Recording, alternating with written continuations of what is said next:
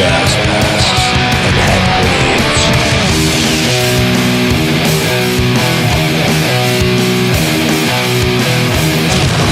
Gas masks and hand grenades.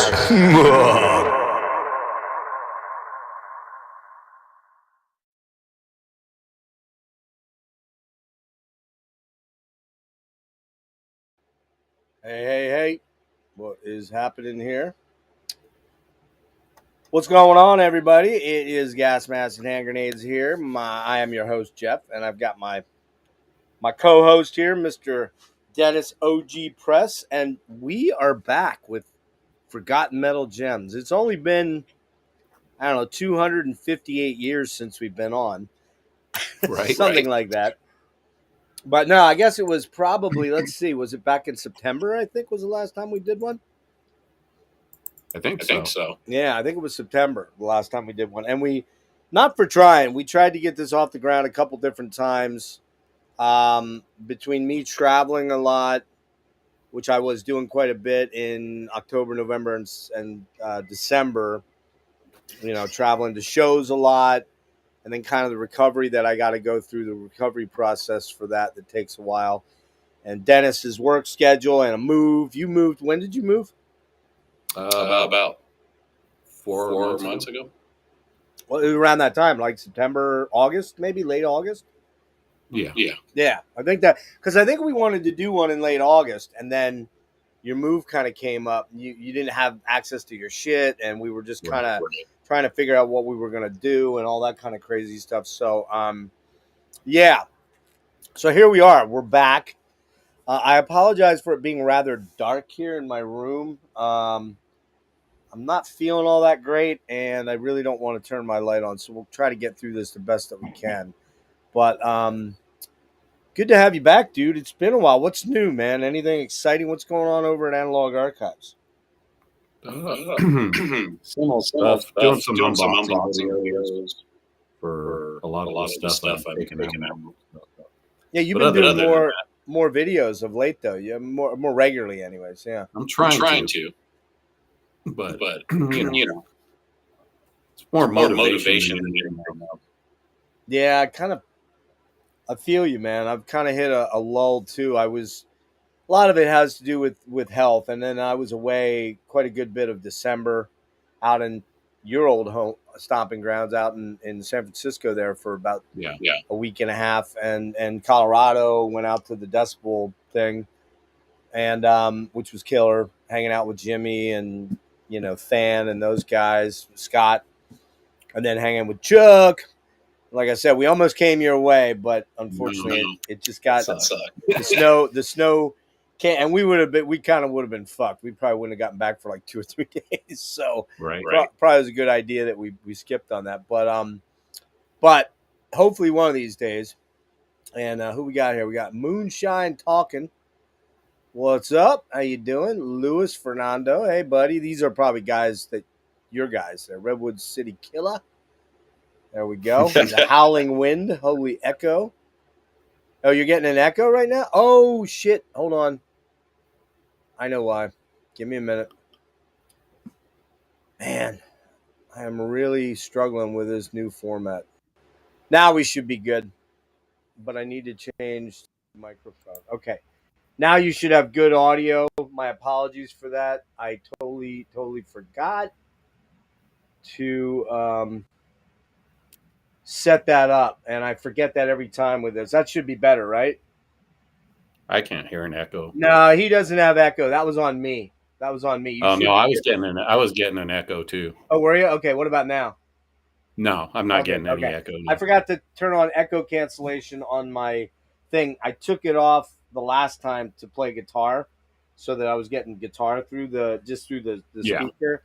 I fucked up, and this thing is, man, this is what I'm saying about this new Restream thing. It's way more. There's more going on, and it just kind of overwhelms me, quite frankly, and I kind of forget to focus on stuff. So, sorry about that, guys. Everybody cool out there? You hearing better now? All good now? Okay, cool.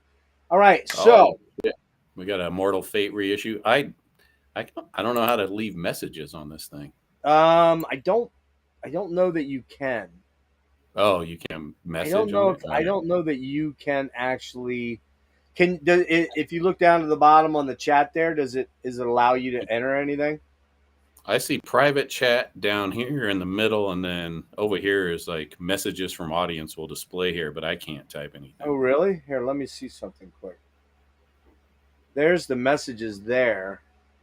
Yeah, Can I you? can see the messages. I just Oh, can't write. you don't have a place to type. Okay, that's another No. fucking man.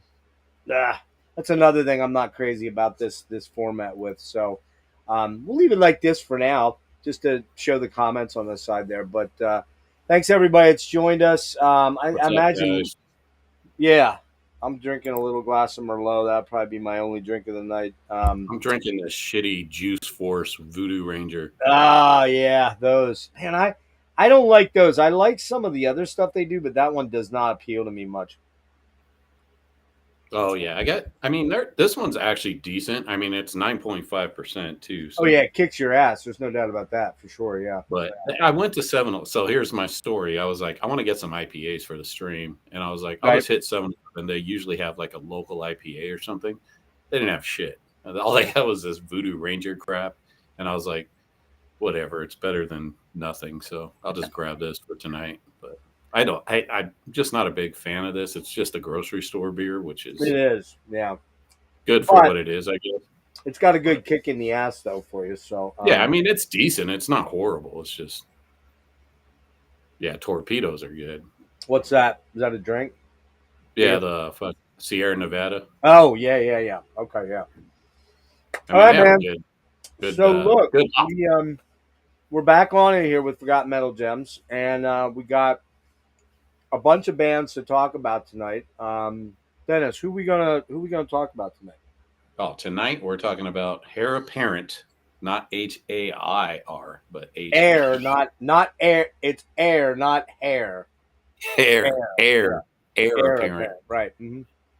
Yep, we're talking about Heir Apparent Mm-hmm. and Shock Paris. We're talking Vane. We're talking Leatherwolf, and we are talking Hawk. And we got Vane. And Vane. Right? I forgot and about Vane. Vane. So there you go. 5 bands. I think it turned out to be there was initially 13 albums, but I kind of cut one out. The final Heir Apparent or Heir Apparent, as you say.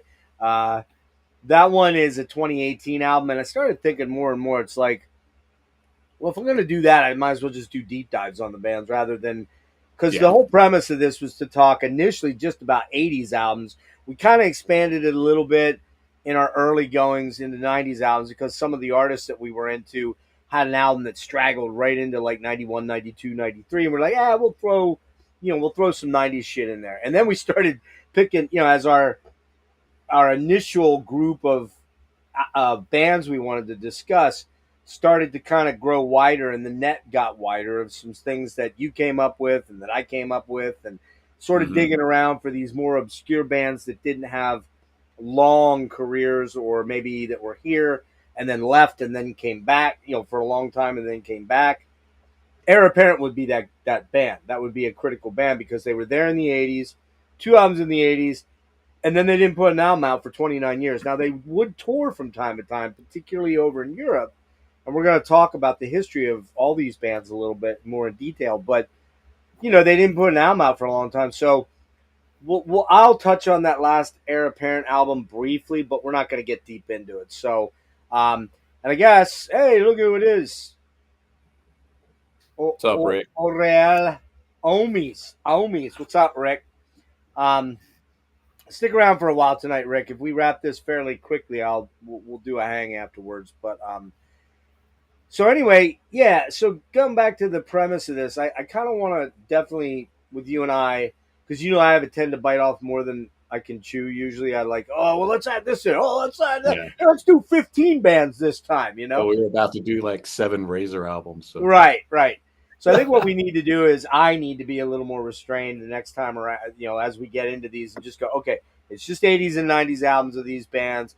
If they don't have any 90s albums, great, no big deal, like Heir Apparent. So we'll kind of go through that and do that whole trip there. And I think I want to start with Heir Apparent, actually. Yeah, that's true. Yeah, So yeah, exactly. Well, in the 90's, especially because, metal was not dead, but it was kind of overtaken with the grunge thing, with the Nirvana, the Soundgarden, which I like a lot of those bands, but it kind of the traditional metal was all European at that point, and the metal that was in the States was kind of the Pantera stuff, or the new metal type stuff. yeah. And I don't hate Pantera like a lot of guys do, but I don't think I own any. Maybe Cowboys from Hell. Maybe I think is the only one I might own. You probably own I like all the fucking I glam stuff. like power metal. Power You metal's have the good. power metal album. That's right. Yeah, it's a good album. That's a good album for sure. And their early stuff sounds like Motley Crue. So It does. Yeah, yeah. Hey Ryan, what's up, buddy? All right. what's So up, what Ryan? we're gonna do here is let me just pull up my cheat sheet and that one there. I got to get these on the same. Just bear with me a second here. Okay, there we go. I don't know the No Less. Say what? In the comments, the No Less debut album reissue. I don't know that band. Did you catch the No Less? No, don't even know who that is. Never heard of them. It sounds like a power violence band, but that's just my guess. Yeah, yeah, that is one I don't Sounds know. like it's up my alley. It probably would be more than me, that's for sure. Yeah. All right, I'm just trying to get my notes up here. Where did you go, Metallum? Where are you? God damn it, Metallum. Where did you go, Metallum? You bastard, you Metallum. All right, I think I deep sixed it. Give me a minute here. I have to cheat a little bit with. All right, here we go. Boy, this is a clusterfuck. Holy hell.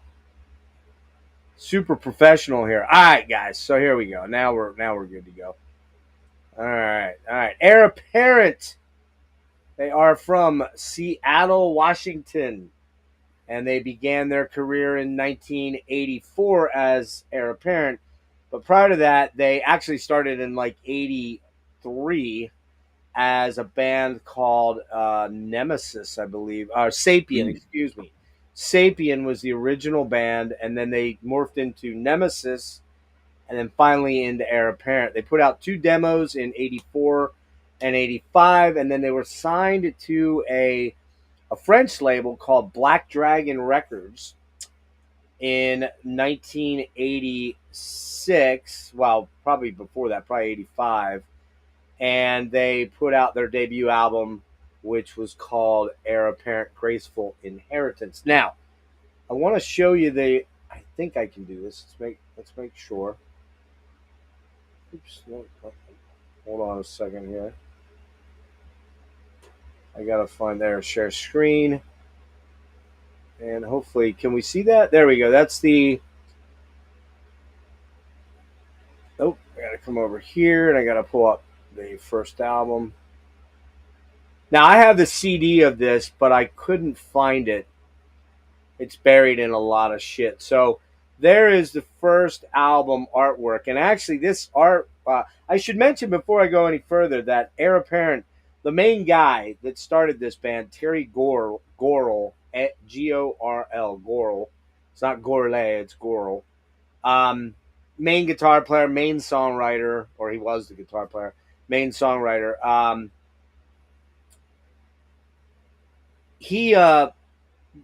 I did an interview with him right before I left for California, beginning of December. I forgot to link it in here, but I will link it in the description at the end of the end of this thing. Or you can go over to Gas Mask and Hand Grenades and sign up for, sub up for my channel. And I got lots of cool interviews over there with a lot of death metal dudes, a lot of black metal dudes, a lot of prog metal dudes.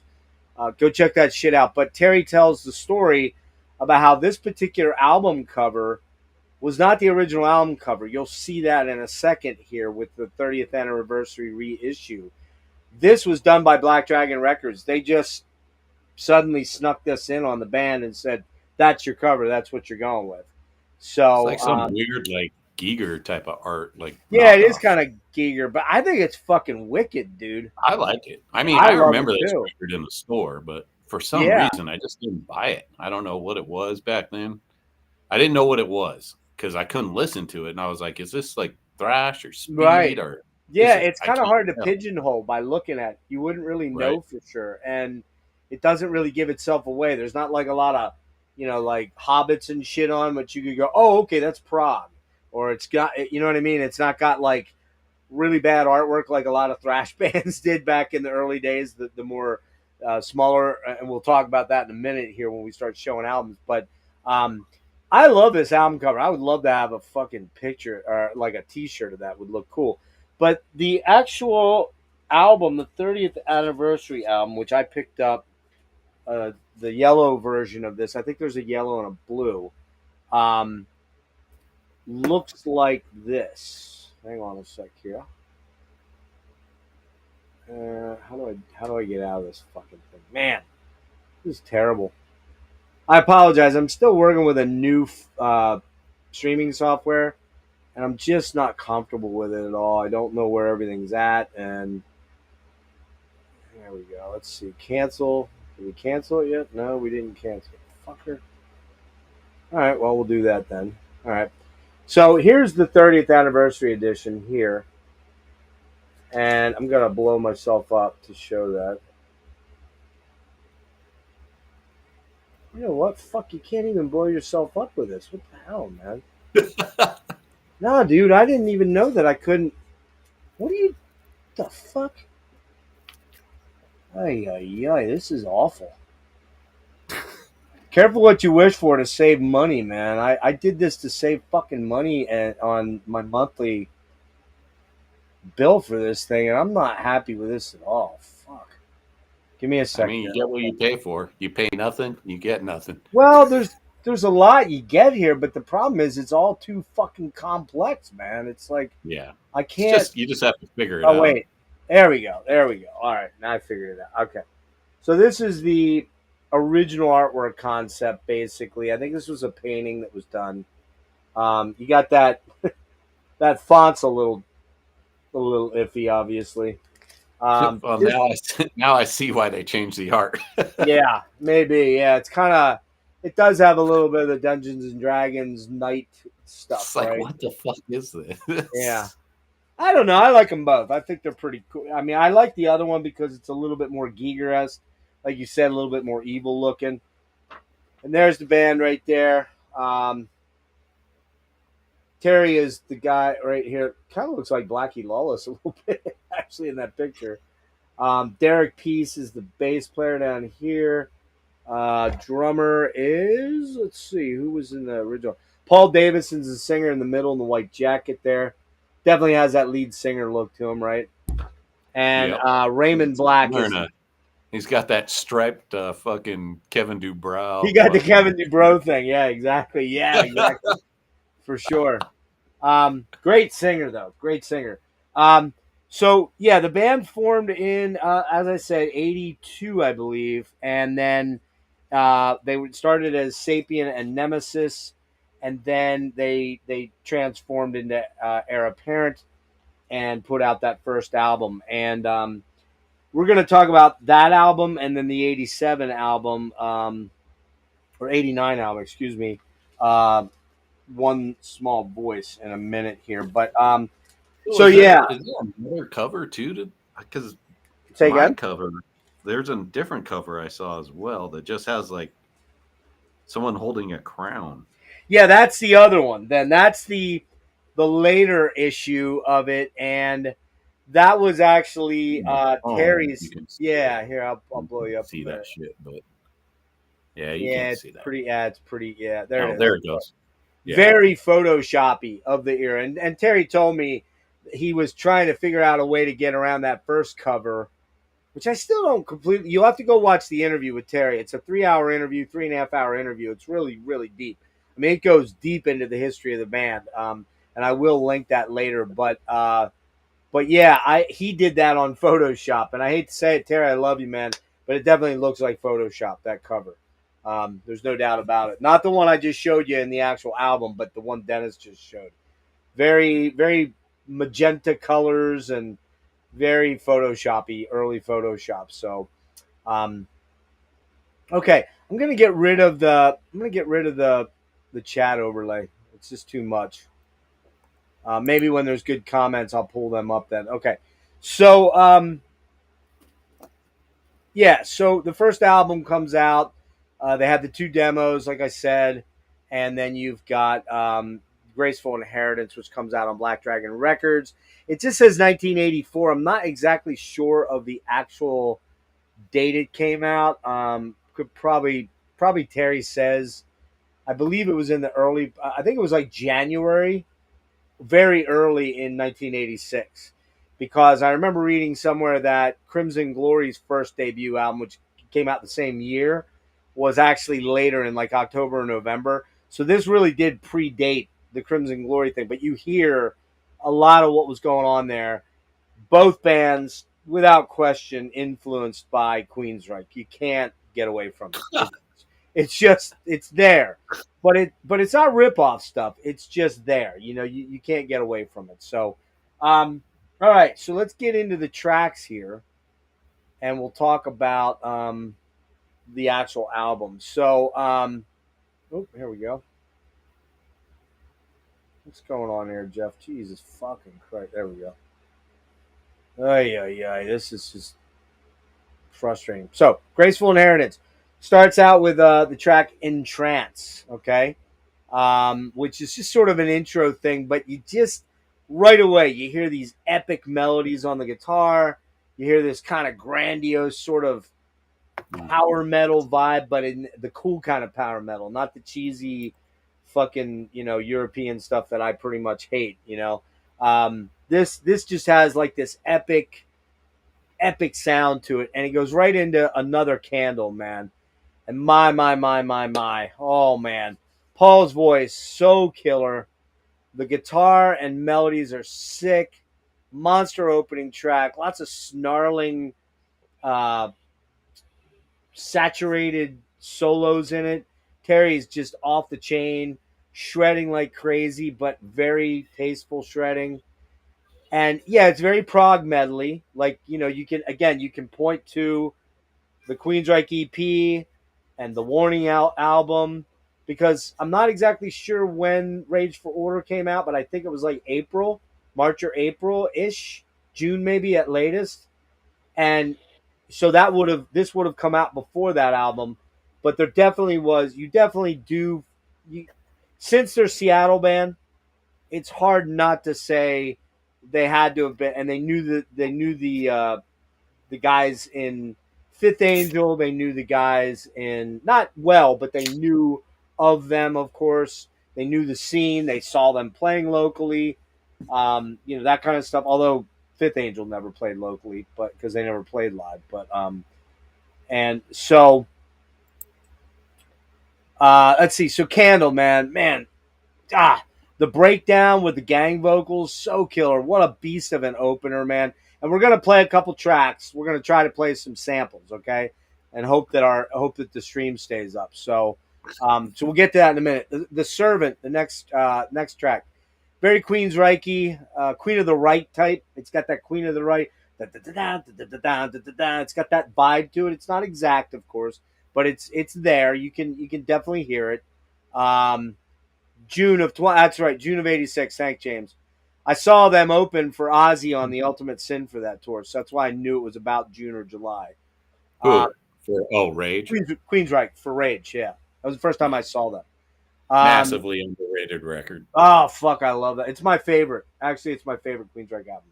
That and the Warning. That and the Warning, it's always kind of one or the other. Ah, man. You can't touch the Warning. Dude, I think it's close. If they wouldn't have put "Gonna Get Close to You" on there, I think it'd be just about near there. And I like that song, but that's the one thing that drags that song. Dude, I mean, Dreamin' Infrared, New Rigel, Surgical Strike, Chemical Youth. Come on. Anyway, we're getting off track here. The Servant, very Queensryche. The vocal production, those stacked harmonies, super complex. The riffing is just amazing on this. Great complex harmony ideas going on here. just killer, man. And then we get to the fourth track, Tear Down the Walls. Man, what a great bunch of riffs in the verse. The fills are awesome in it, and then you get to that chorus, man. And that chorus is so damn catchy. You just can't not. If you don't, like, if you listen to that song, which we're gonna play that song. If you listen to that song and you're like, you're fucking dead. You're a corpse or something. There's just no way, man. I'm sorry. It's just so damn good. Tomorrow Night, great tune, but it's very Saga meets Bon Jovi. That's kind of their more, yeah, that's their AOR track that they kind of were maybe, I don't know. It sounded like they were kind What of song are angling. you talking about? Tomorrow Night, Oh, okay, yeah. fifth song. Paul's voice kind of keeps it from slipping into AOR-ness, but still a great song. Running from the Thunder, man, another great fucking banger of a song. Shreddy as hell, killer catchy chorus, kind of weirdly, almost has like a funky sort of rhythm, oddly, but it's more in the like metal funk, but not funk, like not mind funk or something like that, you know. The Cloak, lots of supremely complex guitar work by Terry, great vocals by Paul on that one. Rip is the instrumental, more proggy and dreamy, admittedly a little Queensryche, maybe for its own good, but still stellar playing by Terry. Soaring saturated killer solos on that one. Handed Destiny is a little bit more radio friendly type metal track, but super good. Keeper of the Rain. Yeah. Such a badass track. Reminds me of early Fates Warning with John Arch singing, but more streamlined and less flowery. That chorus, again, is wicked as fuck. One of my favorite tracks on the album. As it picks up into the galloping pace, more into the track, man, it's just a ripper.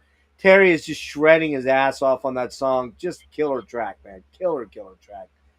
We the People. Kind of very anthemic, but a great earworm, man. You can't not listen to it. Is We the People actually on this record? Yeah, it's on this one. Because it's on the second record. They redo it on there with Steve doing it. But it was originally on this album. I was confused because I was like, is this just like a Spotify thing where they threw in that track? Nope, it's on the album. They redid it. That track just does not fit, honestly, for me. It's a little off center for the rest of this album. I was trying to think like who it. Well, we'll let you comment on the tracks. Maybe you can pinpoint it. Oh, because I got a real good one for this. Okay, I'll be interested to hear. I'll wrap here quickly. And we can play this song and let the people decide. You want me to play that one? We'll play that one from. Okay. But it's a super high energy thing. You know what it reminds me a lot of? It reminds me a lot of Revolution Calling, but not exact. It's not the same, but it's like the We the People, da, da, da, da, and then you got the Revolution Calling. It's kind of got that same vibe to it for me. In fact, the vocal melodies, I swear, Tate may have lifted the vocal melodies for Revolution Calling from this. They sound, because Revolution Calling was after this, remember? This is 86. Revolution Calling's 88. But it sounds like Tate kind of ripped this song off a little bit for Revolution Calling. That's, to be honest. Dragon's Lair, that's the snarling speedster number. You like that one, right? Yeah. I thought so. I knew that was a Dennis I track. feel like there's 3 tracks on, well, I'll get to it, but there's 3 tracks here that like go in order, but We the People like kind of like it gets in the way for those. I agree with you. It does sort of stand out as a weird track because it's also the one that has the real overt synths on it. It's got the and you're like, but I still love the track. I love the song, man. Yeah, it's a cool track. I'm not knocking the track, but we'll get to it. I do think it's better on the reversion with Steve singing it versus Paul, just because I think Steve is such a stunning vocalist. Not that Paul wasn't. He is. And he's apparently back with the band, and they are going to be doing some summer fests with him, I think. So, I mean, Terry can correct me if he happens to pop in here and tell me differently. But and then the last 2 tracks are Nightmares, super speedy slammer, man. Very Crimson Glory, especially off the first album. But again, Crimson Glory's first album came out after this album. So probably unlikely that they, knew about this, right? Um, Again, very warning. Queensryche EP and maybe the first two Fates albums are like the comparisons I would draw. And then the last one is And Dogro Lived On, which means devil or God, no devil or God. If you look at it backwards, it's no devil or God. I was like, what does And Dogro mean, man? What kind of a weird song title is that? He's like, look at it backwards. And I looked at it, I'm like, oh, that's pretty tricky. No devil or God. So there you go. Killer, riffy, almost has a rainbow Deep Purple vibe to it. It's got that rainbow, sort of those double stops that Richie Blackmore likes to use a lot. Yeah. Lots of guitar histrionics. Absolutely fucking killer. I'm not lying here, man. I've known about this band in name for 30 years, and why I never checked it out until Kellen, our buddy Kellen over at Killing for Company, is like, dude, he told me about it like a year ago or so. Hey, did you ever check that out? And this is like 6 months ago, 5 months ago, something like that. And I'm like, oh, fuck, dude. Totally forgot about it. I finally threw it on, and immediately I was like, oh, man, how the hell did I overlook this album? Like, I knew about them. How did I miss this? This album, for me, is a 9.5 out of 10. The only thing that holds it back a little bit is the production is very 80s. The drum sounds kind of very 80s. The synths are kind of 80s. Even Terry's incredible guitar playing has a lot of saturation and effects on it that sound kind of 80s, right? That would be my only criticism. So give me your assessment of it, Dennis, and then we'll play some tracks. Yeah, for me, you pretty much hit everything on the head that I was going to say, especially the vocals, Queensryche, Jeff Tate type of shit. But like this vocalist kind of he has his own style too. It's not just a Jeff Tate like wannabe. This guy can sing his fucking nuts off, dude. Mm-hmm. Just amazing shit. The compositions are really good, especially for like this kind of, I would just call it power metal, I guess, because that's what this is to me, like early power metal. U.S. power metal, though. Yeah, it's U.S. power metal mixed with speed, mixed with kind of AOR a little bit here and there. A little bit. Just like they put it in there to like maybe get some radio play. And early prog metal, the early stuff. We're talking a little bit of prog. It's not super proggy. I don't think it is, honestly. Like, this isn't like, there's nothing going out of the way to be. It's not like early Dream Theater or something. Yeah. Right. Mm-hmm. It's not like that. And feel you know like, what? James nailed it. I can't believe I didn't even put it together. But Europe, for We the People, it's got a Europe vibe to it. Yeah, for sure. Yeah. It's really good. I love this record. I heard it maybe about 10 years ago when I finally checked it out because I saw it somewhere. I was like, oh, I remember this record. And I was like, man, this is way better than I thought it was going to be. Mm-hmm. Like, this was one of those records that, like, you just saw, for me anyways, I saw in, like, the bargain bin. Like, no one was buying it because no one knew what it was. Right. Yeah, man, the tracks are really good. I feel like Another Candle kind of like is one of the greatest songs on this record for sure. Dude, it's so good, man. It's such so a great song. Servant very kind of has this Maiden-esque kind of jam to it. Yep. The Cloak is a banger, dude. Killer track. And then that trio of Keeper of the Rain, Dragon's Lair, and Masters of Invasion, that's epic. Those three tracks, to me, like, that makes this record to me. Nightmare's a fucking banger, super fast, and just, like, everything on this record's really, it feels like a band, like, I feel like debuts are almost, like, the band has practiced and played these songs so many times that when it finally comes out, like, that's the epitome of what the band is. Not every band, but I feel like this band has, like you said, Queensryche, it has Maiden, it has maybe a little Def Leppard, maybe a little, any Fates, other new wave British heavy metal. Early Fates Warning, like the first, the Spectre Within vibes to it. It's not as complex as that from a prog standpoint, and it's not as... The No, instrumental. it becomes a fun record. It's not something that you're gonna sit there and be like, oh, like, yeah, listen to that bass, or like, it's just a fun record. Like, these guys know how to write songs. That's but what I like about this record. but I think I need the prog element of this is that all these guys are really good musicians, man. Oh yeah, Particularly Terry as a guitar player. Man, he was doing some really special stuff early on. I mean, he's melodic, he's shreddy without it being masturbatory at all. It's not yeah, masturbatory sort of. Blah, blah, blah, blah, blah. It's very very good stuff.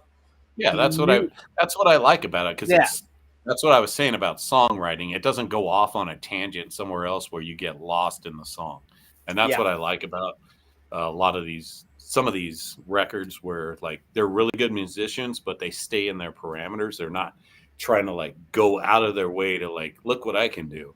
It's just like, okay, you did a solo, but it fits the song. Like, it doesn't go like crazy out of the song. Yeah, And then you got it's not a wank We the fest. People. We the People, dude. Okay, go get This into it. fucking sounds like a song straight off Rocky 4, man. Off I of could what? totally hear that. I could totally hear that song in Rocky 4. Rocky 2? Rocky 2, did you say? No, 4. Rocky 4. Oh, Rocky 4. Holy shit. Yeah, it does. You know what? It definitely has movie anthem action Yep. figure sort of vibe. They should have totally put that in a movie. That would have been badass. I could tell the Rocky I'm sure 4 they would, if they soundtrack has could. songs just like this. That's why I'm Really? saying that. Yeah, I don't know And that I movie. don't I've know. never What seen year it. what year was this again? 86? 86. When did Rocky 4 came out? 83? No, You got 84, me, man. right? 85? I don't know. I can look it up quick here. Let's see. I think it's like 85 or 86. Rocky Like the same 4 type of year. came out in 85. Damn. Yep. Oh, this is the one with Apollo Creed in it. Oh Yeah, no, where Apollo Creed dies. yeah, and what's the other? The Dolph Lundgren, right? Yeah. I never saw it. I hate to admit it. I don't think I've ever seen it. What the fuck, Dude, I think I've only ever seen the first one, man. I Oh swear. my god. I'm old. Rocky What can I 4 is say, so man? badass, dude. Yeah. Oh You man. got All Dolph right. Lundgren fucking kills Apollo Creed, and then like, if he dies, he dies. I was like, damn. I don't know it, man. I can't fucking believe I don't know it. I just haven't seen it. That's all. Hang on a minute. Hold on a sec here. All right. So, anything else? You want to tie up with anything there? Just a great U.S. traditional heavy metal, power metal record that just fucking kills, man. If you like Queensryche and that kind of stuff, you're definitely going to love this record. Every song on it's really good. There's not a song on here where you're like, this sucks. Not a skipper. There's not a skipper on the album. Not at all. And it's. I mean, like I said, We the People's the only song that just kind of like changes. Sticks It's like out. more of a, it sticks out as more of a commercial song. Yeah, it's more commercial. Yeah, exactly. Yeah. But All right. Well, let's I like that song. It's super catchy. Well, let's do a track here. Now, here's the thing. Since I haven't done this before, my rating on this is an 8.5 out of 10 for me. That's pretty good, man. I'll take that. I think that's pretty good. Salvador, we don't speak Spanish. Sorry to say, man, and I can't translate. It just says Hawk is an excellent band. Hawk rules. That's what he's saying. Hawk rules. All right, we're good. We get it. Yeah, we're gonna get into that in a bit here. All right, so we're gonna play some a track off the first Heir Apparent album and cross our fingers we don't get kicked out. The other thing I need to do, and Dennis, you're going to have to remind me, man, I have to take the echo cancellation off again. So remind me to turn it back on when I go back to speaking, okay? And we can't really speak during it, which is a good thing. We'll just listen to it. All right. Ready? Yep. Hopefully I can do this right. Okay. Real quick, it's going to echo a little bit. Everybody out there, let me know in the comments how the volume sounds and if you can hear it okay.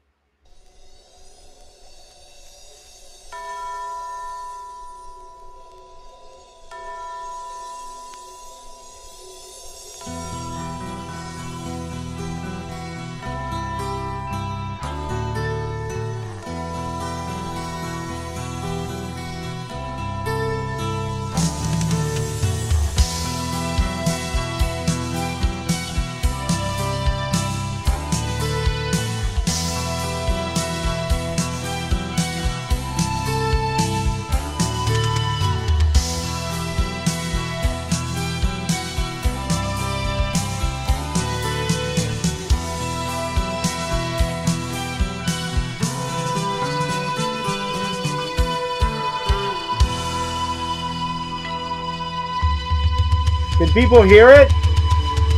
Sounds good.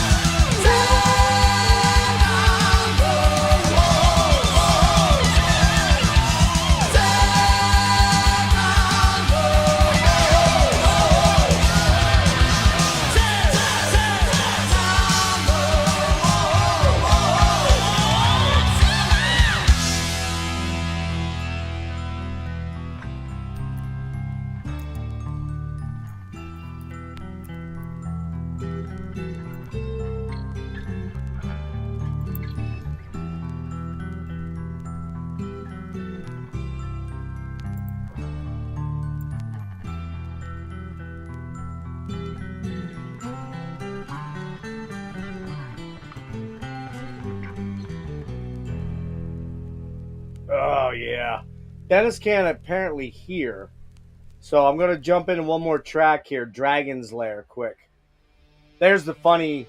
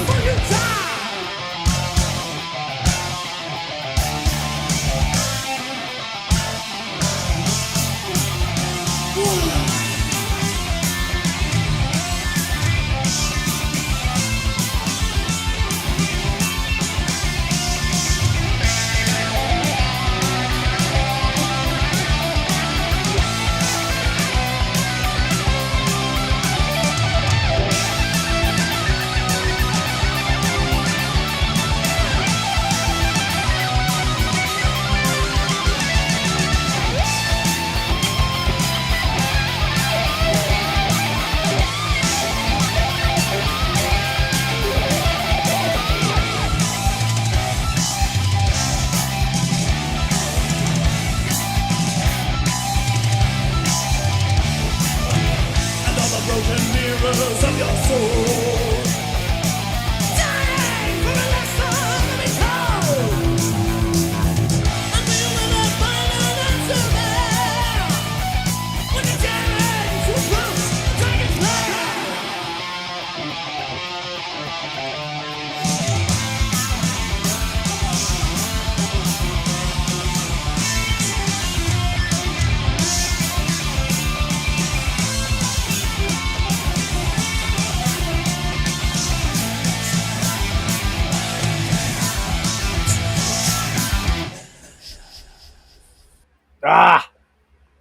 Okay, gotta remember to change my audio. So that was two tracks off of the Graceful Inheritance album. And let me just switch over to here and get out of that. Again, I'm working with a new platform and I'm really kind of struggling with it, quite frankly. So my apologies for why are you not getting out of there, damn it? Screen share. Stop screen sharing. Fucker, what is going on here? Damn it. Yeah, this is totally different than. Shit. What are you doing to me here? And why did you go into that? Okay. Well, I'll have to pull that up again then when we go to the next album. So there you go. That's a taster of Graceful Inheritance. A 9.5 out of 10 for me. 8.5 out of 10 for you, right? Yep. You really can't go wrong with this album. I'm just telling you straight up. It's one of those forgotten metal gems. More people should know about this album. And someone here, Tom. Hey, Tom. I know Tom. Good to see you, buddy. So, yeah, man, Phil Tugas was on to these guys way before I was. And I don't know if he brought it up in the interview. He might have brought it up in the interview that we did last April of 24, I think. I can't remember all the albums that he brought to the table, but I believe this might have been one of them. And I still hadn't gotten around to it until like July, August of last year. It was when I finally was like, oh man, I gotta listen to this thing. And I was just fucking blown away by this album. So absolutely one of my favorite 80s albums. It shot right up into the top, probably 10 or 15 easy. So everything's looking good. And again, you got to go listen to the Terry Gorel interview that I did, which I will link in the description here after the end of the episode here. But basically, I'm not exactly sure what happened with Paul Davison, the vocalist. I think there was some issues with his voice. He was struggling at times live, and he struggled with his vocals doing the live thing, like always being able to hit those highs. So somewhere along the line, I don't know whether he left or there was maybe I don't want to say it was drugs and alcohol or anything like that. I don't think that's what it was. I just think he was having a lot of trouble cutting it live, and so they ended up going after a guy named Steve Benito, who played in an Oregon-based kind of gothy sort of hair band, sort of kind of that were called French Kiss of all things, right? So the second, French Kiss. I didn't even check them out. So they do have an album out there, or maybe it was an EP or something like that. But so long story short, they bring in this Steve Benito guy, and they actually do something called Triad, which was Steve singing a lot of the songs that were going to be coming up on the new album live, plus some older songs like We the People, Tear Down the Walls is on there. And I have it, but it's in my CDs. And damned if I didn't mix those up, and I can't find it now. So maybe when Dennis is talking about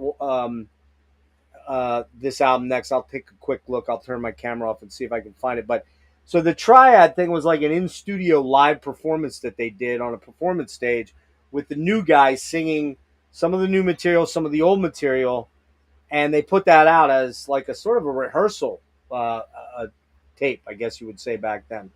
Um, but in the meantime, then they kind of had a bigger budget for this second album because this album made some waves, particularly overseas, Graceful Inheritance, and they ended up putting out the album One Small Voice. Hang on a sec here. Which I have the reissue from, let's say it's 2018 on blue vinyl through Metalworks, is it called? They put out all the stuff. They're friends of Terry's, but they have a label. It's out on Metalworks Music 21. This came out. So this is relatively new, relatively recent, and you can get these on Metalworks, their website. Northwest Metalworks is what it's called. Nice, real nice gatefold. Well done. And there's the band there on the back. Steve's the guy with the long blonde hair there in the middle. I believe the rest of the band is all the same guys that were on the first album, though, except for they've added a keyboardist now. And you can definitely tell on this album. There's a lot more keyboards. Yeah. Now, I don't mind that, to be very blunt with you. I think the complexity of the songs are better, but it's not quite as overall heavy. I would say it's not quite as metal and power metal-y as the first one. Definitely more of a progressive metal album. And it's funny, somebody mentioned, might have been James. Oh, shit. Am I echoing? No. Okay, I thought I fixed it. Yeah, I just had a little flat back there.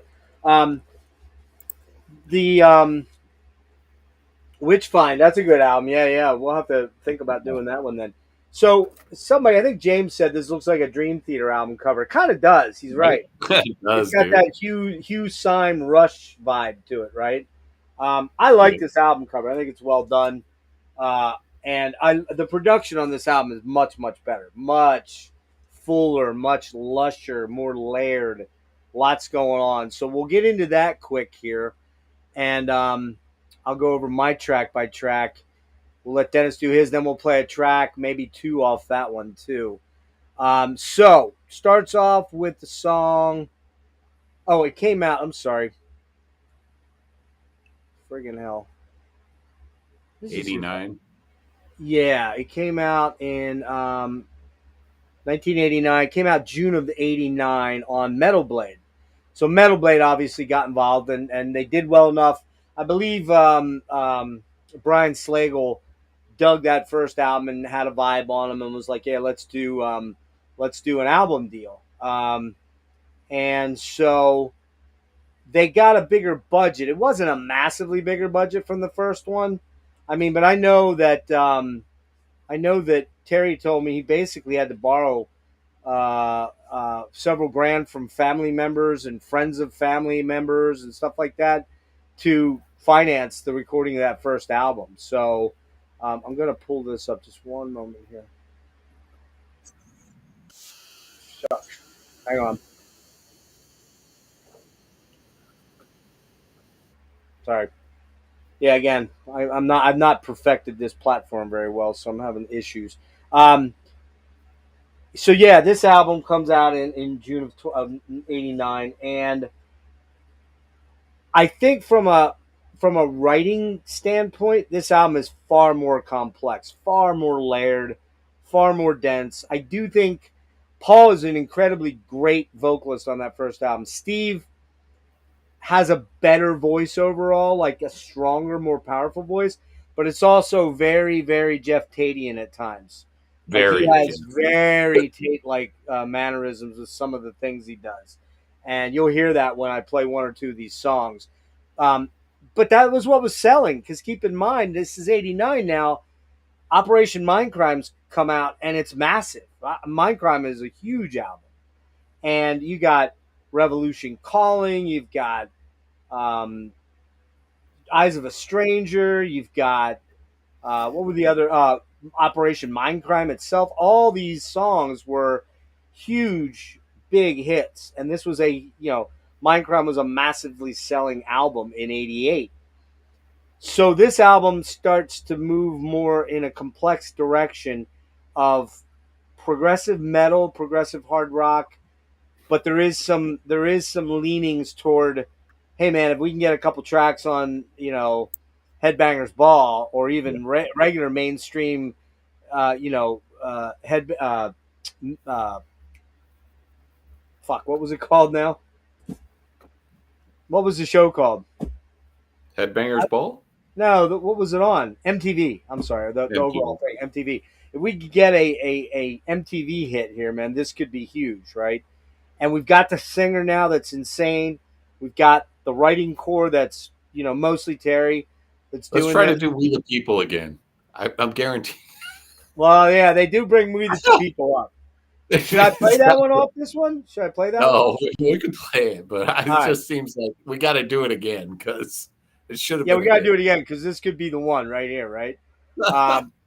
So, yeah, we're definitely doing Cacophony of Anger. That song fucking rips. They also do, well, let me get into the track by track here because they do a cover on here that I really do feel was kind of a, I don't know, man. That was a misstep in my opinion. It's horrible, dude. Yeah, it's not great. It's not good. It's the one part of the album that I'm kind of like, I wish you wouldn't have done that. But anyway, vocals he just can't do. I don't know what it is about that, but he just tries to sing it different and it just doesn't. Yeah, well, let me get to that in a minute here. So, Steve Benito is eerily a Tate clone in many ways, but is also a stellar vocalist. The music has become much more layered, complex. The opening song, Just Imagine Now, is fucking amazing. It's such a banger of an opening track. If you pay attention to the actual songwriting, it's way more progressive, darker, simply more layered and amazing. This track reminds me a lot of New Rigel from Rage for Order, man. Just in its complexity. It's just got so much going on. So then you get to Crossing the Border, super up-tempo metal rager with crazy high vocals from Benito and lots of complex melodic ideas. But, man, the Tate comparison is 1,000% undeniable. You can't get away from it. And I told Terry that. It's nothing that I'm sure he isn't aware of. Screaming. A super sleeper on the album, man. What a killer track. There's more synths on it, but it adds to the depths of the song. It's a much more elaborate song. They become much more, Terry's become a much more elaborate songwriter, and I love this song. And Steve's vocals on this song are fucking out of control. They're so good. Alone Again, okay, gets a little sappy on this one as far as the synths and the ballad thing goes. Still a great song. Benito's so good. To be honest, this one is one of the weaker songs on it that I'm not so sure I want to hear a ballad kind of like this. Although Terry's guitar solo is killer, but it's got that 80's cheese synth, you know what I mean? But it kind of works on this song, but it's one of the weaker tracks along with the cover that we're going to talk about in a minute. Cacophony of Anger, dark choirs, technical playing, smokes like a motherfucker, man. I just love this track. You're going to hear it in a minute. Although, I got to admit, I hear definitive traces of the song Enforces from The Warning. It's in there, man. It's in there when he does da da da da da da da da. When he goes da da da da da da da da da da da. It's in there. You'll hear it when you hear the song because we're gonna listen to it. But this song rages, man. It's my favorite song on the album, probably. Sound of Silence. Not a choice I would have made. That's all I'll say. You can shit on it more if you want. I just wouldn't have done it. The Haunting, another killer track, man. Another deep sleeper on the album, man. Love the guitar work, the layering, the atmospheric synths. Steve is absolutely fucking amazing on this album. Very haunting, dare I say. One of my favorites on the album. Two Hearts, another ballad. It's probably my least favorite track on the album, other than the Sound of Silence. So, yeah, one ballad on an album like this I can cope with, but two, we're pushing it a little bit. Then we do the remake of We the People. I still like it. I like Steve's vocals on this better. Again, it says right here, Steve's voice is slightly better than Paul's as far as hitting that Jeff Tate thing that was breaking huge around now with the MTV thing. So yeah, it's I still like this song. I just do. Young Forever, man. That song has killer guitar on it. Crazy screams at the end. Lots of cool harmony, layered harmonies, really great. One Small Voice. Wow. Man, that song is so fucking good. It's a ballad, but it's super dark and sort of twisted, man. And it's got a lot of exceptionally mesmerizing, mystical sounding guitar twists and turns on it. Terry is just crazy playing on it. Playing is crazy on it. And Benito is amazing as well. Decorated, another killer dark down tempo track with tons of killer playing on it. Lots of cool Derek Peace bass playing that stands out on it. A lot of bass interplay with the melodies and the guitar. And then it ends on the 5th season, which is another monster killer track to end the album on. Just epic. It gets real up tempo at the end. It has a nice gallop to it. While this album does have 2 ballads that I'm kind of on and the cover doesn't work for me, the rest of the songs, flat out fucking amazing tracks. Not quite the same band that you hear on the first album. Primarily because of the different vocalist, one, but also I think the complexity of the songs that Terry's writing predominantly. It's just a more lush, more progressive, more darker album overall too. I think it's got a darker vibe to it overall. Well, I think that was on purpose. I feel like it was on purpose to make this darker. Probably. I mean, for the time it came out. And I also feel like I like the vocals a lot on this. But I feel like the production it feels like so much is going on a lot of these songs. Yeah. Very, very good production, but very commercial production as well. So, really but I like the record a lot. You really think it's commercial? I don't hear that. I mean, they're trying. I don't think it's commercial, but I think they're trying to like, especially with the keyboards, a lot of synths. True, there is a lot of synth. And they're very upfront. So one thing I will point out about this record, a lot of the songs, they have that formula where they start out very slow, like this very, yep. And it kind of gets old. Like, come on. Like I feel like I'm trying to fast forward to hear how the song's going to sound.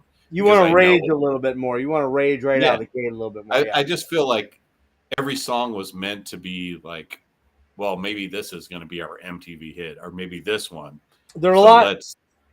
I think we should mention one thing, though, Dennis. A lot of these songs are in the far 4-minute to 6-minute range. They're much longer songs, right? And so Terry was being the primary songwriter was kind of, I think, feeling. I don't want to use the word symphonic because it's not a symphonic album at all. No, it's not symphonic. But it has a lot more layers that sound more symphonic, if that makes any sense. More elaborate, I think, is the word. Yeah. But and the ballads, it's not because they're ballads. They're just not great songs, honestly. They're kind of boring in comparison to the other songs. And I mean, they don't really go anywhere. Yeah. And I like this album. The real high points on this album, I think, stack up to and maybe even are better than the first album simply because of production and just overall songwriting. The production's super crystal clear and very good. I mean, Crossing the Border, that riff, speedy riffing, great vocals, man. Cacophony of Anger, probably my favorite song on this. We're going to listen to that one. Sound of Silence, very bad cover. Yeah. I mean, if you're going to do covers, man, do something fucking weird like Nevermore did. They did it too, but you don't even recognize the song. It's not even the same song. You know, if you're going to just kind of layer it up and dress it up, make it pretty, I don't know. You know, One Small Voice, it's a banger too. Fifth season, I like that song too. I like how both records end on a banger. Yeah, they do. So, I mean, this is a great record. It's just not as good as the first one. I can see where they're trying to go. It's more. I just use the word commercial because I just feel like they're just trying to get a hit to get more airplay. They're trying to get sell more records. Yeah. So every song. I don't disagree with that. I agree with you. Yeah. it's but when you say commercial, it sometimes has that negative connotation, like, No, it's not. oh, I'm not trying to be negative. I'm just this ain't trying a to like, fucking Bon Jovi album, okay? Let's put it that yeah, way. no, not It's like not. that at No. all. Very Queensryche, very, progressive, way more progressive than the first record to me anyway. Probably more in line with, if anything, I would say it kind of stacks up with like a Perfect Symmetry or a Parallels type Fates Warning album, where it is Yeah, more commercial, exactly. but the songs are still very complex and very layered, Yep. and lots of great guitar, lots of great singing. The singing is, I mean, Yeah. if you had to pick a singer between these two, which would you take? I mean, I don't know. They're both really good for what they do. Like, I don't think either one is bad. I think the first record he's more aggressive as He's a little far as more like, raw. He's a little more yeah, raw, more less raw. polished. So Yeah, that's more my style, where yeah, this one's yep. way more. This guy sounds like a professional, man. Oh, Like, it's very he polished. hits every note very specifically. Yeah, Um, it's very so there's polished. no, It's yeah. very polished. Yeah, I love it, dude. I mean, it's 89, and you know. I have a soft spot for like these records that came out at the time, because Oh, they fuck have yeah. this kind of at the time sound that you can never replicate. Both these records do, but especially this one has that, like, nobody was like, I don't know anyone that was listening to this record at the time. Like, that No, cover too. Like, I missed I it, and never I even don't even know seen this how. record. Yeah, I mean, dude, this. I'm a little older than you, so 89. I'm already 24 ish. 86. I was 86. I was 20. So 89. I'm 23, 23, 24. I'm Yeah. already. I'm about ready to graduate college. Well, actually, they threw me out of college right around then. So Sounds right. I was working and working a second shift job, hating life. But this is the kind of shit I was listening to all the time, and somehow I missed this album, which does not. Both these albums by this band, I Right. missed them. And it's I like knew the first record. I saw it all the time, like I said, but this record I've never seen in my life. I never saw it. Yeah, never saw it. Now, like I said, for me, this is I gave 9.5 for the first album. I'm gonna go. Honestly, dude, I'm going a 9. And the only reason I'm cutting it down there, it probably would be closer to a 9.5 if there weren't two very similar ballads and if they had left The Sound of Silence off. I would have, Yeah. I don't remember what I talked to about Terry about that. And Terry, if you watch this, my apologies. It's just not it's not a move Oh, I would have made. It's not that it's like terrible, but it just doesn't move the needle at all for me at all, no. If you're gonna do a cover, do it like Metal Church did with like Highway Star, of which I don't even love that, but they do a killer cover No. of it. You know what I mean? Right. Like, if you're gonna do a cover, do it good. Like, don't. Yeah. Don't flower it all up. Don't flower it all up. So yeah. Where are you going on this one? But, and I think too, again, I go back to this, but they could have been like, okay, maybe this is gonna be our hit. Let's do a cover song, and maybe we can get radio play with that. I So guarantee you that's what they did in the record company. Probably, maybe even Metal Blade even said, "Hey, you should do a cover." yeah, I don't like, know. let's do a cover. Like, maybe we can get some airplay on Sound of Silence or something. They But may have only had 8 songs, and Schlegel's like, "Hey, man, we need a little more meat on the bone." Well, I don't have anything ready to go. Well, how about a cover? Could you do a cover? And then yeah, I don't know if that's how it went down. I'd have to go yeah, rewatch who my own knows? interview. I don't remember what he said. That was the night I was getting ready to Because fly out I to feel like bands Colorado. at the time didn't like. I don't feel like they were like, let's do a cover song. They probably were just like, oh, okay, we'll just add this on, and Yeah, maybe like usually they did it people buy the because record. they usually did it for 2 reasons, like you said, either to try and get a quick hit, or on MTV, or they did it because they just didn't have enough material to fill out an album. Yep. So, all right. I mean, it's a good, And where are you good going on this record. one? I'll give it a 7.5 out of 10 for me because of the 2 ballads and the cover. They're just kind of wasted space for me. That's honestly. good from you. Come on this album. That's a good mark for you. So I mean, it's because of the era. Like, the sound to me it just speaks to me because I'm that just is my stuff. You know what I mean? Right. So All right. We'll do. if someone hasn't heard this record and is probably younger, they might have a different idea because they're not used to that kind of production and kind of stuff. For Right. me, it's just, yeah, man, this is cool. All right. I'm going to kick the echo cancellation off. Can you hear me right now, Dennis? Yeah. Okay. We'll see what happens when I play the song. All right. Let's do present screen share. We're going to do. Okay. I think we're going to do Cacophony of Anger. Liberty Of course. Mutual is all she talks about since we saved hundreds by bundling our home and auto insurance.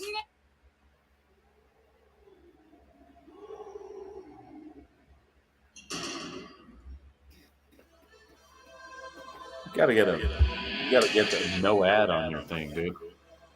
Yeah, I know.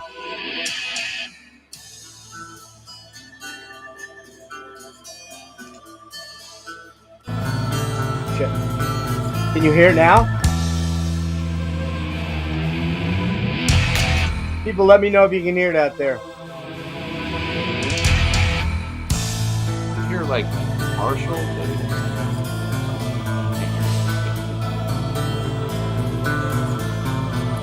That's just probably not bad at all.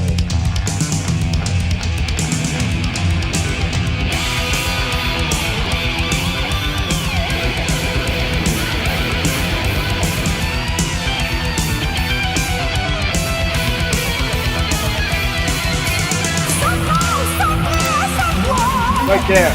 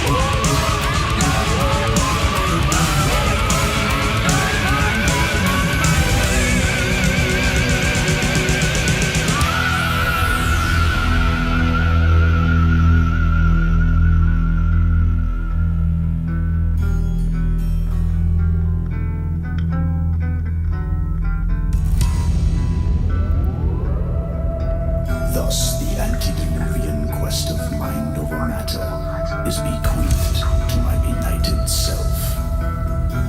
Bedaubed and besludged, the Pangloss eventually concedes to the necrosis of hard realities, shrieking in anger and then silent. Finding no... Oh, what happened? What the fuck just happened there? Sorry.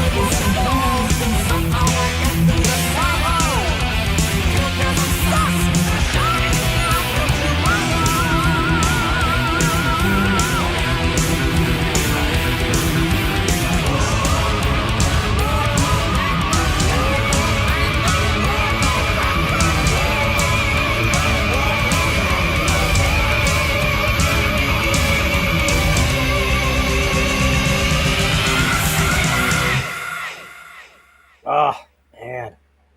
So good. All right, we'll do We the People.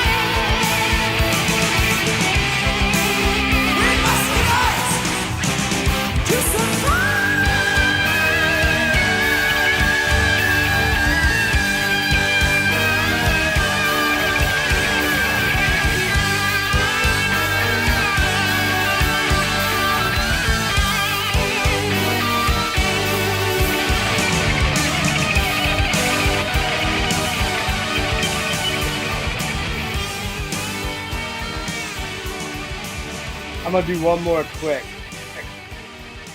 We'll do Screaming.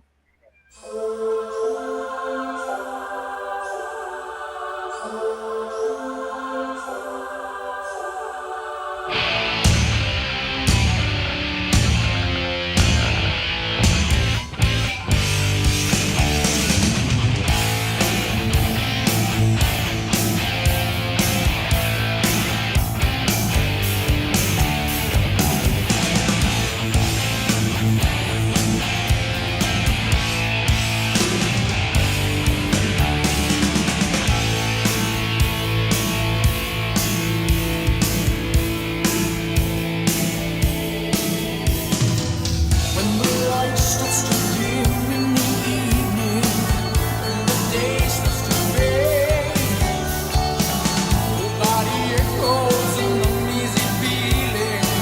You know you're feeling afraid. You don't know where you're going or where you've been. You try to run, but it's too late. You stumbled in. Now you're screaming 'cause you're afraid of the dark. Screaming toward the lights. Screaming 'cause there's a fear in your heart. Screaming into the night.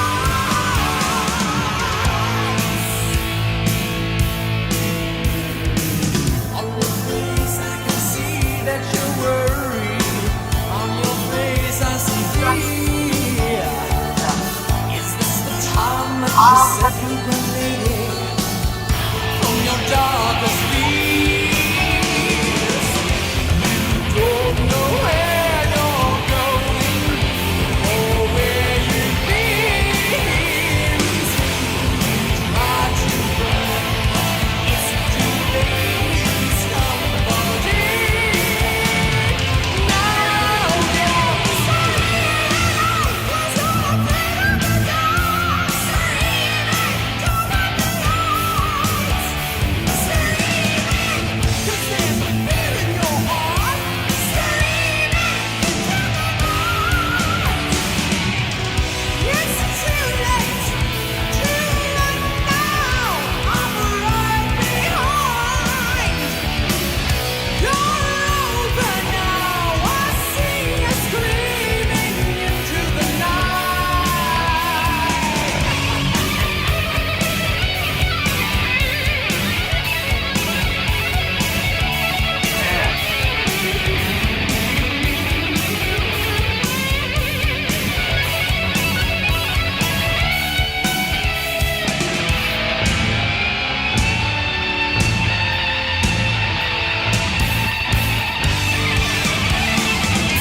Killer play.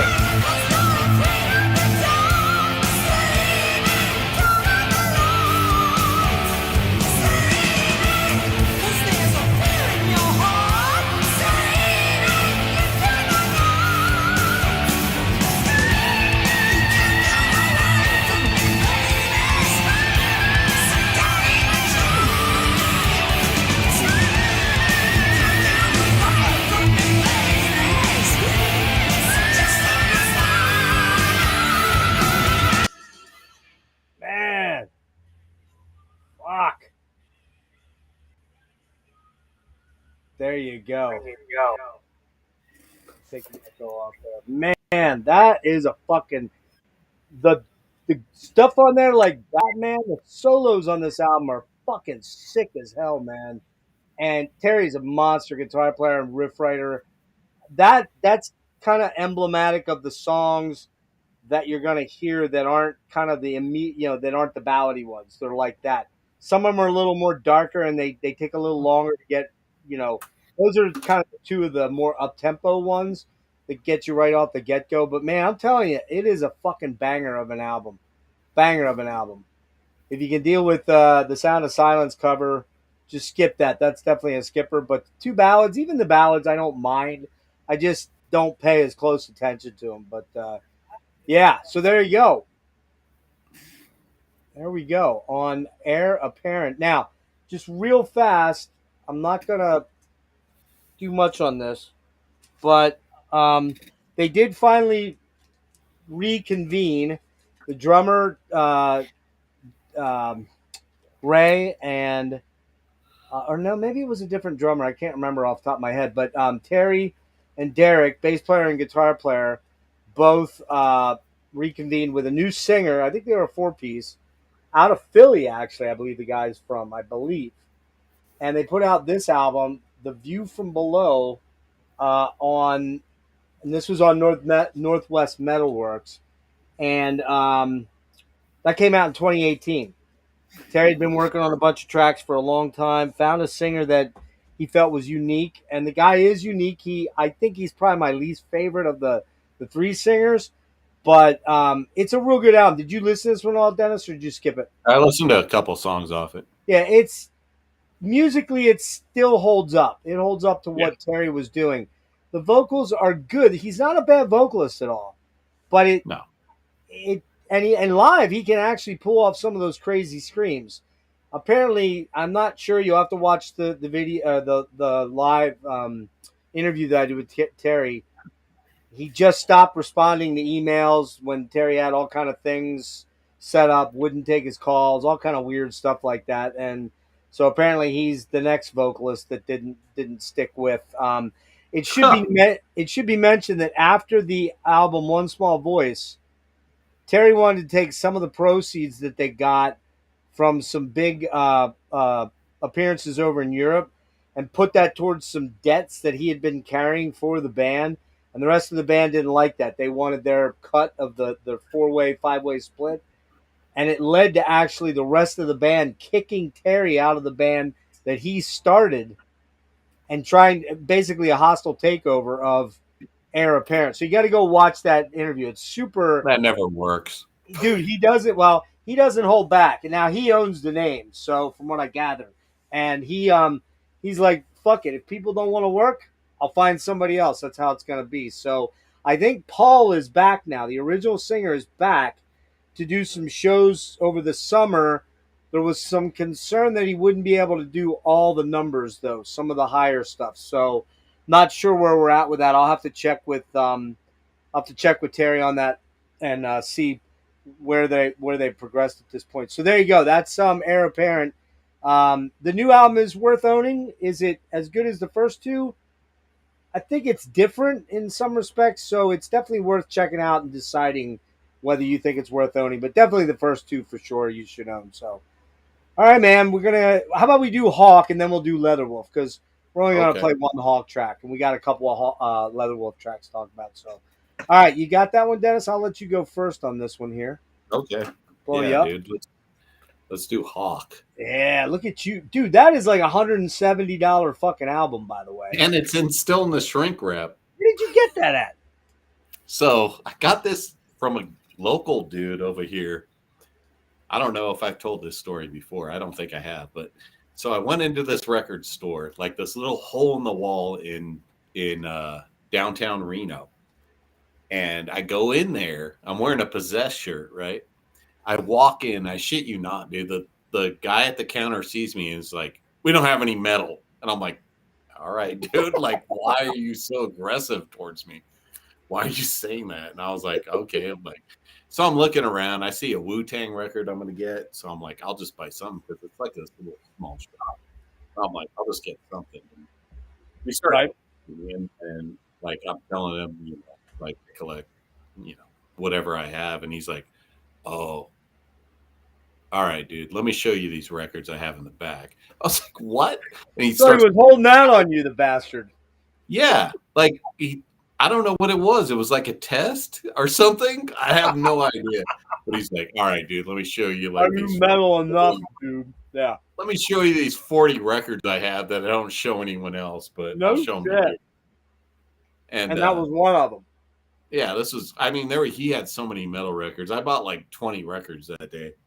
And he's like, "Oh, you ever heard of Heavy Load?" And I'm like, "Yeah, dude." And he's like, "Oh, the guy from Ghost came in and bought those from me." I'm like, "No way. Are you serious?" Yeah. Yep. Wow. That's crazy. And I'm like, "Yeah, okay, dude. Well, I'll take this, and this." I bought like 20 records, and this was one of the records I bought. And Did you know that that's how- band? Did you know? no, I about it? didn't even know who this was. You just figured But- it was worth a grab because of the cover. Yeah, and it was like, I don't know, $10 or something. I don't know what it was. Oh God, dude, crazy. But this is what sold me on the record was that Metal Method, because I Metal remember Method? that from Hit Parader magazine, Right? because Mark was always in there preaching his Metal Method guitar on in Hit Parader Circus. He had ads in there. Doug So I was like- Doug Marks, you mean? Doug. Yeah. Right. So I was like, oh shit, dude, I remember this guy. So this probably is decent. So I was like, all right, Doug Marks. That's his name, right? Doug Marks, right. Yeah. And that album He was came had out like this giant glammy. goofy glam hair. Yep. Mm-hmm. Yeah, And that album we should pull up a picture of Doug. Wait, I have a picture of Doug Marks. Yeah, you have one in there, man. We should mention this album came out in 1984. I don't have a date on it, exact date. Seems to me, there he is. Look at that. He's got the flying V, the Jackson, right? Is that a Jackson? Looks like it's a Jackson Yeah, it on the is. headstock there, or Charvel, one or the other. Got the lyrics with this. Yeah, this was weird the art. dude. What is with this art? It's so bizarre, dude. I don't know. I don't have that. I'm not lucky enough to own that like you. Yeah, but it's just weird. Like, I mean, shit. just Even this weird, dude, like, I know that. I know the fucking artwork is just silly as hell, man. like who's the metal kid that's gonna buy this? You're just like, I'm not touching that shit, dude. What is Yeah. We should mention real quick that on this album, you had Matt Sorum, future drummer for GNR. He played on it. Mark Torian was originally on a version of Hawk early on. I don't think he's on this album. At least is he on the album? Look on there and see. Oh shit, dude! I don't think Make he me is. put on my glasses right now. Wait a minute, let me look here. I don't think he is because Doug Marks was the main dude. Scott Travis from Priest was in a version. Yeah, you got Matt Sorum, David Fee Holt. Feel on vocals, Doug Marks on guitar, and Dave Trolley. Okay. So I don't know when Mark Torian was on there. Yeah, Mark Matt Torian. Sorum. Though. He's not on there? No, Matt is on here. Yeah, I was going to say, I thought so. And it's produced by Doug Marks. Doug, yeah. And when we get into it, maybe you're even going to mention it. But and what I was saying, too, I think we talked about this because I'm pretty sure Doug did everything on this record. Like, he produced it. He got it out. It's on his own label. I think you're right. You're right. That is Metal Method. Yep. And also, he plays the bass, too. And I think he wrote all the songs except for some of the lyrics. Yeah. There's the Hawk. There's the Hawk. And a little like weird alien dude. Just look at those tiny legs compared to that giant torso.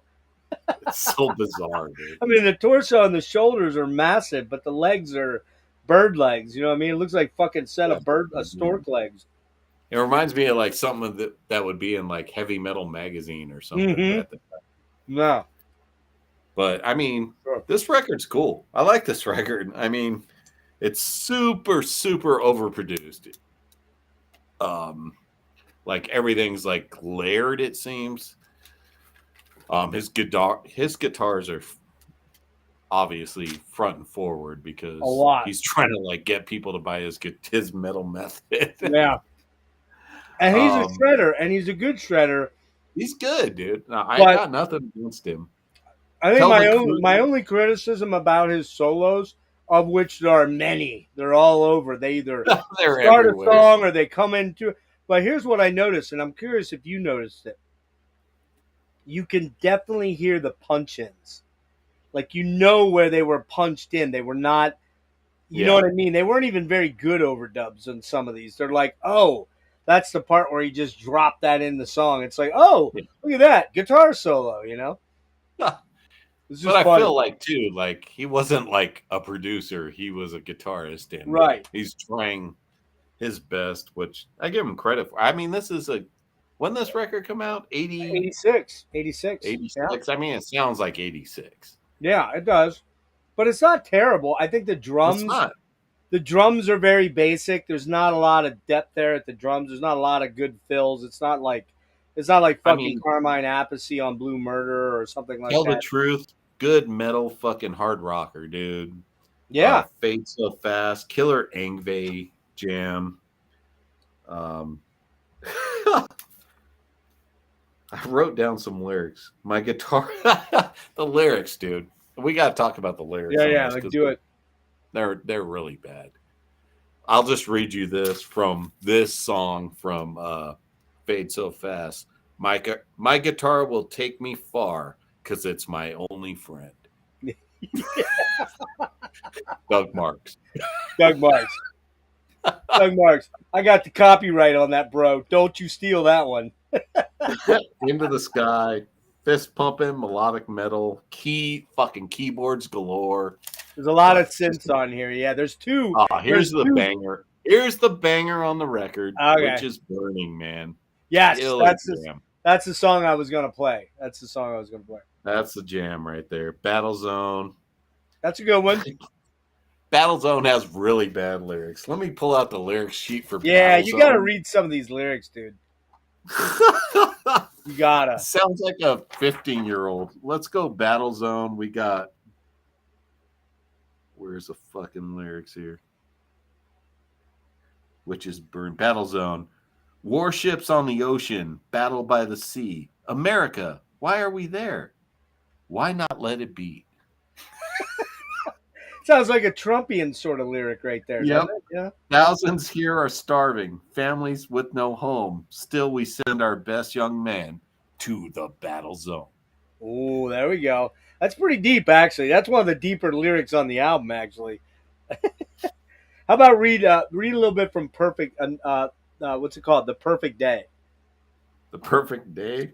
Yeah, which is the ending. Sundown. It's the last track, and it's the Yep. weakest track on the album, I think. Sundown. Don't want no one around. Don't need them to see that I'm lonely and tired and losing the fire. They can't help me. I don't know who they are, but That's pretty deep, out in the man. open again. I'm alone with my sins. Can you see where the road leads? It's a long way to town, but I think I'll slow down and watch the hawk fly free. That is terrible, man. That is so bad. So fucking bad. And the worst part of it is the singer in this band is pretty fucking killer, man. Yeah, I mean, dude. Like I said, he's a great. hired hand. Man. He sounds like a Jeff Scott Soto, like I know, Yngwie yeah, hired. little Jeff Scott Soto-y, little Dio. He's like a Very. notch or two below Dio, right? He's trying to be Dio in some of these songs, and he might, quite frankly, he might be the best part of this whole band. He's just got a great voice, very powerful. It's That's what's cool about this time period. You could just get someone that can belt out songs for you. Yeah. And they're good. Like Yeah, this is I mean, not a bad record. I'm not it trying really to say isn't. that. It isn't. It- It is not a bad record. I feel like it is what it is. Like I do not regret. I play this on a regular basis because Yeah. it's a good record. Yeah. Is it great? No.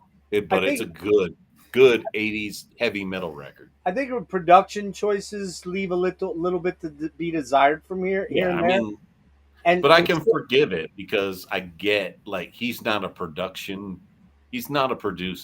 right. He's a guitar player.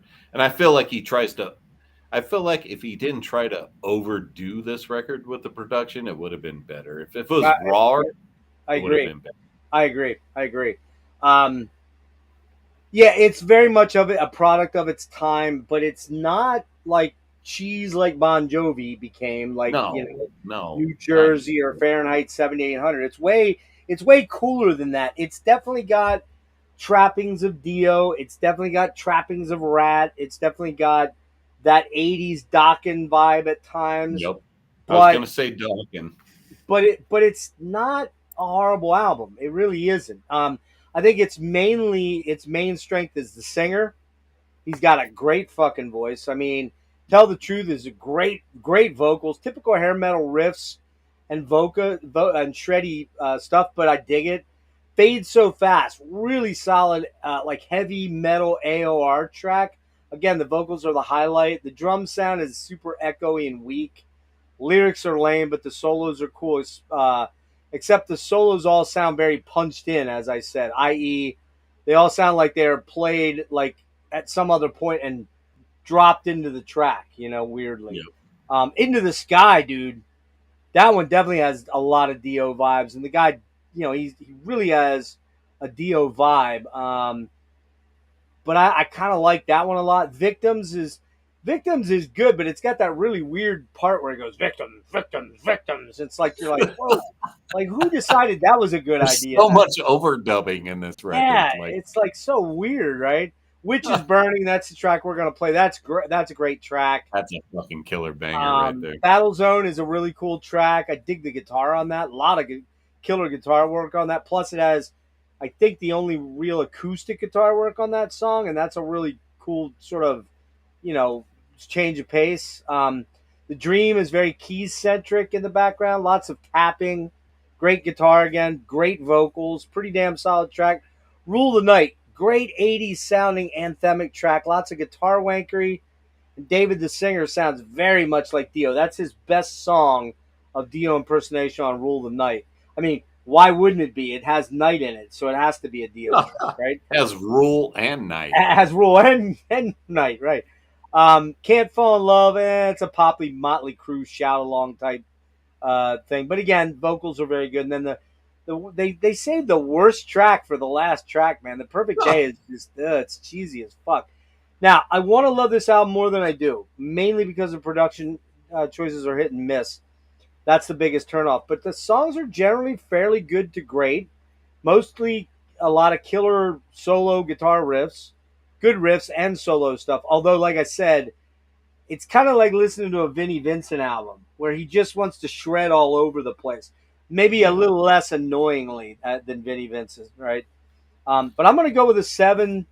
I'm going to go with a 7 out of 10 on this, man. I really, if I found this in a record store in CD format for 15 or under, I'd grab it. No questions asked.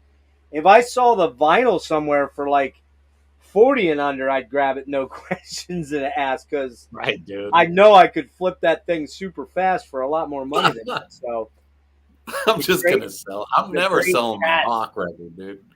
What's that? I'm not going to sell my Hawk record. That shit rips. Oh, I know you're not going to sell it to me. No, I didn't. I'll give it a fucking 7.5 for me. Ooh, look at you. I feel like this record is what it is. I feel like it knows what it is. And I feel like Doug Marks this is like a commercial for his guitar method. Like, here's what I can do. Here's a band I put together. Pay me to teach you how to play guitar. And you remember, like, if you guys don't know Doug Marks, you go to Hit Parader, you can buy his VHS tapes, and he shows you how to shred. That's right. He shows you all the tricks and shit, man. Back in whatever year it was, 86, 87, 80, 88, somewhere around there. All right, let's see if we can do this. It's like I'll just say it's like a low-rent Yngwie Malmsteen record. Yeah. I don't know. That might be pushing a little bit. I was thinking more like low-rent. I was thinking like a better Vinnie Vincent record. And I like Vinnie Vincent's first solo album. It's pretty good, actually. All Systems. Was it called All Systems? Or was it just called Vinnie Vincent Invasion? I can't remember. I think so. Might have been just that, yeah. All right, let's see if we can get this to work here. I'm going to cut out the echo so we can't talk while it's out. All right, here we go.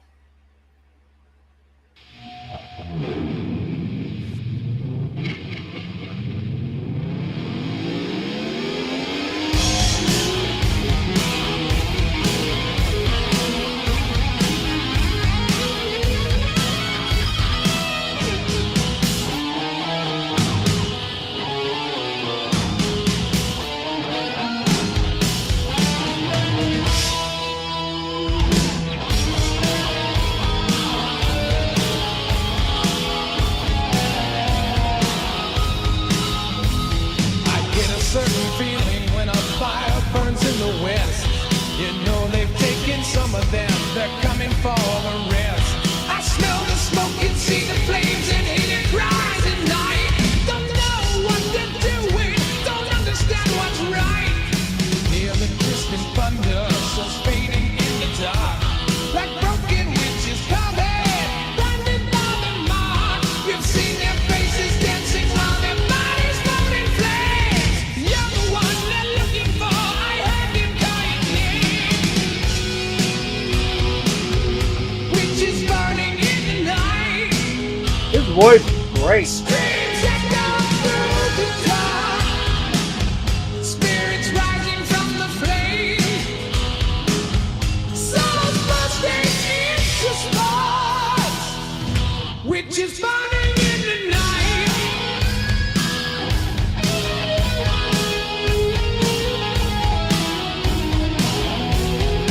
Innocent were chosen. Who will take the blame?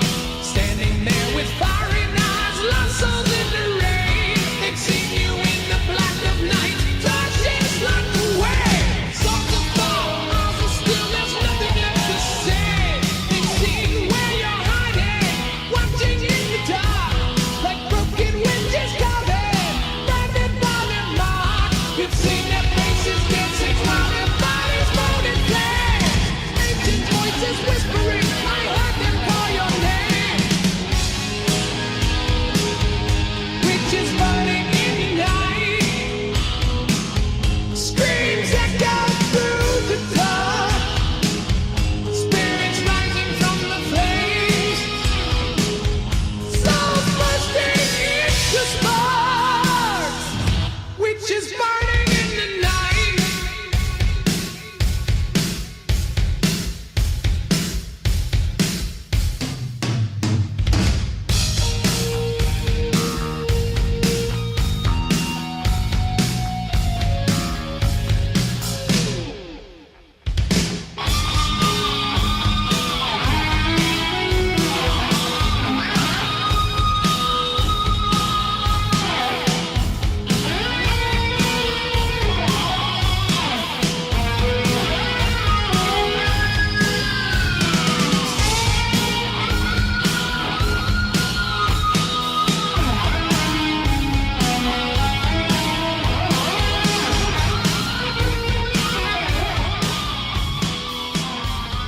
A little bit of wankery there. We'll do one more. Into the Sky.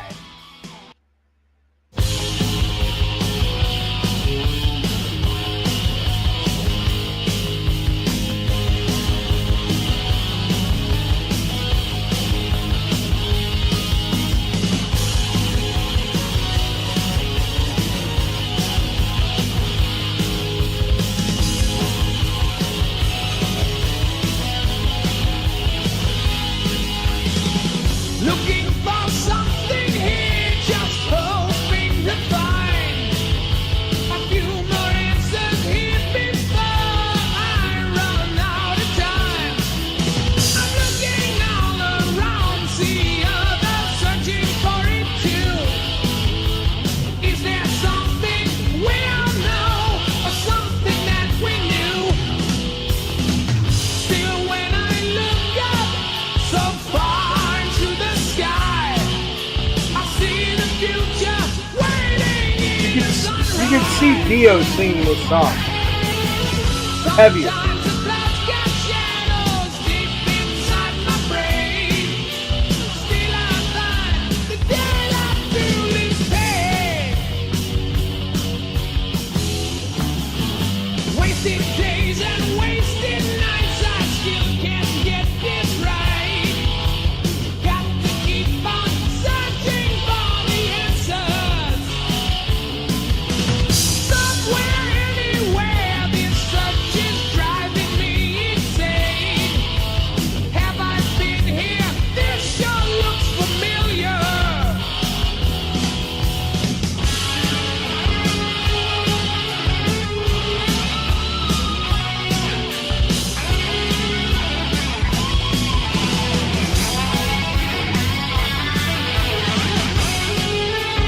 Good song.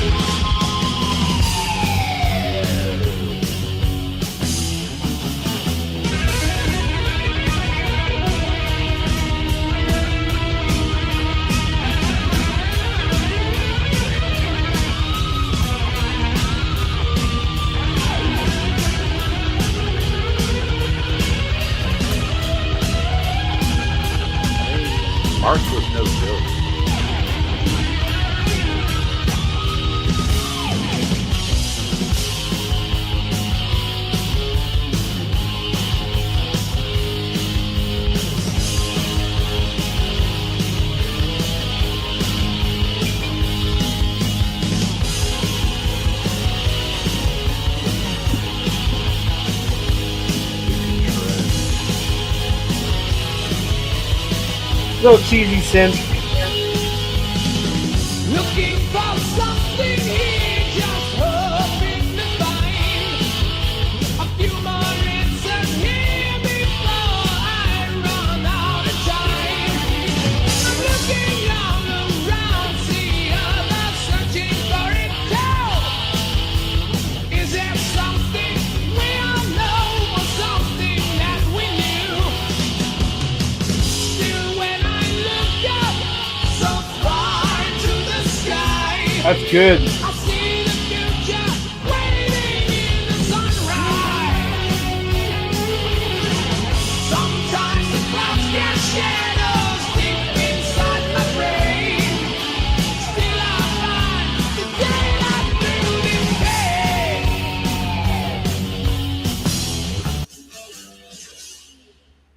That's a good tune, man.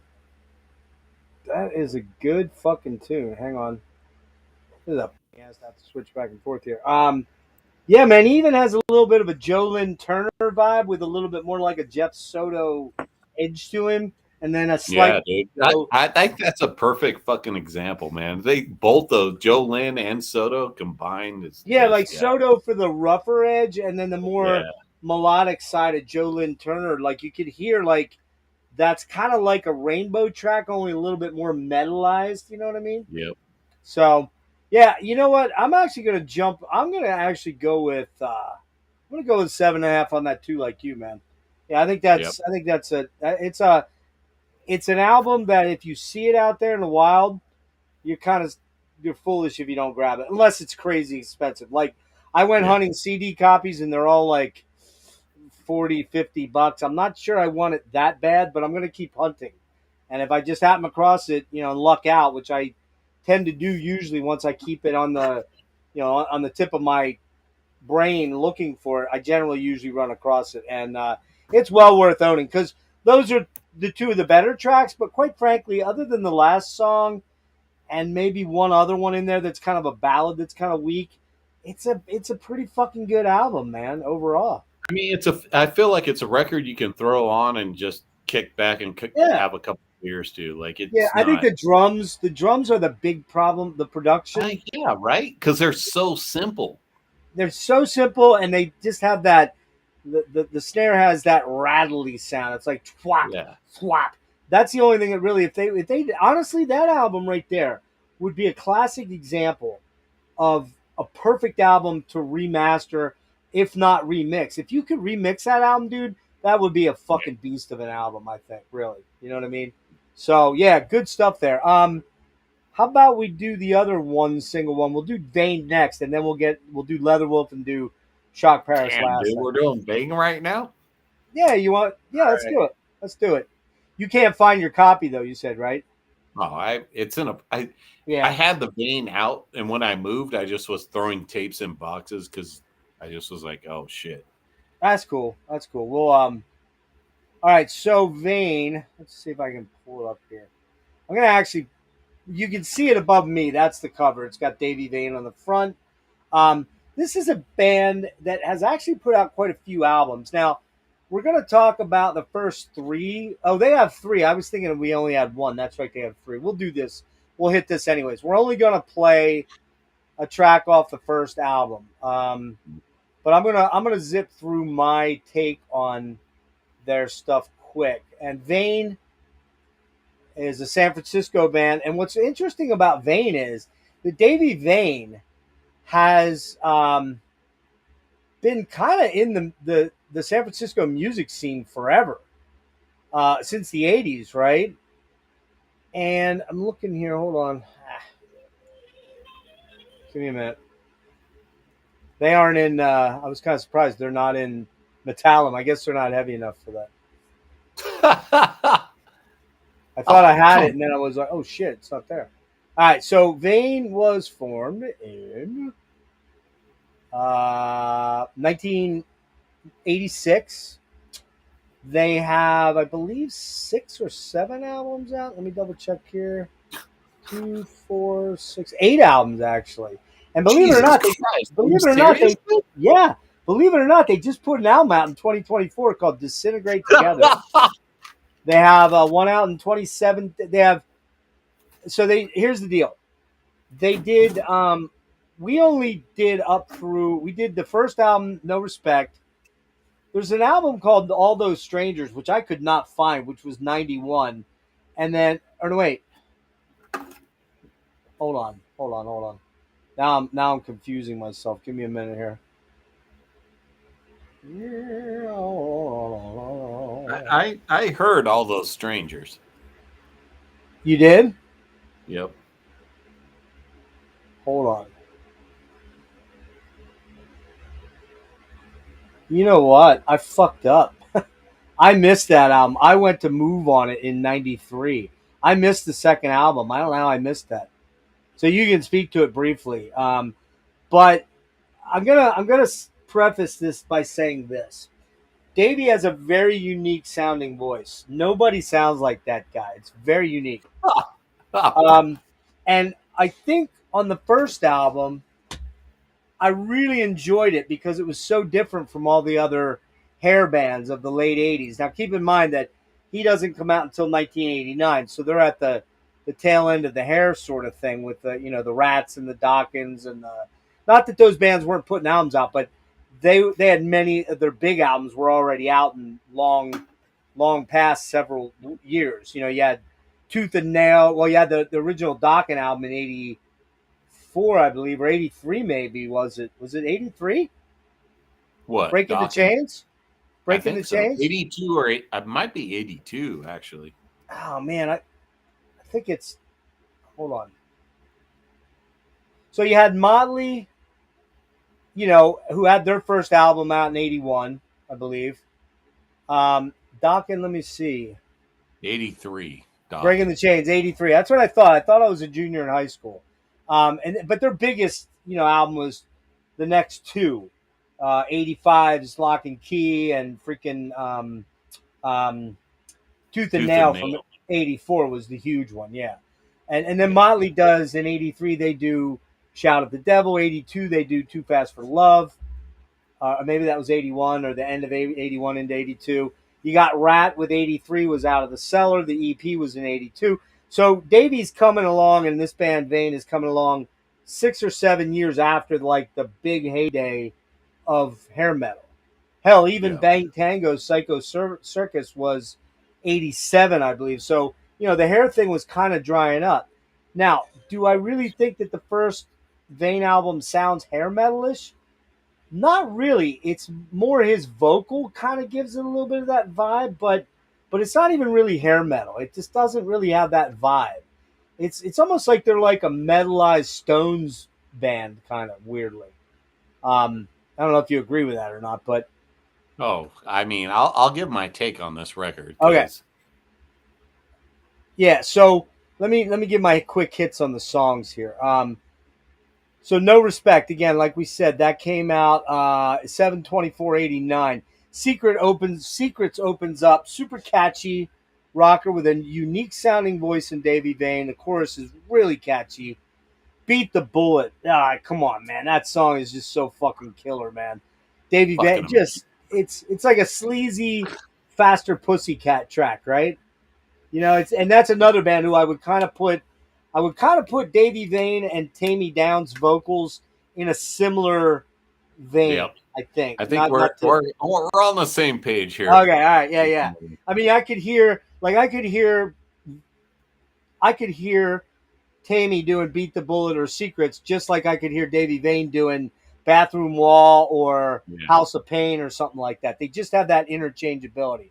Who's Watching You, man? That song is fucking great. Maybe we'll play that one next. Maybe we'll play Beat the Bullet and Who's Watching. We gotta play Beat the Bullet. That song's so fucking good, dude. Oh, dude, it's just a fucking ripping track. 1,000 Days, power ballad with a great chorus again. You just can't ignore how killer the choruses are on the first, half dozen tracks on this album. Very Dawkins-y. This song has a Dawkins vibe. Aces, kind of a boogie rocker, not horrible, but probably my least favorite track on the album. Smoke and Shadows, great plotting, big arena rocker with huge drums, big riffs. The verse is kind of cool and smoky and mysterious. The great guitar solos and great vocals. No Respect, another killer that starts out with acoustic, whispered vocals, but then that pre-chorus kicks in and it smokes. The gang vocals are perfect on the chorus. Laws Against Love, another solid building track. Good solos. Nope. Down for the third time. Kind of meh. Not great on that track. Ice, kind of, again, don't you don't you know that pre-chorus thing is pretty cool though on that. The don't you know that's pretty cool.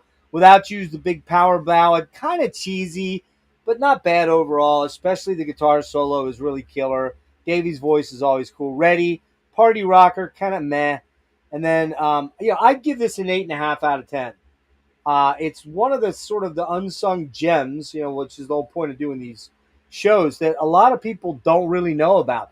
It's a late 80s sleaze hair glam era track, but they could really write catchy songs and catchy choruses. Now, I missed the second album, so I'm going to skip to Move on it quick, which is a much more bluesy and stonesy sort of album. It sounds like they dropped some of the metal edge and they went more for like a hard rock Stones vibe on this one.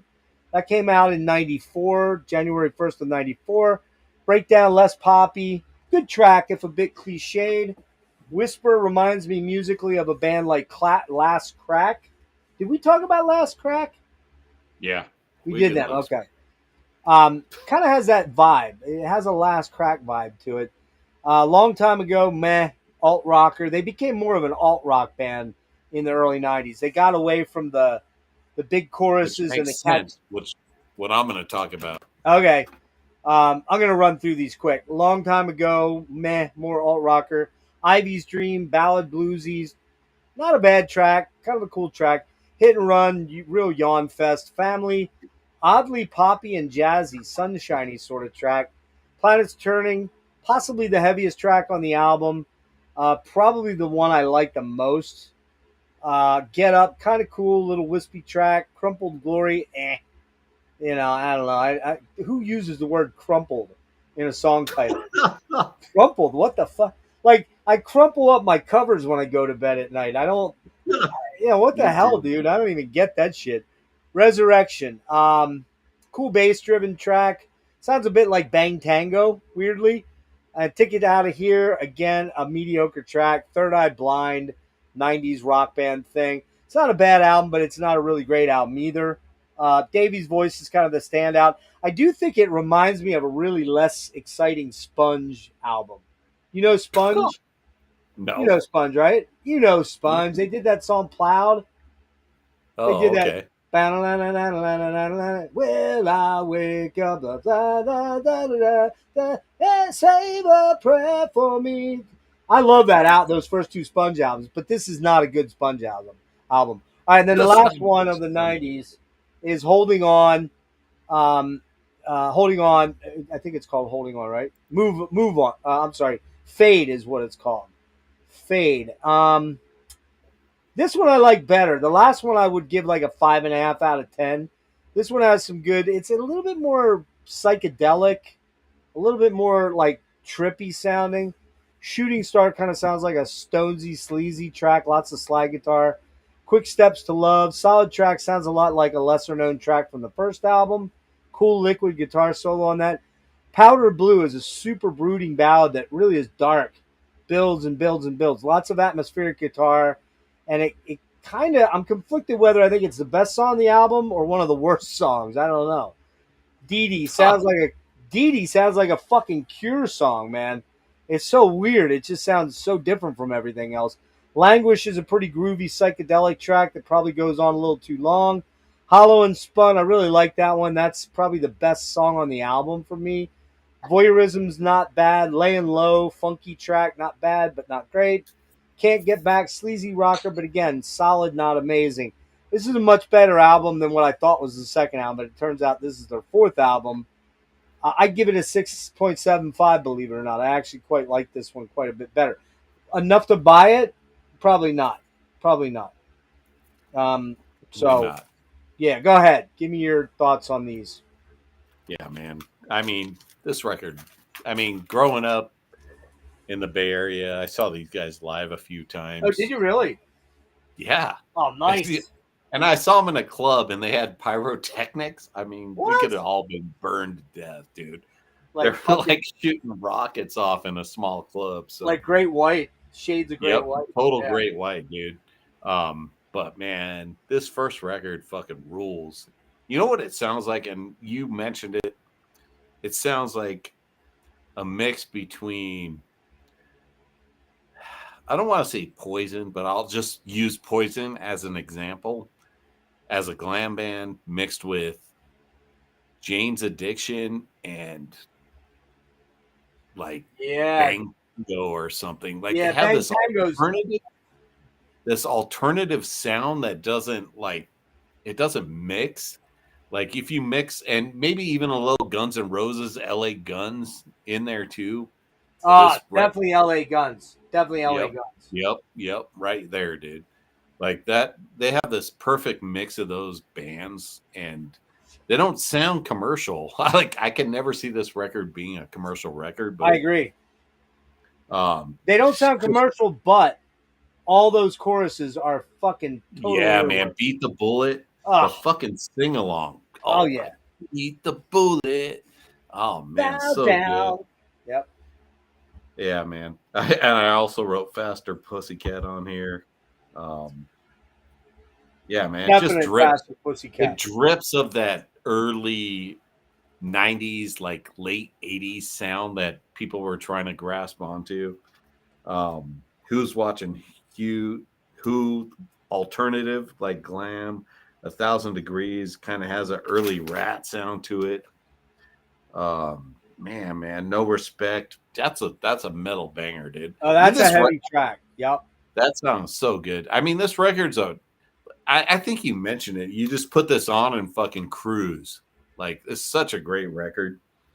Like, every song on here, for me, anyways, is just, like, it's catchy. And you definitely hear that in the, like, when, like, you hear that kind of fucking, you can't write a record like this now. It's so, like, of its time, I guess. It is. I feel like a lot of these records of its time, I guess. But Yeah. this record especially is very unique. There's no record that sounds like this record. You got your Bang Tangos and stuff like that.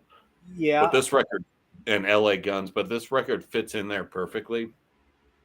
And Davey Vane. I definitely hear, I think the band that it most reminds me of is a slightly less sleazy Faster Pussycat, though. Yep. It just Faster has that. Pussycat, It has sure. that vibe. It's got that Sunset Strippy vibe without it being from Sunset Strip. But it has that alternative 90s rock band vibe to it. The guitar as well. sound. Yeah. Yep. Yeah. Where it has those kind of like offbeat rhythms and stuff like that just catches you off guard. And yeah, man. Yeah, and Davey Vane was a big, I mean, he produced the Death Angel Frolic Through the Park as well. That's right, he did, yeah. And didn't he have something to do with Legacy?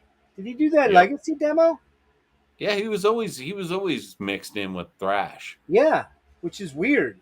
You think about it, it's like what? Because this doesn't sound like thrash at all. Not even close. It's way more. It's way more. But you got to remember the Bay Area scene; those things all melded together at the time. True. It wasn't like it was just like, okay, like we got Davey Vane to produce the record. It wasn't like, oh, that glam fag. No, it wasn't that. It was just like, this guy can produce a record. He knows how to make a good sound. I mean, and the production on this record is really good great. too. Great production, man. Great. Crystal clear, really well separated. I mean, it's just, and again, his voice is very unique. I think the only guy, you brought up Phil Lewis from LA Guns, a little of that, and definitely some Tame Me Down in there. There's a little bit of him. And he has these weird, like sometimes a song will start off with his vocals are very nasally, like, and you're like, what? But it somehow works. Like, I don't know how that is, but like he has kind of a nasally vocals sometimes when he tries to sing these parts, but it just makes his voice more unique to me. For sure. What other albums did you get through then? Did you just do the I second listened one? to the one from 90, what was that 91? 91, yeah. Or no. Yeah, 91. Yeah, 91. I missed that one. I don't know how I missed it. I mean, it's a good record. I didn't pay attention to it much because it's kind of generic sounding. It's very much more in the glam vein. But it's I think honestly I think they got more alt rock sounding in the early Mhm. 90s to try to somehow pigeonhole themselves into being relevant to like MTV or radio play, Yeah, which they didn't really get it like they did on the first album. They got radio yeah. and MTV I play feel on like the the first first album. record was the perfect mix of that. Right. But it's kind of like none of the albums are bad. They're not like shitty albums. No, They're just not they don't punch you in the face like the first no. album. I feel like the Oh. first record is just super fun and super catchy. Right, and the other thing is you mentioned this earlier. Bands like Heir Apparent on that first album, they have all their lives to write that first Yeah. album, and so all the killer tracks happen, and then they got to get on that treadmill of okay, we got to come up with an album, we got to tour, we got to, and suddenly it comes to the fore that maybe they're not natural songwriters that can put something together in 6 months as opposed to 6 years, you know. So, all right, It yeah. So sounds close to the first record. It's just not. I mean, it lost my interest, honestly. yeah, that is the tough thing. I got through them all, and I listened to every single song, made notes on every single song. But to be blunt with you, unlike the first album where I could remember choruses pretty easily after only one run, and it had been a while since I listened to it. I listened to it way back when, but it had been a while since I'd heard it, probably several years and maybe even 10 years. But right away I was like, oh yeah, I remember this track. Oh yeah, I remember this track. Whereas the later stuff, the 90s stuff, I really couldn't tell you what that stuff sounded like after one run or two runs.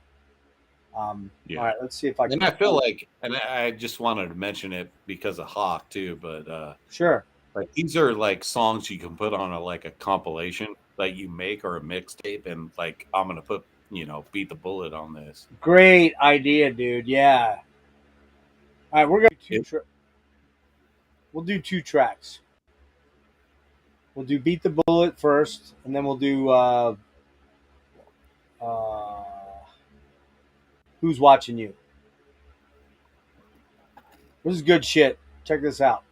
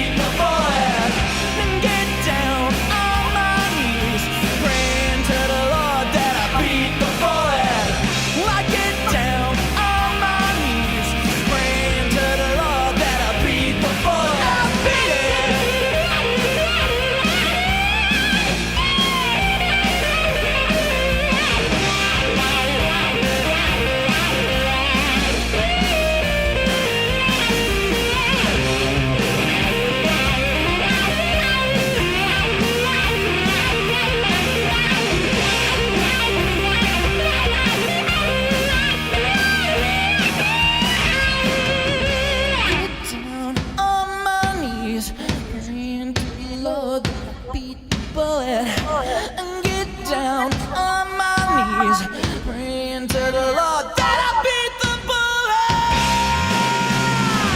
Baby, baby, what you got, Harry? What you got going? Well, I beat the bullet.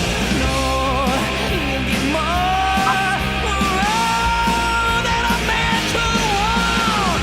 I get down on my knees, praying to the Lord that I beat the bullet. I get down on my knees, praying to the Lord that I beat the bullet. Get down on my knees, praying to the Lord that I beat the bullet. I get down on my knees, praying to the Lord that I beat the bullet. I beat it. Baby, I'm gonna beat the bullet.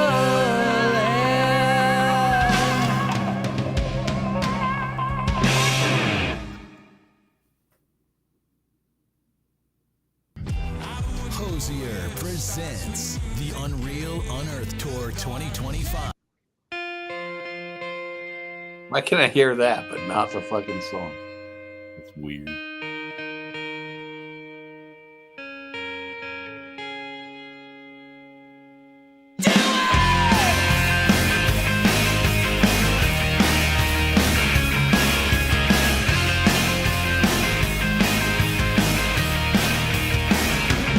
She had tongue-tied in eyes full of mystery. Girl, everyone knew what she could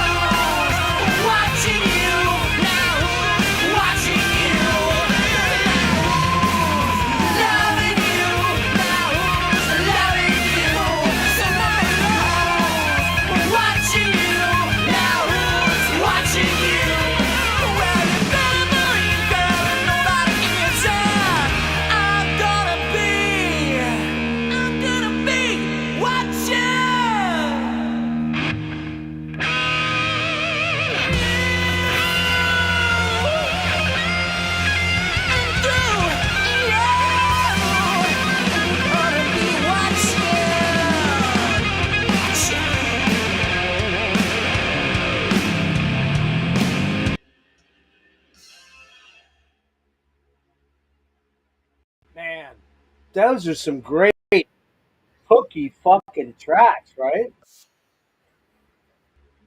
Man, I mean, just such hooky tracks, dude. They're so good. Yep. Love that. Love that. The first 4 or 5 tracks on this album, just bam, bam, bam. Are they super fucking heavy, like metal No. heavy? Maybe not. Maybe they're even slightly more radio friendly, maybe. But man, the fucking soloing on that last song there, off the Yeah, dude. so good, man. So good. So, yeah, check out that. If you're going to check out Vane, obviously start with No Respect. That's the place to go. Are the rest of the albums decent? Yeah, I mean, you might really dig them. I mean, Davey has that interesting thing. I wouldn't call it nasal like you did. I'd call it more whiny than anything. It's kind of got this whine, like, who's watching you? Who's watching you? You know, it's got that sort of, but it's a cool whine. It's not like an annoying sort of sound. You know what I mean? Like, not like, who's watching you? I mean, that would be fucking terrible, right? But they just know how to write killer choruses on that first album, man. And I would say 9 out of the 12 tracks, or maybe 8 out of the 11. I forget. I'd have to look exactly how many were on there, but I think it was like 10 or 11. I'd say eight out of the tracks, bangers. Like every fucking chorus, you're like, okay, yeah, like that one. Beat the Bullet. They all sound very different from one another, but they sound like Vane because of his voice. You know what I mean? So yeah, great stuff there. So, all right, man. So we knocked out Vane, we knocked out Hawk, and we knocked out Heir Apparent. So the top row is gone. All right, you want to do Shock Paris or you want to do Leatherwolf first? Either one, man. I'm good. All right, let's do Leatherwolf because I think you're gonna not like me after we do Shock Paris. Oh, Okay, I'm warning you. I'm warning you now. You understand why when I get into it, okay? But okay. So this band, I had the second album, which is just titled Leatherwolf, which is 1987, I believe, right? Yeah. Let me pull them up on the old Metallum thing here, so I don't tell you guys the wrong thing. Okay, where is it? Fargan Icehole. Fargan Icehole. Here we go. All right, so it's kind of funny though that Vane's not on there, but Leatherwolf is in Metallum. Yeah, because Leatherwolf's a metal band. You'd think. All right, so Leatherwolf formed in 1981 in Huntington Beach, California. So they're very early in the hair thing, right? Rat, Motley Crue, they're all in that area there. South LA. And Slayer at the same time. And Slayer, that's right. Yeah. The band was originally started by Mike Olivieri. Let me pull it up here a minute. I just want to make sure I get the right names here.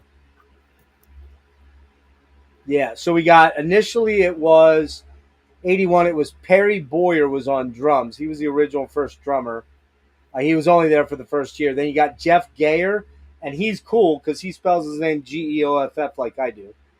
Kerry Howe was the other guitar player, and then Mike Olivieri. Now, what's really interesting about this band? Oh, and then on bass they had. Let's see, they had originally it was. Fuck, where's he at?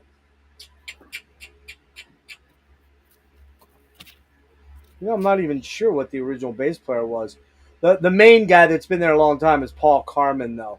But I don't think he was there originally. But what's really interesting about this band is what they made their claim to fame was long before Iron Maiden was doing it. And I honestly can't think of. I mean, okay, there was Molly Hatchet. There were Southern rock bands. Molly Hatchet. I think the Marshall Tucker band may have done it, and Skinner probably did it, right?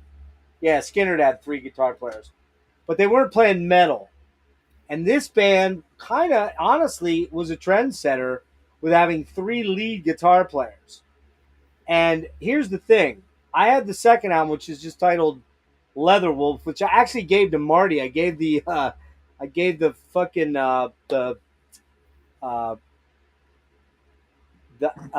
cassette that I bought back in the 80s, 87 or 88. I gave it to him without listening to it, and I wish I wouldn't have done that. No offense, Marty. Yeah. Can I have my tape back? No, I'm just kidding. He never even listened to it. Probably not. I doubt it. He probably looked at the cover and went, "Oh, these guys look sketch." Now, what's really weird about this is the first thing that they put out was called. It was a demo with Spider and the Hook on it. Spider, the song, and then they put out an EP, and the EP was called Leatherwolf, but it has the artwork for what the actual album, the first album, which was called Leatherwolf, was called Endangered Species. So they kind of got weird. You have that, right? You want to show that? Yeah. You have the album, though, right? No, this is the EP. Oh, that's the EP. Oh, damn. Okay. Cool. And that has how many songs on it? 5? Yeah. 5 songs on this one? Because this is so what you're saying, I feel like the record incorporated like some demo songs. No, they did that. They did that first. Or no. Fuck, how was it? Hold on. That came out. See, it doesn't say when that came out, damn it. Hold on, give me a minute here. Well, this is 84. Yeah, it came out on 12-inch vinyl on Tropical Records, right? Tropical? Yep. Okay, it doesn't say when, though, exactly. Let me see if I can find out an actual date. Because it's very confusing what they did here with the first album and the EP. All right, so here, I'll read it off of Wiki. It'll be a little better here. Formed in 81, they split up in 92, reunited in 99. They pioneered the use of 3 guitar lineup in metal. The early days in the first 2 albums. So formed in the early 80s, the teenage band, they would play with fellow bands like Metallica, Witch, and Slayer in the Woodstock and Radio City area. I know, isn't that crazy? Metallica, Witch, and Slayer. I know, isn't that crazy?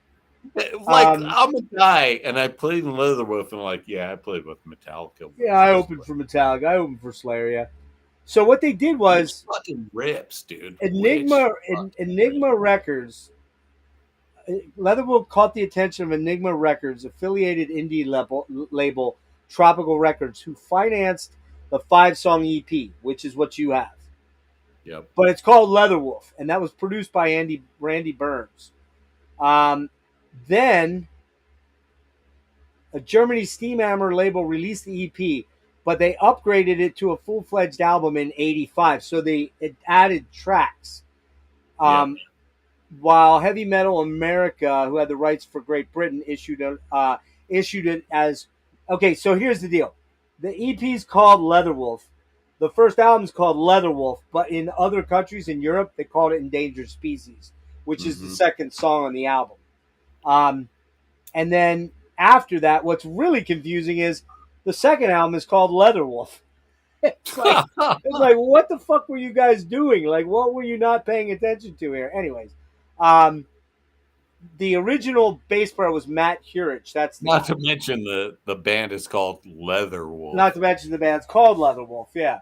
The original bass player was named Matt Hurich. He left the band in '86 to join Stryper to take over for Tim Gaines when they kicked Tim Gaines out because I think he was partying or something. That was just not very godly to the way into fucking Slayer. Out. All right, so there you go. That's the story on the EP and album. But okay, so you've got the EP, and then what was on the EP was Spider, Endangered Species, Season of the Witch, Kill and Kill Again, and Leatherwolf. What they then added in '85 for the full album, which is again, it's called Leatherwolf. They got Spider, Endangered Species, Tonight's the Night, The Hook, Season of the Witch, Off the Track, Kill and Kill Again, Vagrant, and Leatherwolf. So let's talk about, you can talk about the EP if you want. I listened to just the first album.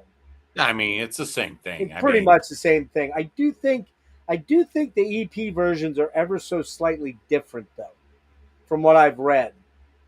But how different, I don't know. You know, they sound the same to me. I don't. Okay. I feel like they added earlier songs to make it a full length. You might be right. The production is different. Okay. All right. Okay. Not a big fan of like the added songs, honestly, but so yeah, the EP.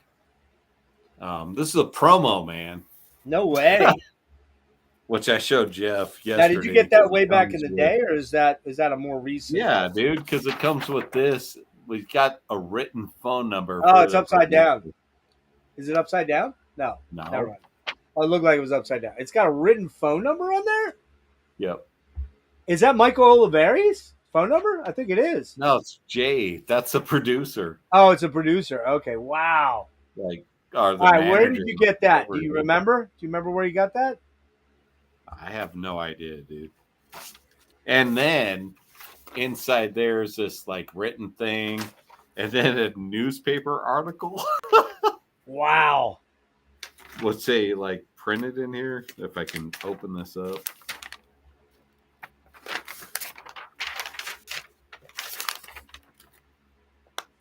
Like they put Check this in that there. shit too. out, man. That's incredible, dude. That is so cool. But so I bought it. Like I bought this when I was like, I don't know, man, 12 years old or something No like that. shit. And you bought it because of the cover, right? Be honest. Yep. Yep, of Yeah. course. I mean, but the band too, dude. They look cool. Mm-hmm. So I bought this and I was like, oh shit, this looks cool. And it was like cheap. I might have a price on the fucking record itself. I mean, it comes with a full fucking lyric sheet. Oh, all nice. Oh, nice. Nice. Yeah. that. And I don't have a price. There's no price on it. Tropical. Oh, dude. I wonder what that's going for. Did you ever look that up on Discogs? I seem to I don't recall it being pretty spicy, dude. I don't care. But I know. I'm not. It's not like I'm going to sell it. So it's got the cutout, so you know it's a promo. Would you trade me that EP for the Zeisma demo? That's what I want to know. Yeah, I got you, dude. I got the Zeisman demo. You want another one. Don't be a fucking loser, all right? Come on. But I mean, this fucking EP, like, I Holy- put this on as a kid, and I'm like, holy shit, what's going You- on? You better Because fucking I'm believe listening. it. I mean, I'm listening to like shit like Rat and Def Leppard at the time, and I bought this, and I'm like, oh fuck.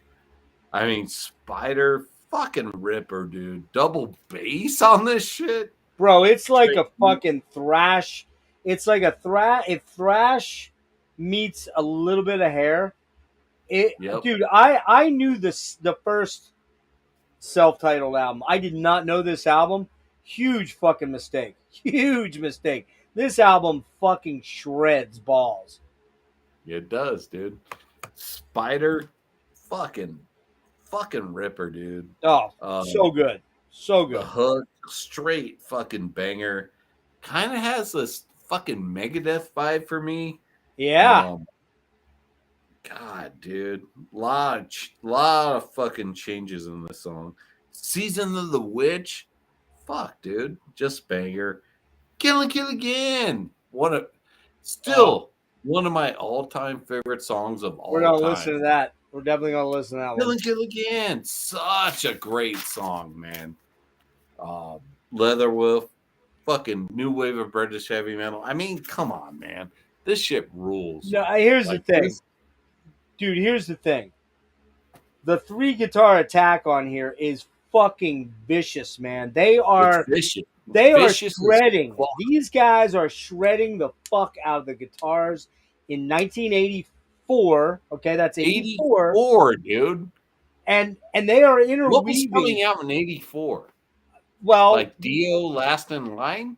was that 84? Yeah, that would have been 84, 85, 84 probably. But I'm thinking of things like, okay, let's think about Rat. Okay, so Rat's first album comes out in 83. I think Invasion was 85. I don't think it was 84. Yeah. And you had the guitar interplay of Robin, King Crosby, and, you know, the amazing fucking Warren DeMartini. You had Lynch. Very, very fucking underrated. Warren. But here's the DeMartini. thing. What's going on in this album that blew my fucking mind is the complex fucking stuff that they're doing in three different guitar players are playing triple harmonies, man. You don't hear that shit anywhere, right? Nope. I mean, you certainly don't hear it in fucking Iron Maiden because I don't even think Yannick Gers is plugged in, to be honest with you. But I mean, you just the fucking guitar interplay on this album is Only Steve Harris is plugged in. yeah, he's probably only got yeah, right. But what I'm getting at is, and I'll let you get back to it. I just wanted to say that this album has such a unique sound for 1984 with that triple guitar shit. And Michael Oliveri kind of dances between being a super raspy, like Stephen Pearcy-esque, only better sound. Yeah. But then he would do some of the high, the more shrieky stuff, which he wasn't as good at, to be honest with you. But he also had a bluesy snarl to his voice that was pretty gnarly, like a more like a Dave Mustaine thrash snarl or something. Only good, not shitty like Dave Mustaine. So, I mean, man, dude, this album. How about it? When I started playing it the other day, I'm like, dude, how the fuck did I miss this thing? Like, what? Yeah. So go ahead. I mean, I'm so glad I got this when I was like fucking 12 years old or something like that, man. Yeah. Because it kind of like, and I'll go back to this. I mean, I was listening to this, Rat, Metallica, Megadeth, Slayer, all at the same time. It's not different at the time. Still not different to me. Like, these are just metal. It's just metal to me. Right. You know, Right. I mean? It's not like, oh, this band's fucking thrash, this band's speed, this band's heavy metal. Like, this is just like they all intertwine to me. Yeah, and it's just great killer riffs, man. Yeah, the riffs in this band are might be the best of all the bands that we're talking about tonight. I mean, and I love Heir Apparent big time. And I even like a lot of the music of Shock Paris. I have one problem with Shock Paris. You can guess what it is. But this band, man, fucking Christ, man. It's just insane how good the riffs are. Yep. Very, very well thought out rhythms and songwriting here. I mean, for me, this record for me is a 9 out of 10 for me. Like this, I mean, just the EP. I don't know the extra songs, honestly. I'm not gonna lie. Okay. But I'll just include this in the full length, like just a fucking killer record, 9 out of 10 for me. Like, this is, if someone's going to be like, you want to recommend a U.S. metal band to me? And I'll be like, Leatherwolf, Omen. Yeah. These are just fucking But you know what? As much as, we went over Omen, and I liked those first couple of Omen albums, but I don't think the guitar shit is on the level of Leatherwolf. I just don't. As a player, I just don't hear it. As a player, this album blew my mind. I was like, holy fucking shit. The guitar interplay is out of control on this stuff. These first three. I didn't go past the first three, but man, even the new ones. I mean, the one from like they released in like I think 2022 or something like 2019 maybe. Yeah, that's a ripper too, now, man. The tricky thing about that is, though, that is okay. So this band's had some weird shit because the original drummer left, I think, before the first album came out, or by the time the first album came out. And this guy named the guitar player, or let me see what his name is here, Dean Roberts is the drummer now.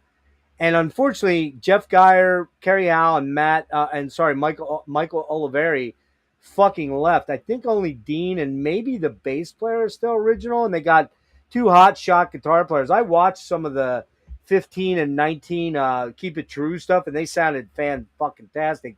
But the problem is that the Dean guy, when the band disbanded in like 92, I think it was, or 90, when was it? Hold on, let me look.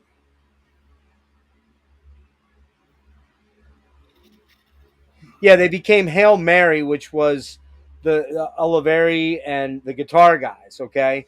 They split off from the drummer, and he basically copyrighted trademarked the name. and fuck the other guys, and was like, well, you're going to be hired hands if you want to come be in the band. And that didn't sit well with any of them. Oliveri did go back to do some live performances and then kind of left recently. And I saw an interview with the drummer separate from Michael Oliveri, and I'm going to try to get Michael Oliveri on, actually, now that we're doing this. I want to get him on. Pretty sure I can get him on. And he's diplomatic about it, but he's like, yeah, I don't think I'll work with that guy again. I mean, he didn't write any of the music. Me, Jeff, and Kerry were the guys that wrote all the music, and then he goes and takes the name for us, and he wouldn't give us a cut of the name, and so we were like, fuck you, we're out, we're done, So that's kind of, one of those band politics things, but dude, I don't know. Go ahead. So go ahead on the track by track stuff. Yeah, I mean, like, I can't say track by track because everything on here fucking rules. I mean, obviously, Kill and Kill Again is one of my favorite tracks of all time. Like, if you're going to be like top 20 heavy metal tracks, it's going to be Kill and Kill Again. You know what I heard on here? I don't want to call it thrash, but I definitely hear, especially in the more snarly stuff like Spider and the Hook and Kill and Kill Again. I kind of hear a slight little bit of German thrash like Creator and Destruction. Just a little. It's not overt, but the vocals kind of have a little bit of that vibe, that snarly, kind of nasty vibe to them. And the guitars are insane on this album, man. And again on the next album. Yeah. So for me, Spider, man, that's just a ripping, speedy metal, savage guitar tone on it. The vocals are kind of hair metal meets snarly German 80s metal. Endangered Species, killer guitar riffs. Oh my God, that song is insane. Heavy, nasty track, super propulsive and complex. Tonight's the Night, heavy, fucking, it's got this really cool descending chromatic riff with an insistent gallop that's goddamn fucking heavy, man. And then he does a little bit of his screechy falsetto in there, but man, Tonight's the Night, another ripper. The Hook, heavy verses, cool mystical sounding chords, some acoustic in there with huge screams, harmony things going on. Season of the Witch. You think, okay, they're doing a cover of Donovan's song. Must be the Season of the Witch. Nope, not that at all. It's a fucking acoustic thing that builds into a Queensrychian speedy metal thrash song. I definitely hear lots of Maiden in that song. Definitely hear Maiden. Off the tracks, more radio friendly track on here, kind of Ozzy, Randy era sort of vibes to that one. Kill and Kill Again, man. Evil, creepy, dark, ominous riffs for days. Bass in your face. On that song, the bass is in your face. Monster track. Definitely one of my favorite tracks on the album. Vagrant, my least favorite track, but it's still like an 8 out of 10. Very thrashy. And then Leatherwolf, the final track, dude. Oh my God.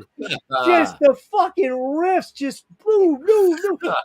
It's like an endless fight. It's like getting on a fucking hamster wheel of riffs. You're like, oh, where's that one going to go? Oh, where's that one going to go? Oh my God, that one is so fucking killer. It's just killer, man. Leatherwolf, the song is amazing. This is a 9.5 out of 10. Easy, all day, every day. I got to get this album. Got to get it. Nice, dude. And so this one, again, I really like this for some reason. No, don't forget. I think I might have brought these guys up because I remember having the other Leatherwolf, the second album. I had it, and I just remembered it being sort of cheesy. I was wrong. It's a little more commercial, the second. Wrong. Huh?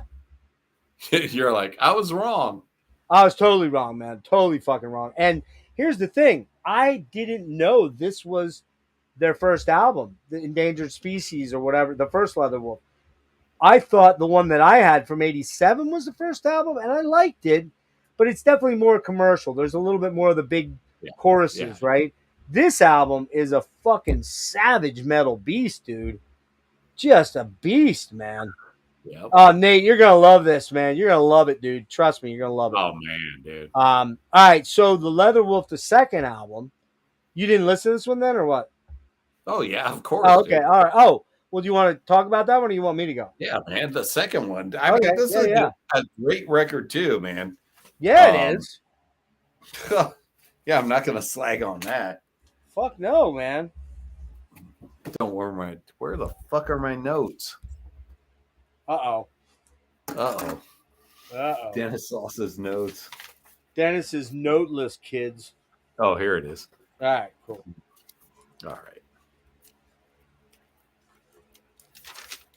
Yeah, dude. I mean, I like this record a lot, dude. Rise and Fall, Ripper, very anthemic fucking. Hear me calling, rise and fall. Oh, so good, man.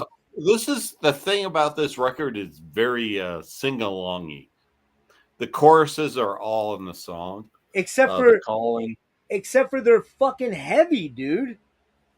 Yeah, definitely, dude. Heavy Yeah, banger. Has it almost like For Whom the Bell Tolls. I hear this in this song. Which dude, song? Which one? The Calling sounds like the way he sings is like almost For Whom the Bell Tolls, the way he sings the song. I don't know. I hear more Dokken and Fates Warning in this one for some reason, but it's so good, man. It's super complex too. The way man. he sings it, it's like dun dun dun, and even the guitar is like dun dun dun. It's very. We'll check that one off of here then. Yeah. Gypsies and Thieves, banger, dude, that's catchy as fuck. Dude, Gypsies and Thieves, probably my favorite song on the album. Mine is Princess of Love, dude. I love that one too. Starts out very keyboardy, but gets fucking heavy rocking, dude. It's just a banger, dude. We Rule the Night, anthemic again, fast banger, gang vocals. This record's a banger, dude. I mean, yeah. One misstep on the album though. One misstep. What is it? What is it? Yeah, they have Too many keyboards. Nah, they do a cover of Bad Moon Rising, man. Oh yeah, I didn't even mention that. Yeah, it's not good. It's not good. They kind of play it straight. I mean, it's pointless. Yeah, it's not good. It's not good. I mean, I wouldn't say it's not a bad cover. It's just not. It's just pointless. Like, well, it was kind of not a great move. I mean, it's not that it's awful. It's just kind of like, all right, yeah. Skip. That's a skipper on the album for sure. Yep. Yeah. I skipped it. I don't even listen to that song. Again, it's like a band trying to put a cover on here to get like radio play. For sure. Yeah. What do you give that one? What do you give this one? Huh? What are you giving this one? Man, I love this record. Dude, I'm give it a 8.5 out of 10. I'm gonna go. First one, 9.5 out of 10. Yeah, I went 9.5 out on the first one. I'm gonna go quite a bit heavier on this one than you. Real quick, I'll run through. We'll go back and forth, then play a few songs and wrap with Shock. Which we're at not even at the 3 hour mark, so we might be close. We might make it to about 3.5, 3:45. Dude, Rise or Fall. Okay, so there's a lot more synths on this album, but they're not bad synths. They're cool synths, I think. They add to the songs, honestly. Yeah, this one's kind of like Fates meets Maiden sounding at first, but then that triple guitar interplay comes in, the monstrous riffs, killer vocal, super complex structure, amazing chorus for Rise and Fall. So goddamn good. The Calling riff is monstrously heavy. Kind of Dokken meets Fates Warning. Also some Priest and Maiden in there too. Very complex. Light years above their competition in 1987, I think. Share the Dream. Big sort of hair ballad. Stellar vocals. The guitar solos are insanely good on this one. Just a little too much synth on that one for my liking, but I still like the song. Cry Out, another lush ballad, stellar vocals, acoustic clean intro, then a killer heavy section kicks in with a great chorus. Heavy as fuck anthem vibes on this one. Just crazy melodic and shreddy leads. Shreddy fucking leads. They're just insane, man. Hey, Courtney, what's up, dude? How you doing, bud? All right. Okay, so Gypsies and Thieves, dark, exotic, Arabic sounding, but also huge and threatening riffs. Goddamn heavy as fuck. Probably my favorite track on the album. Bad Moon Rising. Yeah, I would have left that off. Get Princess off of Love, that. Princess of Love is another dark track. I love Princess of Love, dude. The That only thing song's so that kind of is a weak point of that is that one's very synthy. Very I don't synthy. care, dude. That song Okay. rules. But I like it. It softens the track a little bit. It's so good though.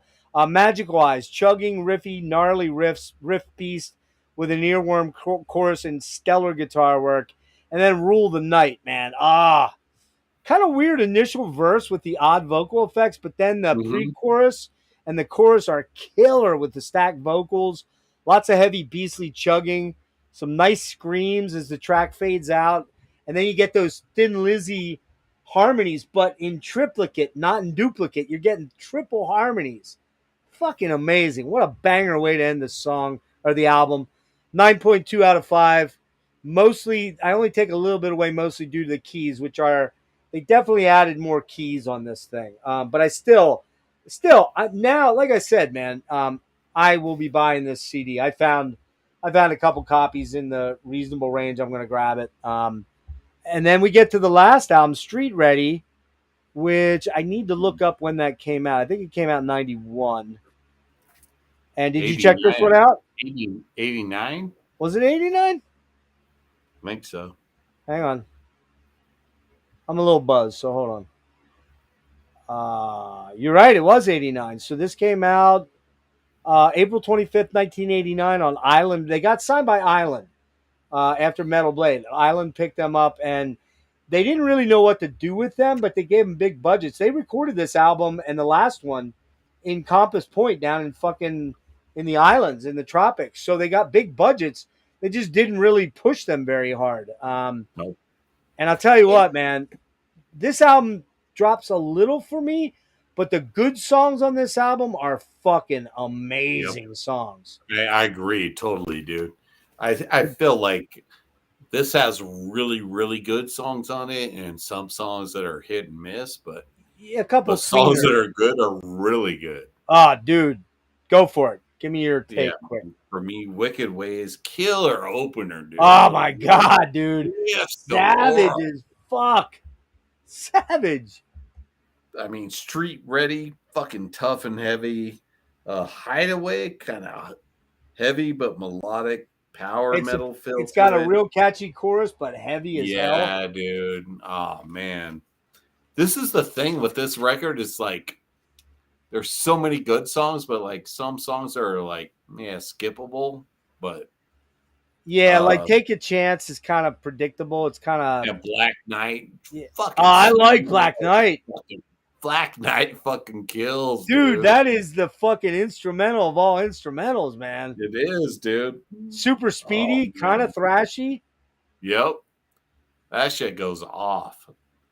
Thunder, Spirit in the Wind, cool song too, man. Man, this has great songs on it. Like I go back and forth with like these two records, and like this record's heavier in spots than the last record. It is. You're right. Which is weird because you would think it would get more melodic, but I don't think this album is as consistently good as the last album, and it's not as good as the first one. You hit it, dude. It's not consistency. Yeah, yep. But it's heavier for sure. But the great songs on it are fucking amazing, man. Yeah, dude. And then they do kind of like Too Much and Lonely Road. Lonely Road reminds me like of a really heavy Bon Jovi song. Huge chorus, stacked, radio friendly. I don't love Spirits in the Wind. I like it, but it's kind of a weird track. It ends really badass, but it's kind of weird. But I will say, like Thunder, dude, that's a guitar orgasm song, man. Yeah, Holy fuck. And the chorus is like so earworm, right?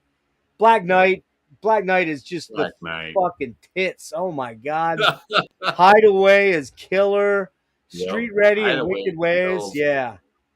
We gotta listen to some of these. So many good. It's got good really good songs on it, and like not consistent though.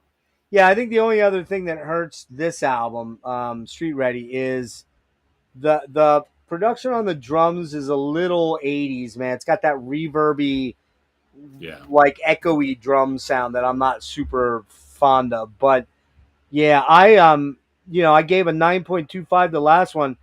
I actually am going to go 8 out of 10 on this. Might even be 8.5 for the good songs. This is one. If I see it in the wild, I'm picking it up. There's no question. Oh, yeah. But I'll give it an 8.5 too. yeah. All right, well, let's do some tracks off this, man. This shit, because this shit bangs. I'm not lying, dude. All right, Kill and Kill Again. We're doing right. Yeah. All right, give me a minute here. All right. Okay, I gotta cut the audio, so we're gonna go silent.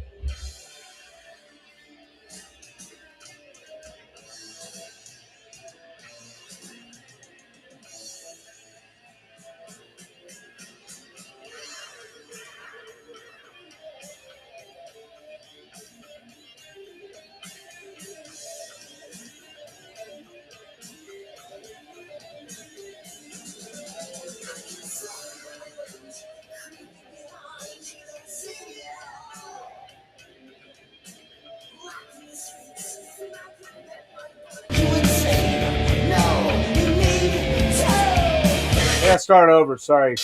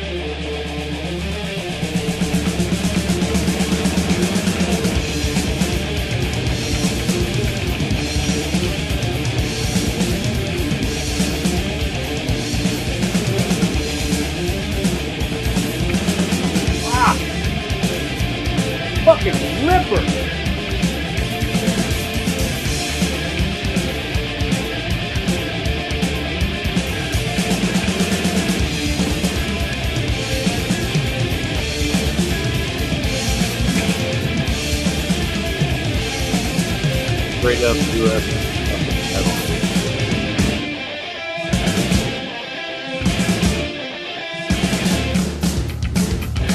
Satisfy my hunger, I might kill again. I'm asking for forgiveness, 'cause I know where I was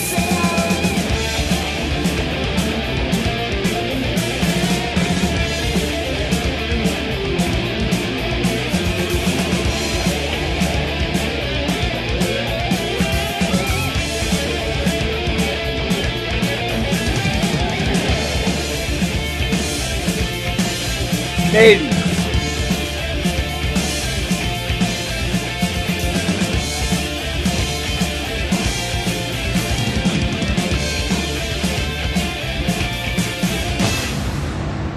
That's Maiden right there.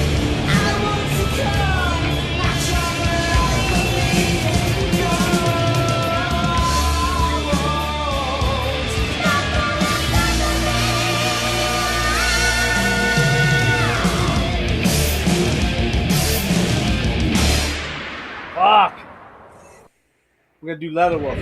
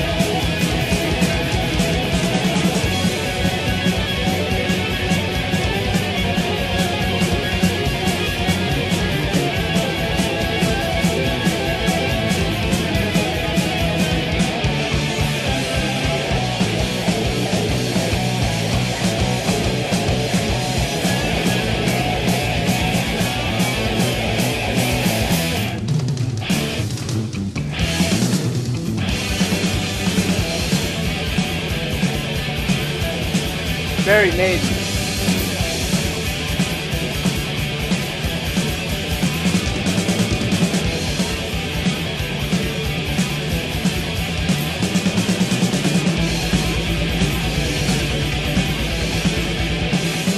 I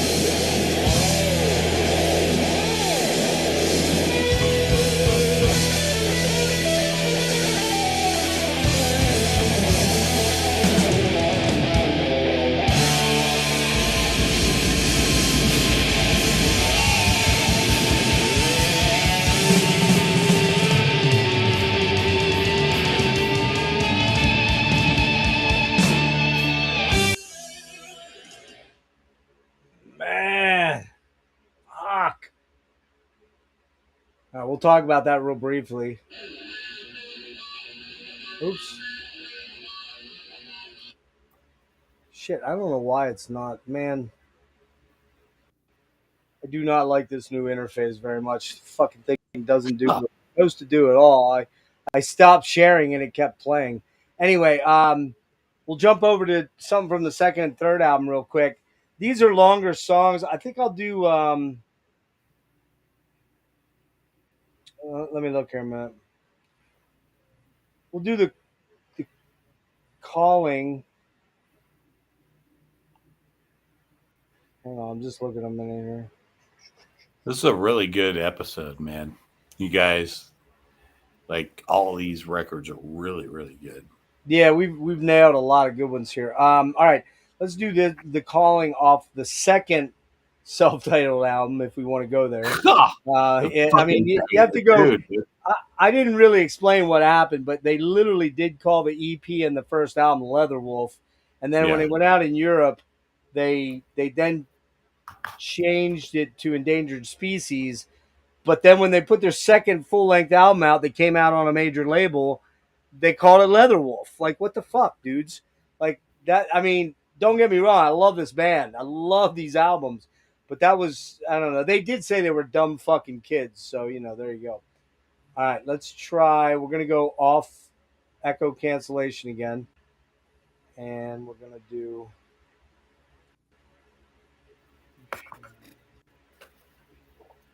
that. And then we're going to do calling.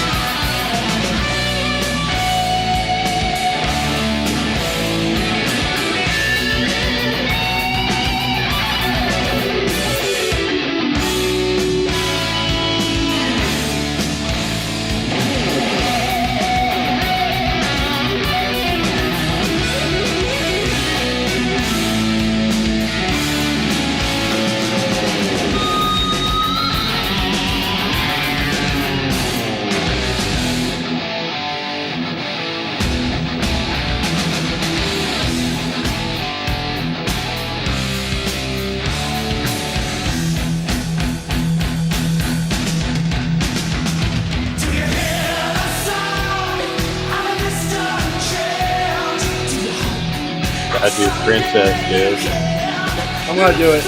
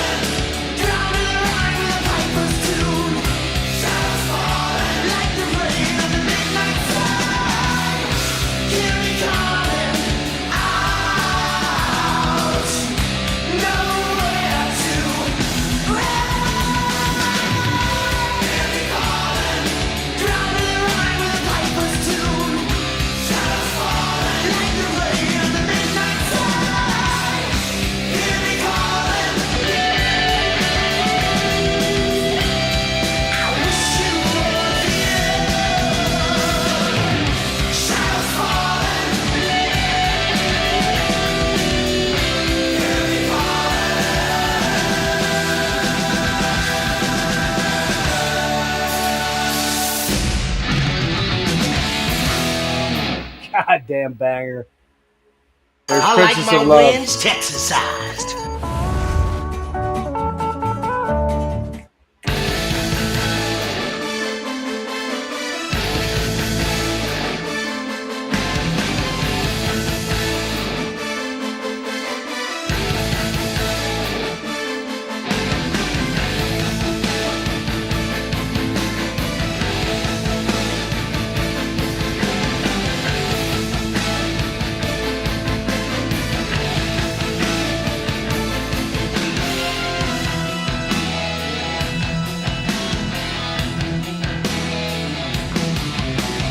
All the ships at sea once called her a distant illusion. They voyage from east to west, searching from hill to the heavens again. Forgotten at sea, ablaze in the sun. Forever she'll be a princess of love. I feel a fire burning. The legend ship, princess of Very Dio, very Rainbow. In the firelight, the false silhouette seems to draw you. Keep sailing for there's no end. Destiny seems to outdo you again. Burning at sea, the flames in the sun. Forever she'll be a princess of love. I feel a fire burning. I see the spark that draws her on. I feel the raging fury. The phantom ship, princess of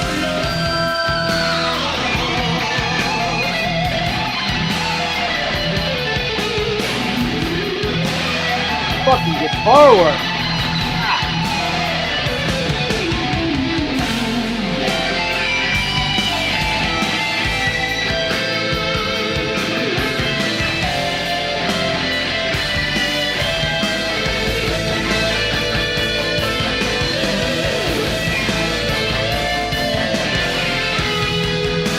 without the care of fear. She's just a raging tide. From nowhere she loved me. Lashed before your eyes.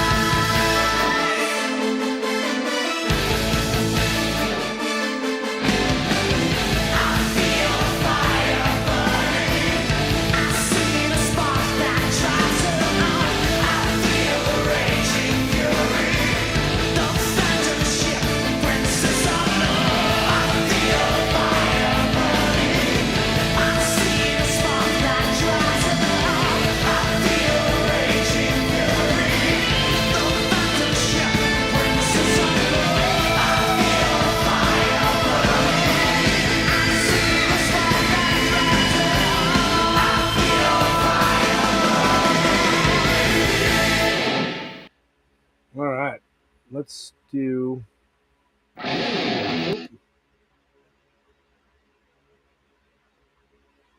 Give me one sec here.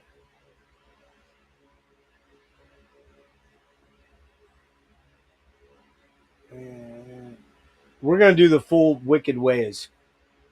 We'll just do that one track. Yeah, that's a banger. Let me know if you say you can't hear any of this. I just listened to it. I'm probably like 10 seconds behind on my. Oh, I see. Okay. Let me know if you guys can't hear this. On FanDuel Casino, every day is your chance at a free jackpot and the number one feeling, which is still. This is off Street Ready. This is Wicked Ways. This song fucking slays. Kicks ass.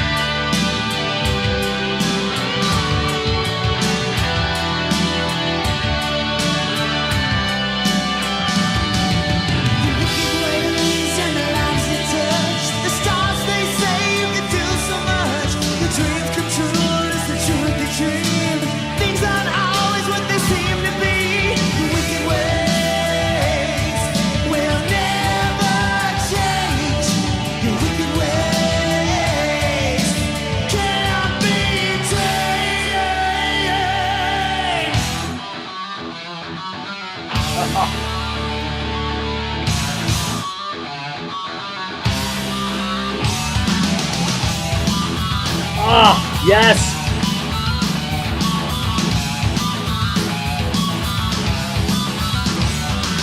Remember the stories of the days of Salem. Remember the trials and the tribulations. Always a reason for a true conviction. Always a season for a crucifixion. The stroke of midnight is a witching hour. The perfect time for a special power. The blackest magic, the wicked way. Witches of Salem continue today.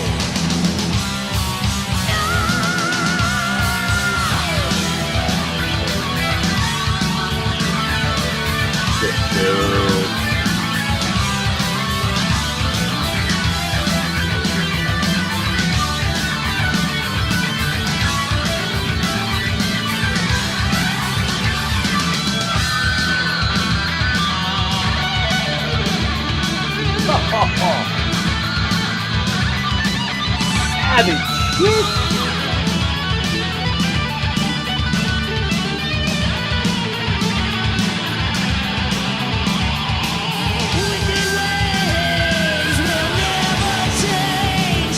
Wicked ways can't be tamed.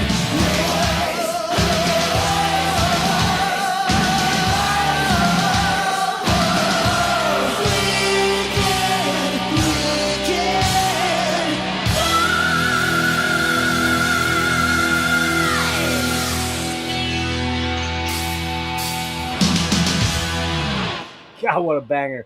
Let's do Black Knight. Hold on.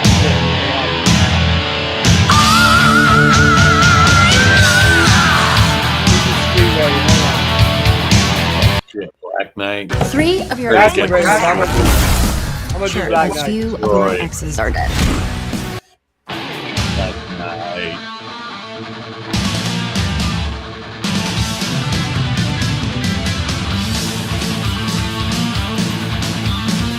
Savage.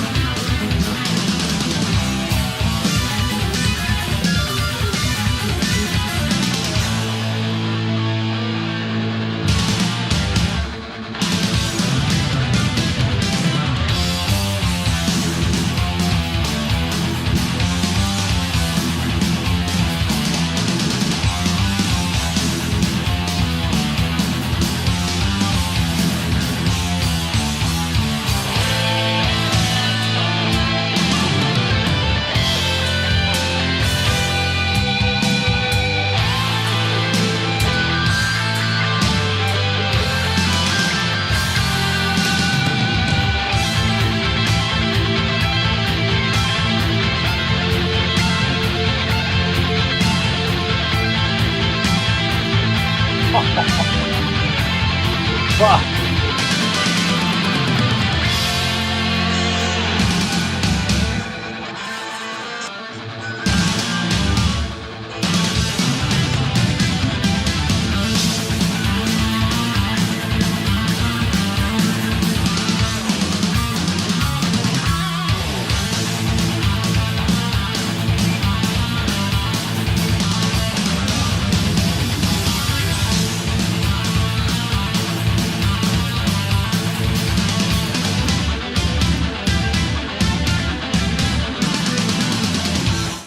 One more.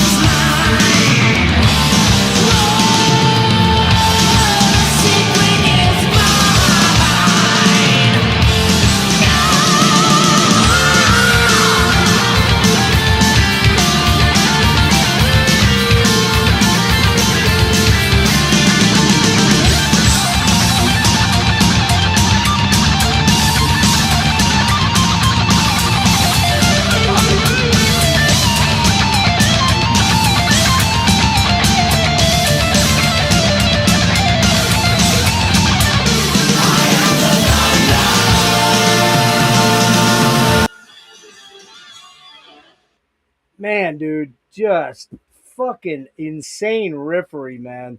I mean, you could say, well, that kind of sounds a little hair metal or poppy. I mean, yeah, they did incorporate melodies and things in there later on that kind of. Oh, wait, am I echoing? Probably, yeah. There we go, better.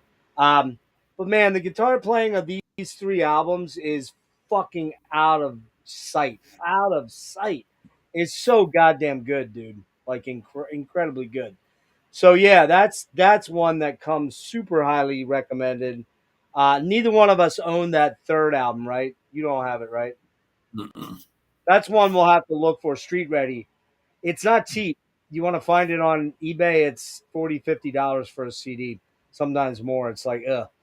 I want it, but I don't think I want to spend that much on it. I'd rather a reissue someday or run into a bargain basement, cutout bin type thing or something like that. But yeah, man, Leatherwolf, what a fucking banger of a band. Those first three albums Yeah. in particular, yeah. Now they did put out a recent album, I think in 22-ish maybe, or Yeah. 2022. yeah, and it's good. It's not bad. I don't I don't really think the band sounds great like it does with Michael at lead vocals. The guy that they have doing his vocals now, he's passable, but he's not that guy. You know what I mean? Yeah. And when they played live, like they have a couple of young cats that are fucking amazing, but that's a band that I'd kind of like to see the original guys get it together, but I don't think it's going to happen from what I see. But yeah, man, just the last one, Street Ready, which, the high highs are, I played three of them right there. I played Black Knight Yep. and Wicked Ways and Thunder. Street. Yeah, those are fun. And Street Ready is a great track as well on there. I think there's 9 tracks on the album, and I'd say like 6 of them are top shelf. 3 are kind of you know. Yep. But yeah, killer band, man. Killer band. So. Yep.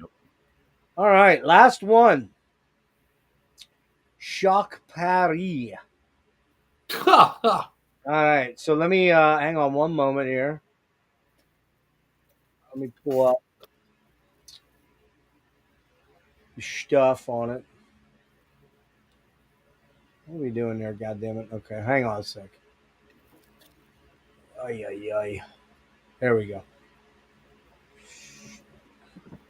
So this is a band from Cleveland, Ohio. And they were formed in 82.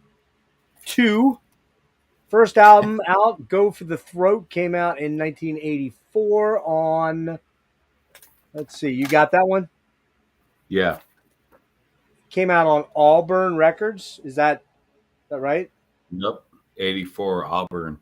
Okay. And that's the very first album on that. So it tells me that might have been their own imprint, perhaps, possibly. Got a guillotine on the front there. The artwork is not great. It's kind of the 80s, right? For a band that doesn't have a lot of money to sink into something. I don't know what the white is. Is that ice or snow? I don't know, man. It does look like ice, doesn't it? Kind of weird. But on the stage, because look at the lights. Oh, right. It's on the stage. So they're going to behead somebody on the stage, I guess. It looks like. But, all right, man, dig into this one here. Again, this came out in 1984. I don't have an exact date on it. I can hunt around a little bit and see. Again, one of those records I just bought blindly as a kid. Yeah. Because of the cover.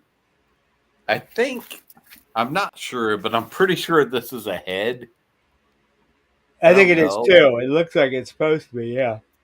Yeah, but it's just kind of blurred. Like they didn't want to put any blood in there, and yeah, they started in 82. Actually, Bill Sabo wanting to form an original band. Bill turned to his cousin Eric Marderwald and Ken Erb. Eric had been playing in an early incarnation of Breaker and was convinced to join the ranks with Bill and Ken. After a time of rehearsals, the three placed an ad for a bassist and vocalist. Kel Berkshire answered the ad for bassist, and the nucleus of Shock Paris was born. After trying out various singers, the band hired Buddy McCormick, and Shock Paris had its foundation. Not wanting to follow the usual pattern of local bands playing the bar scene, Shock Paris immediately started writing original material. In 83, they were offered a spot on Cleveland Metal compilation. And Kel had been in a band called Banger. There you go. And they suggested, I guess they decided to replace Buddy.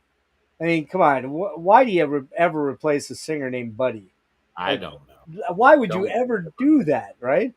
Buddy's the guy. Buddy is the dude. Actually, Psychotic Waltz, the singer Devin Graves, is actually named Buddy Lackey, believe it or not. But anyway, so he's not the first. And they took notice of a singer that he had played with in Banger called Vic Hicks, Hix, Vic Hicks. And Vic came on board in '84, and the band was set to conquer the world. And there we go. They and Bill Peters' first step in the launch of a record label, Cleveland Metal, and then he formed Auburn Records. There you go. So the band's debut, "Go for the Throat," came out. Huge underground following, maybe like 64 people, as in huge. I'm just kidding. That was me. You were one of those guys. Yeah. I was one of those guys. But all right, so jump into it, man. I mean, I bought this record just because of the cover when I was a kid. And it was what did I pay for this? $2.95. No way. Where at? Where'd you get it at? Streetlight Records in San Jose, California. Nice. That's awesome. But so cool. I bought this and I was like, I don't know what this is, but I like the guillotine on the cover, so let's go ahead. I wasn't, and then we got the Eiffel Tower with the V guitar on the back. Yeah, that's kind of weird. It's got the flying V, but it's in the Eiffel Tower, right? Yeah, because it's Paris. Shot Paris. There we go. Yeah. There you go, dude. Oh man, one glass of wine and I can't think my way out of a fucking simple one like that. Yeah. Yeah, man. Fucking banger record, dude. I heard this. I was like, wow, man, this is better than Def Leppard. Very Def Leppard, really? Well, thank you. Because it has a lot of very similar Def Leppard songs on here. Like very early Def Leppard stuff. But pure 80s heavy power metal shit, man. Like in the vein of Raven, Omen, Riot. Very Omen. That's the first band I thought of was Riot and Omen. Yep. Fucking Battle Cry, pure fucking sword and sorcery shit. Fucking hard shit. Burn It Down. Man, dude. Gang vocals on this. Anthem shit. Chosen Ones. That's a fucking killer song, dude. Love that song. Heavy galloping type of shit. Very Dio-esque. I feel like this album has a lot of Dio type stuff on it, like guitar wise. Very I'm gonna fucking Battle Cry in particular, I heard it on, but that was kind of where I lost it. That was the song that made me think of Dio, and then after I was like, nah, it's not Dio. You talking about music? Are you talking about musically or vocally? No, musically. Oh, okay. I thought you were talking about vocally. I'm like, yeah, no. Okay. Dennis is drunk as fuck because I don't hear that at all.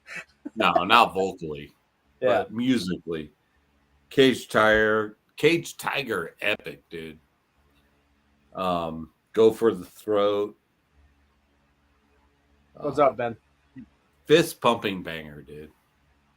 Can't Fight the Evil. Vocals are killer on that song. Brooding build up. Run but don't hide. Fucking great fucking metal song. Man, this is a fucking US fucking heavy metal banger right here, man. Yeah, now I was thinking about this when we did like the earlier stuff where I think we always we do the same album together, right? Like I do it and then you do it, right? Yeah. It was so long since we've done this, I kind of forgot what we did. So like generally, I think if I started talking about an album, you'd chime in then with your opinion, then we'd go to the next album, right? Yeah. Is that how we were doing it? Yeah.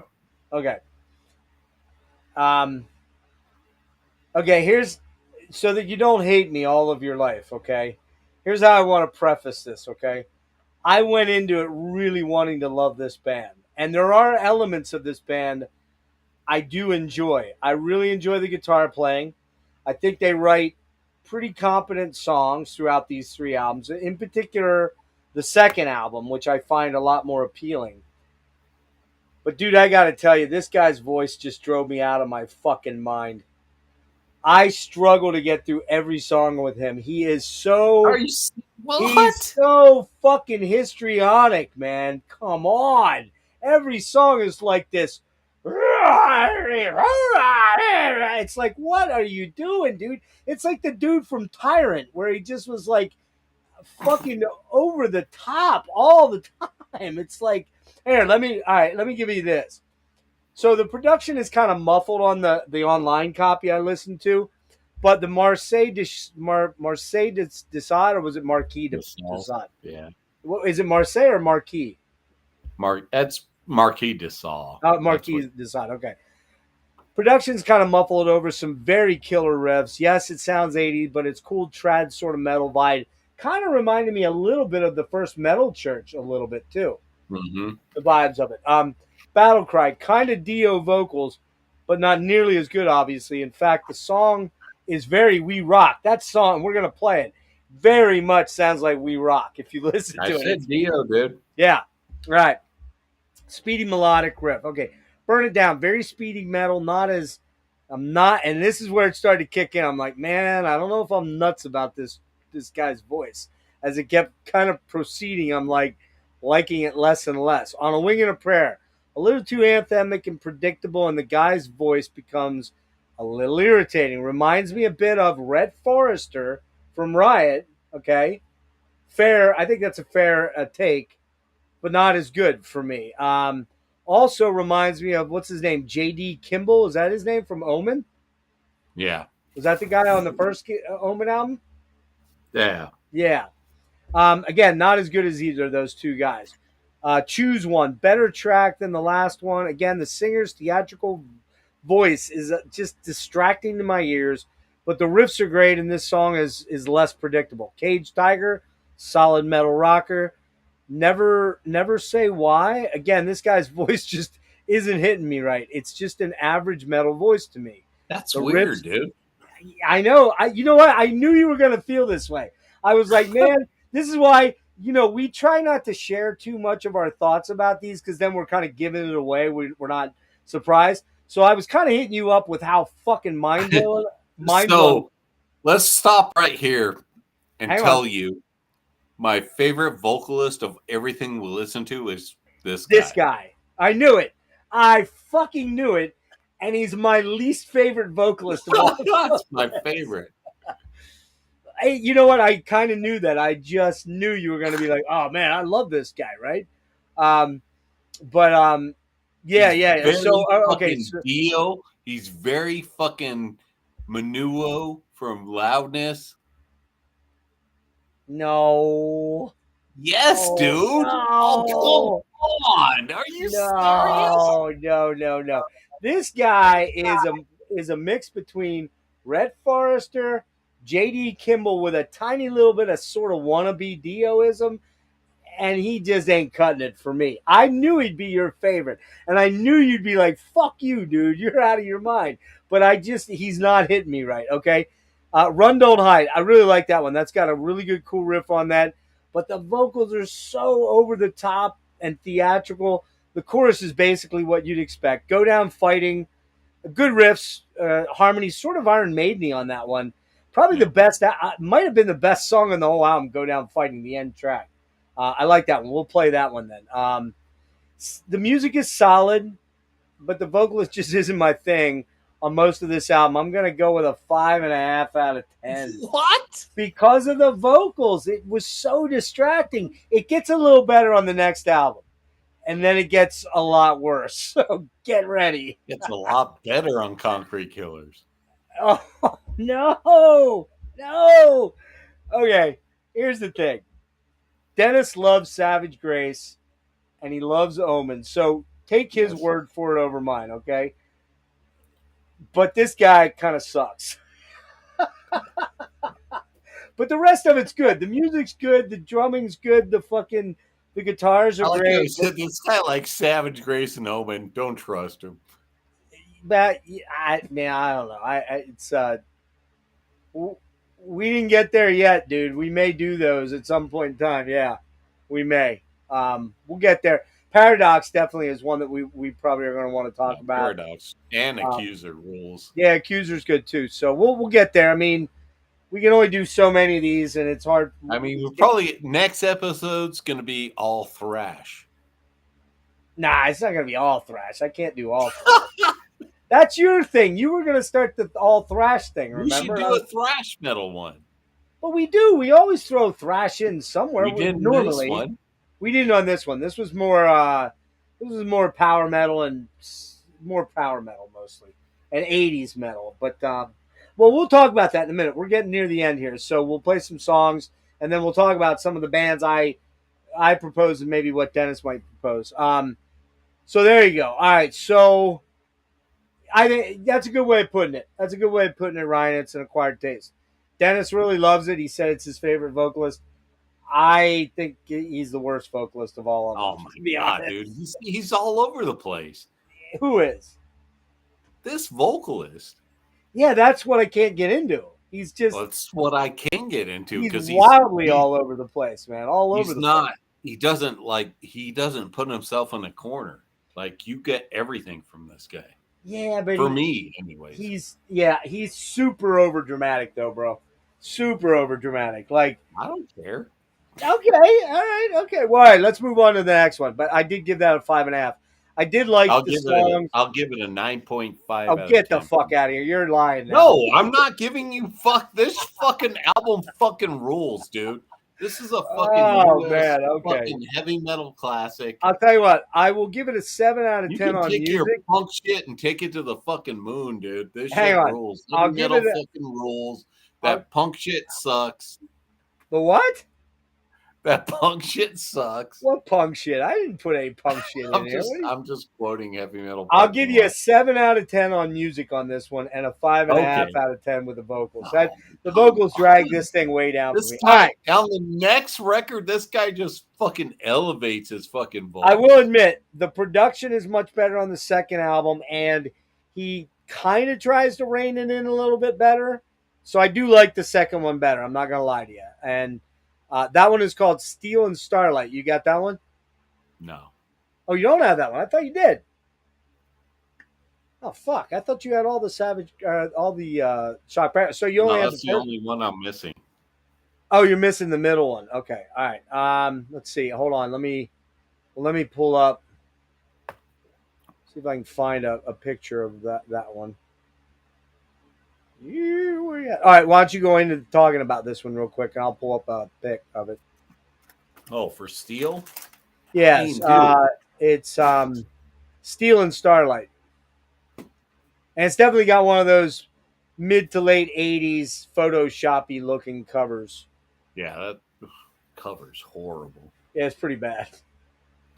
It's pretty... You go first. I got to find my notes. All right, hang on. Well, all right, I'll go first, but let me pull it up and show people. So we don't have this one. I thought we did, but we don't. And there is very 80s photoshopped. And there's the guitar axe thing that's kind of a Eiffel Tower thing. And, very robotic looking thing, like robots in space, like metal robot type stuff. But she's playing a fucking Eiffel Tower V guitar. That's right. And it doesn't get any more brutal than that. Nope. All right, so notes on this one. So this one comes out in 87, I believe we said, right? Yeah.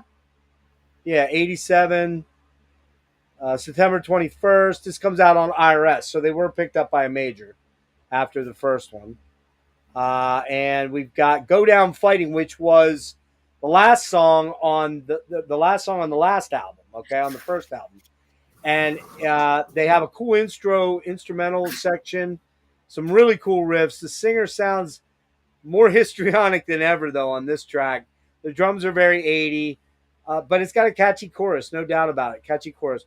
Steel and Starlight, more of an AOR radio vibe to this one with synths on it. It's not a horrible track, but again, this guy's voice just is so much for me to handle. Catchy chorus, but again, it kind of kills it because of the vocals.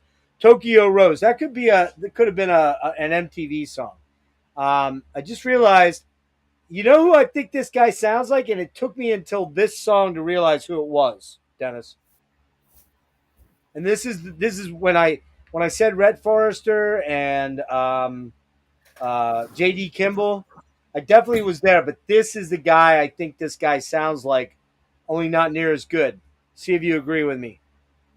From Rainbow, a specific singer that was only on one album, Graham Bonnet. Yeah. He sounds like an unhinged Graham Bonnet to me. Hinged.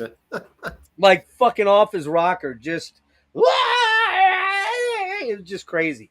Anyway, Rocked Out of Love. I dig the intro. I love the riffs. The Graham Bonnet impersonation is working all in on this one. Kind of predictable, but the chorus chants are good. I also think this guy on Tokyo Rose has a little bit of Keith Dean from Holy Terror. Banger, dude. Huh? Tokyo Rose is a banger. That's a good track. Do you also notice? I also noticed a little bit of the guy from Holy Terror, Keith Dean, but in a more melodic sense as opposed to a thrash sense. That's cool. Yeah, he's got that vibe. Which we will do Holy Terror. We're going to talk about them. Maybe we'll do that in the next one. Anyway, this one could have been a Headbangers Ball type rotation track. Very catchy. If only the guy's voice wasn't so over the top. All right, Rocked Out of Love, good track. Castle Walls, very Dio-esque and proggy. Nice acoustic intro. Building, sort of doomy. Probably my favorite track on the album. On Your Feet, anthemic belter. Again, his voice drives me nuts to a point, but it's a solid song. Some of the screeds at the end are pretty nerve-wracking, though. Falling for You has a very hair metal vibe, Dawkins sound, but the riffs and solos are pretty killer. Great guitar on this one for Falling for You. Exhibit A, okay, metal rocker. Again, Graham Bonnet. That's so hard for me to say. Down to earth. I'm not even fucked up either. Lost Queen, pretty solid riffs, very 80s sounding, but cool track. Lots of shrieking Vicks Hicks, which gets old for me. But if it wasn't for him going so histrionic, I think I'd enjoy these songs more. Hot on Your Heels, Dio-esque at times, predictable chorus. Street of Pleasure is also a remake from the first album. The production's better, but it sounded kind of the same to me. I'm gonna give this a 6.5 overall. Hey man, I call them like I hear them. What can I say? But it's better. It's a little more approachable. The songs are better. Production is far better. But yeah, okay. I'm going 6.5. What do you got on this one? I'm gonna give it a 8 out of 10 for me. I think this is like better production version of the first record. I feel like the songs are better written. It definitely has a like early new wave of British heavy metal, like Def Leppard sound to it. Right. But Tokyo Rose is just a banger, like really good songwriting for me. Castle Walls is a banger as well. I got the Eagles. That's a good one. That's a good one. Oh, you got it? Exhibit A, man, that's a fucking killer song. I just think this album's good. I think it's better than the first one for me. I get you. I get what you're saying about the vocalist, but I think you're trying to say he tries too hard. I think he does a great job, like on this, better than the first one. The first one's more raw. Yeah. More raw. The second one was more polished, but I think it actually benefits his vocal style better, personally, for me. I like that.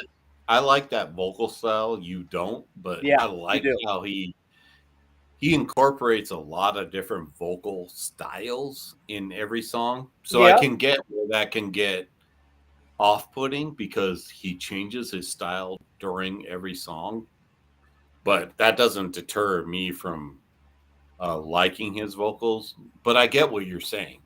So I get his vocals change. They're not like consistent through every song. He Right. definitely Right. tries to do like different styles. He has a penchant for being melodramatic with his voice at times. That Yeah. that just doesn't work for me very well. I Yeah. mean, you could say the same thing about the second guy from Heir Apparent, the Benito guy.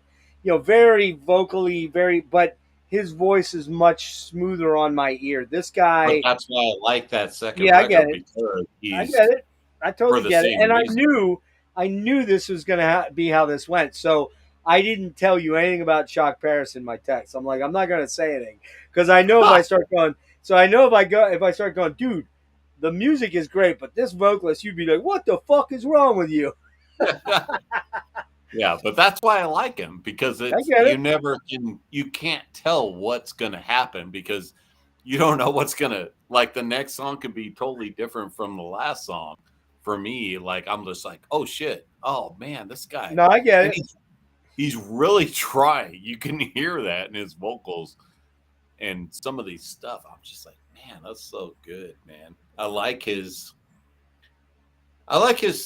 spirit and I like his energy on these songs.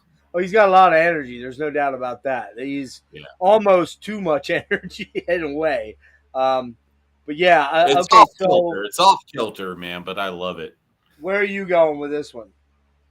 I'm gonna go and mind you, dude, I've never listened to this record for like 20 years. But I'll give it a solid 8 out of 10 for me. Because every time I listen to it, I'm just like, this fucking album rules. All right, I went 6.5. Maybe I'll go up to 6.75. I'll give you that. I'll give you an Just extra. do fucking 7, dude. No, I don't know if I can do that, man. I'm just gonna do a 6.9, but not 7. You might be asking a little too much of me there, sir. All Well, right, listen to so it again, you'd be like, man, I fucked up. maybe. I doubt it though. I like the music, but man, the guy's voice just was driving me insane. All right, so we get to 1989, May of 89, and we've got the third album called Concrete Killers. And there's a couple. The thing I found on YouTube to listen to it. You have this one? Yeah. Okay. Oh, there it is. Look at that cover, man. What the fuck? Man. Dude, that is like the cheapest cover I've ever seen. And you know what my story is on this? Oh, I can't wait. Yeah. So I found this record on the street in front of Amoeba Records because they wouldn't take it. Are you serious? Yep, we got this for free. Just in front of Amoeba Records, fucking on the fucking sidewalk.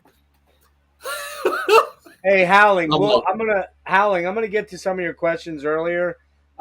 You asked Chiefs or Eagles.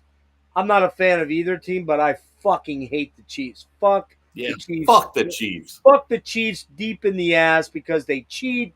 The refs cheat for them. Roger Goodell cheats for them. I fucking hate that team. I can't stand Patrick Mahomes. What a whiny little cunt that guy is. I hope they get fucking destroyed by the Eagles. There you go. You got my answer. And I don't really like the Eagles either. I mean, ditto. Having some happy dads while watching this? What's happy dads? Is that... That's a fucking seltzer. Oh, it's a seltzer. Okay, cool. Real quick, out of every album that we've heard tonight, which one do you recommend the most? Wow. The first Leatherwolf, man. Yeah. That album just... And I love the Heir Apparent stuff. I love Graceful Inheritance, and I love the second album. But that first Leatherwolf album just beats... It just kicks balls hard, man. I mean, for me, it's the first Leatherwolf, first Shock Paris, and first fucking Heir Apparent for me. Yeah. All very good. Cool. Hawk is a good album too. Hawk is cool, but those three for me. And the first Vane album is great too, but First Vane is just fucking. But if I had to narrow it to one, it's got to be the very first Leatherwolf album. It's just stellar fucking album, man. All right. Yeah. So there you go. That's that. I guess I actually agree with Jeff this time. It's the first Leatherwolf easily. It's painful, isn't it? It's painful to do that, right? You actually asked one other question. Oh, you asked do you fuck with Morgul Blade? Yeah, we'll get around to those. We'll talk about it. Yeah, but this record, it's a cool record, dude. Dude, that's not even an answerable question. What's a record or two that you have that you don't have that you're dying to get? There's a million records. I mean, I could never narrow it down to just one. Just no way. I'm a sick fuck. I collect too much, you know. Yeah. But I mean, this record's cool, dude. The Heat and the Fire is a cool song. In the Dark, man, that's a fucking banger. Yeah, that's my favorite track on the album, I do believe. Let me see. My favorite song on here is Memories off side 2. Concrete Killers is a badass song too. Better production on this record. But, you know what's weird, dude? I saw a lot of people comparing this guy's voice to John Oliva from Sabotage. I don't hear that. I don't hear that at all. I think they're just comparing it to power metal bands from the U.S. I guess, but I definitely do not hear John Oliva. No offense, this guy doesn't. I mean, let's break down Shock Paris. They have a guitar player that plays a lot of riffs that sound like Warren D. Martini. And there's a lot of vocal lines that sound like Dio. And I've heard people compare this band a lot to Dio. But that guy's not a Vivian Campbell. Sorry, he's just not. He's good, but he ain't that good. No, I just mean songwriting wise, not better or worse. I just mean songwriting is more Dio-ish. But man, it's solid fucking US fucking metal band. I don't care what Jeff says. The first record, this record's cool. This fucking guy gives me zero goddamn respect for my opinion. I'm telling you what. I give you all the respect, dude. I'm just saying you're wrong. I know I'm not. I'm definitely not. You barely even heard Shock Paris like last week. Well, you're right about that. I'm not gonna lie. It's been the last 2 weeks, but I do enjoy the music. But the guy's voice, dude, you should know by now with me, the voice is everything. If I cannot overlook a voice that doesn't work for me. And but his voice is good. That's what to you it is. To me, it's mid, very mid, very mid. Sorry, it just is. Like, remember we had this argument over the third Omen album. I think it was Omen, or was it Savage Grace? It was the one where the guy was super histrionic. You're like, that guy's great, and I'm like, that guy fucking blows. What are you talking about? We just sometimes we. It's funny. We come together on certain things where I'm like, oh, you like that? And you're like, fuck yeah. Like, for example, the first King Cobra album. You're like, fuck, that album rules. I'm like, fuck yeah, it does. And I didn't expect you to like that album very much, right? Or Stone Fury or something like that. But then we do have our moments where we do not connect, and it's usually over a vocalist. That's usually it, you know? Yeah. I mean, I feel like out of all these records, I probably don't agree with you on the fucking second Heir Apparent. That's not my favorite record, but yeah, no, I know. Well, you and I definitely differ on that one because it's a lot more commercial to you. I think it's a lot more progressive overall, but I get why you wouldn't be as into that because it does have that kind of polishedness that you're probably not as into. You know, I'll give a quick rundown on this one here. Concrete Killers, 89. American Dream, kind of a thrashy riff beginning. Vic Hicks is full on in your face. The Heat and the Fire. That's actually got some really cool guitar stuff on that. I really like it. Kind of reminds me of Riot 5. Until Vic Hicks kind of... he just, man, dude, I don't like him on this album at all. Like, I just don't. I struggled the whole way through it. I listen to every song, though, the whole way through. Like, for example, here's what I put. The Heat and the Fire. Cool guitar intro on this one. Sounds a lot like Ride 5, to be honest, until Vic Hicks kind of ruins it big time for me. Harmony vocals chanted, which sort of saves the track, but the lead vocals are so ugh. That's what I put. So ugh. And then I go, great guitar and solos in this one. Best part of the song is the guitars, which are killer. Way too long. Dramatic vocals on this ballad. The track could have been pretty good, but the drama in the guy's voice just kind of is kind of laughable to me. Hold On is a rote sort of metal 80s rocker with Vic running rampant over it. In the Dark, like the dark intro and sort of mystical foreboding, kind of reminds me a little bit of Sabotage, but nowhere near as good as Sabotage because nobody fucking fucks with Sabotage. For me, anyways. Get It Right, very Rainbow Deep Purple intro and vibes on this one. Not bad musically, but once again, Vic, fuck off. That was my note. Vic, fuck off. And he's got, if he ever sees this, he's gonna be like, that long-haired fairy ass looking dude is fuck that guy, right? Yeah. Okay, Find a Way Out, killer intro, chugger with some great sounding riffs and pretty dead sounding drums. Vic goes ape, of course. Not a horrible song, but thanks to the music. Memories. Jesus, this guy's voice is a joke half the time, right? Cool sounding track, but just the guy's voice just drives me nuts. Super histrionic on it. One More with the World, solid rocker.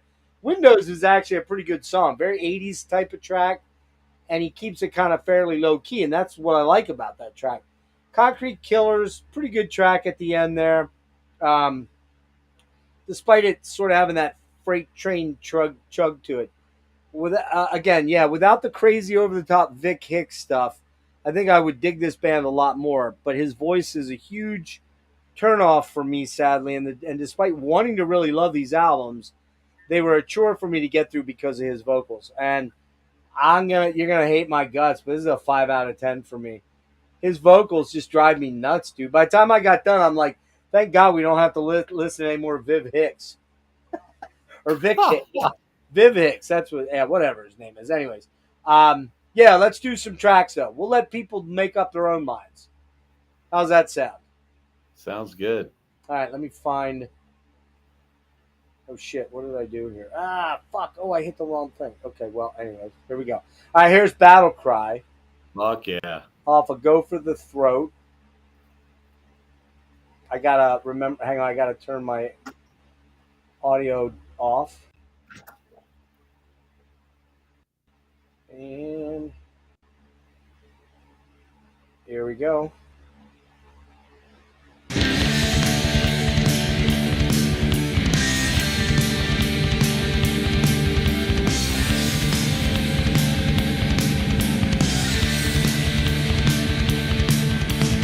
Gallantly we ride our swords held to the sky, stained with blood for all to see.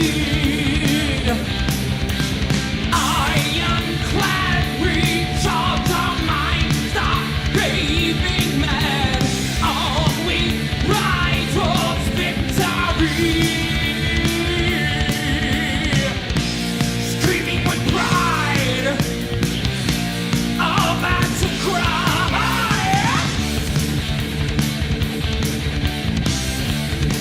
I was still on board on this song. This endless game we fear not misery, no pain. Should we die, be it not in vain. Screaming with pride, all battle cry. Side by side, souls held high. Screaming with pride, I'm about to cry.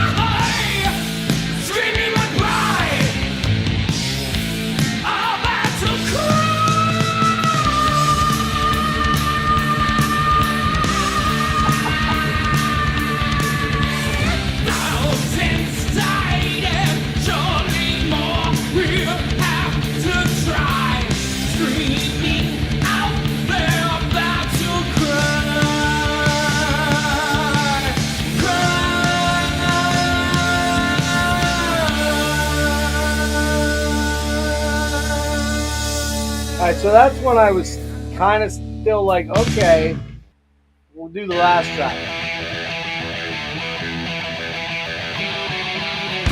I like this riff.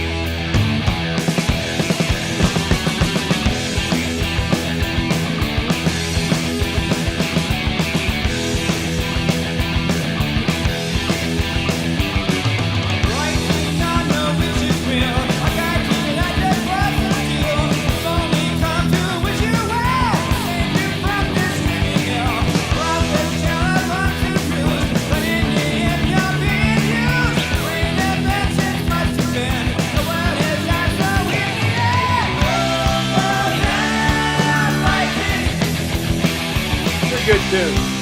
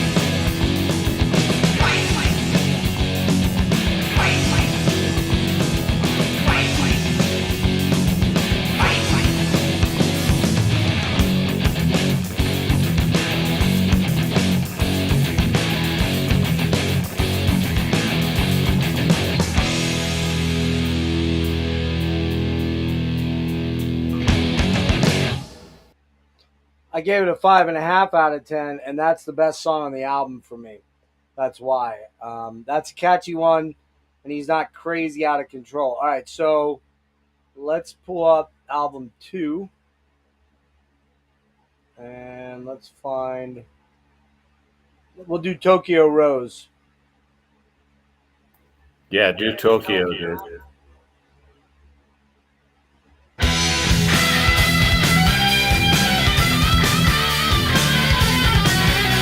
You guys hear that?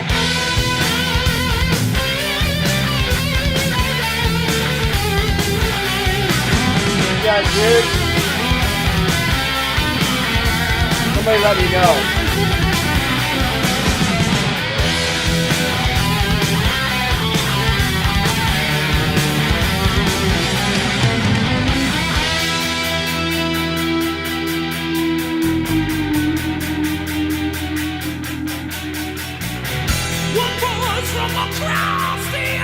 Right there. That's what I don't like.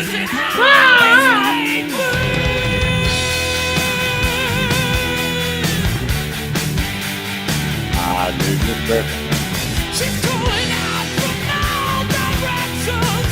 The lady's voice is all I hear.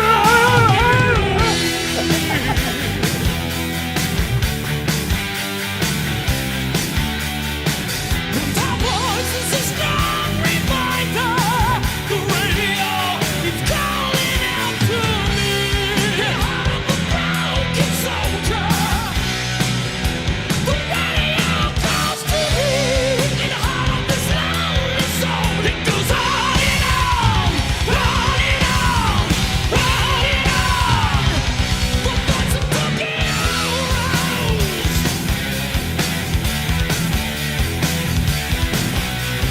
Tokyo rose.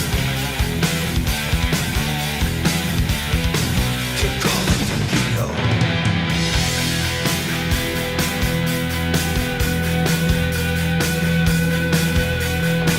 My hero war is over and over. The fading voices of the history.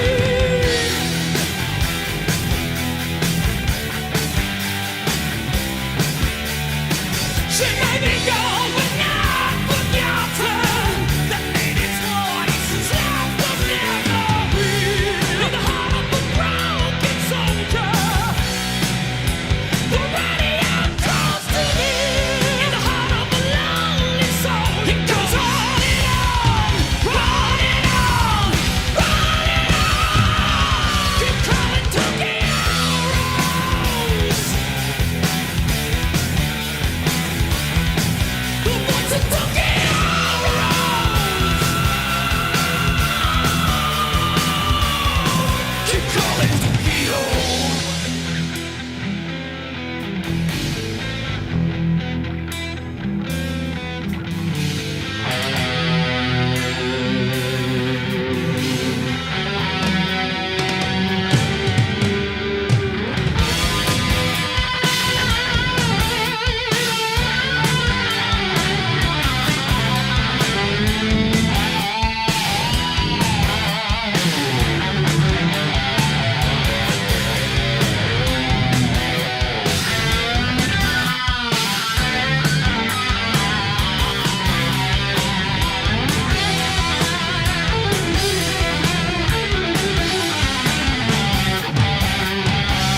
In the heart of the broken soldier, the radio calls to me. In the heart of a lonely soul, it goes on and on, on and on, on and on.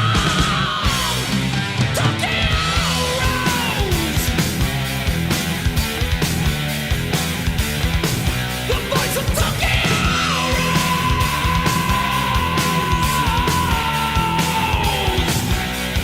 Tokyo The voice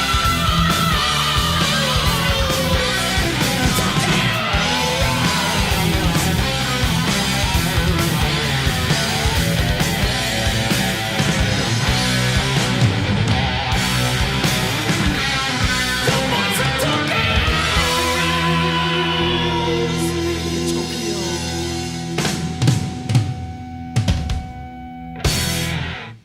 Actually, you know what's interesting, dude? What? Now I hear the loudness comparison. I did not hear it until Yeah. just listening to that song, and suddenly, oh wait, that does sound a little bit like Minoru or whatever his name is. Yep. Wow. Okay, one more off of this one. Anyone specific? Castle Walls. Play Castle Walls. That's kind of long, but all right. Okay. Or Exhibit A or Castle Walls. I'll do Exhibit A. Yeah, that song's banging. My kids can't hide anything from me. I'm home. Especially when they've been using toilet paper that does.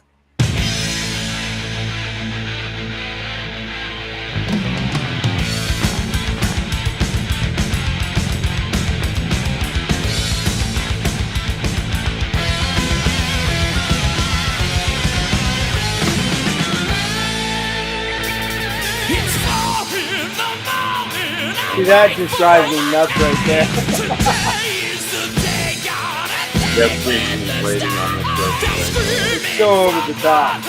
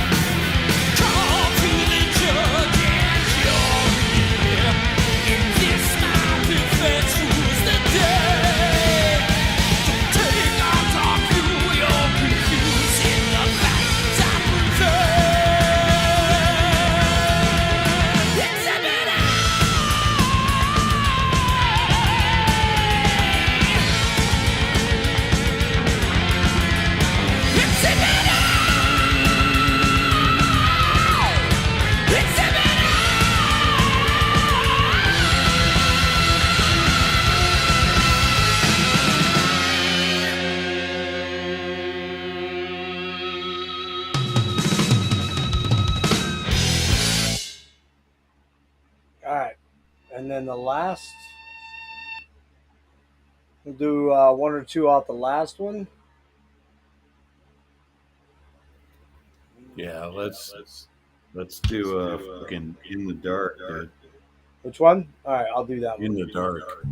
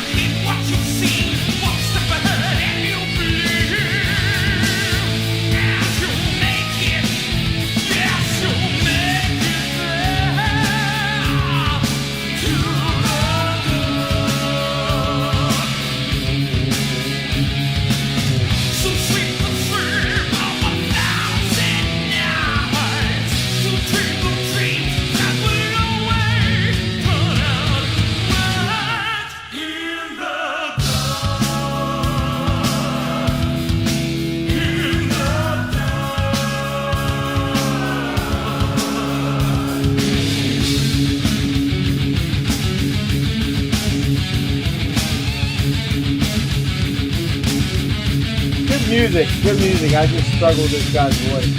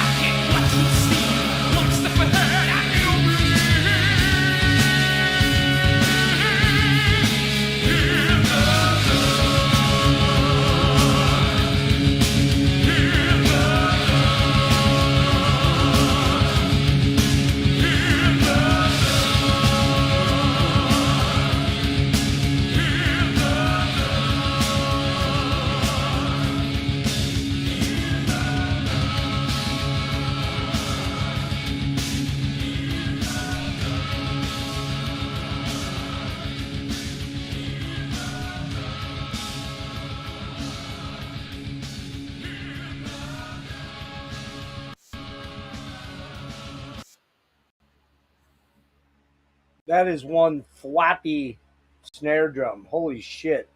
Flap, flap, flap. So there you go. There you have it, man. We just went through 5 bands. Let's see, 5, 8, 9, 10, 11, 12, like 12 or 13 albums, I guess, give or take. We shortchanged a little bit on the Veins thing, but we didn't own those, so we kind of motored through those quick. But so I had a couple of ideas. Had you thought of any bands to bring to the table here, man? Yeah, I want to do fucking Angus. Who? Angus. ANGUS? Yep. Man, I don't even remember that one. That's early speed heavy metal from like 86. Okay, let's see. Well, here, we'll do this. Hold on. Now, do you have this one? Yeah. All right, hang on. Just fuck. What do I do? Hold on a minute.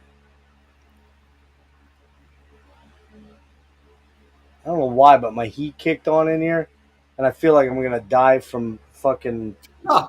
I feel like I'm literally like in the Sahara suddenly. It's like 9,000 fucking degrees in here. Hang on. Ah. All right, Angus, ANGUS. Where are they from?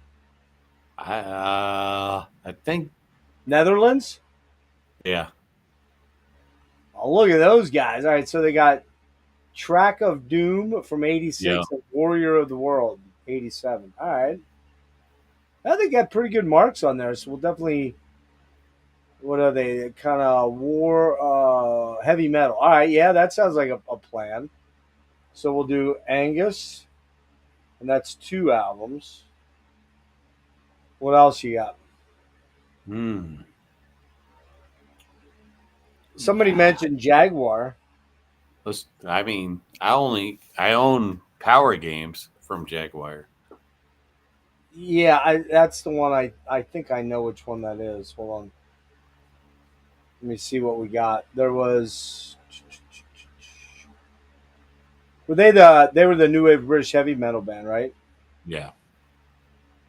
So there was Power Games from 83 this time, and that was it. So 2 from the 80s.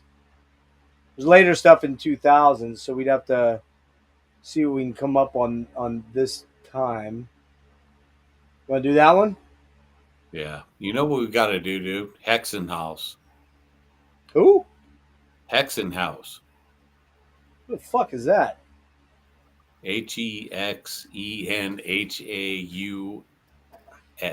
Hexenhaus. From, I think, Sweden. Let me see what. Oh, man.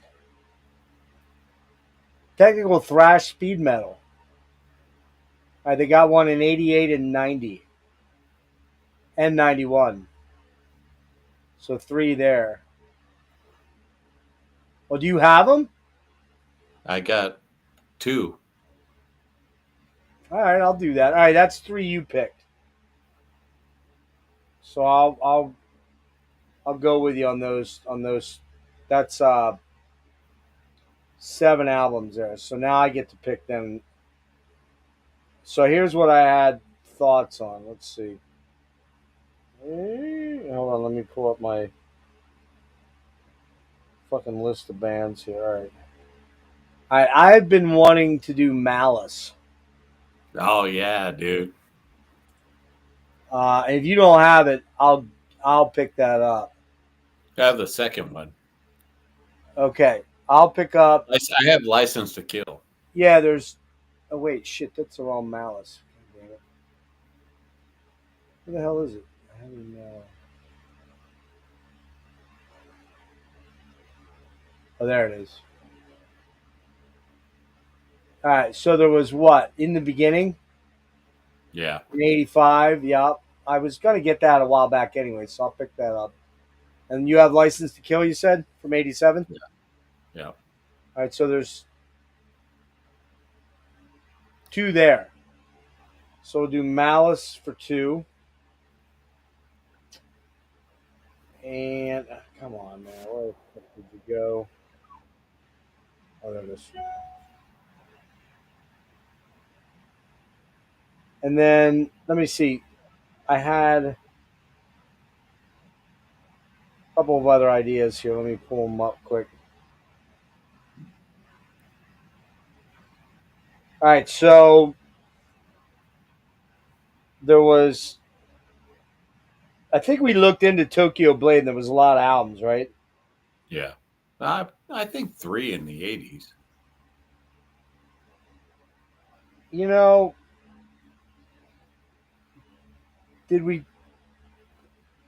Hang on a minute. Let me pull this up here. Let me see something here. I don't know if we. I'm sure I brought this up before, but. And I have all these, as you probably do too, but let me look at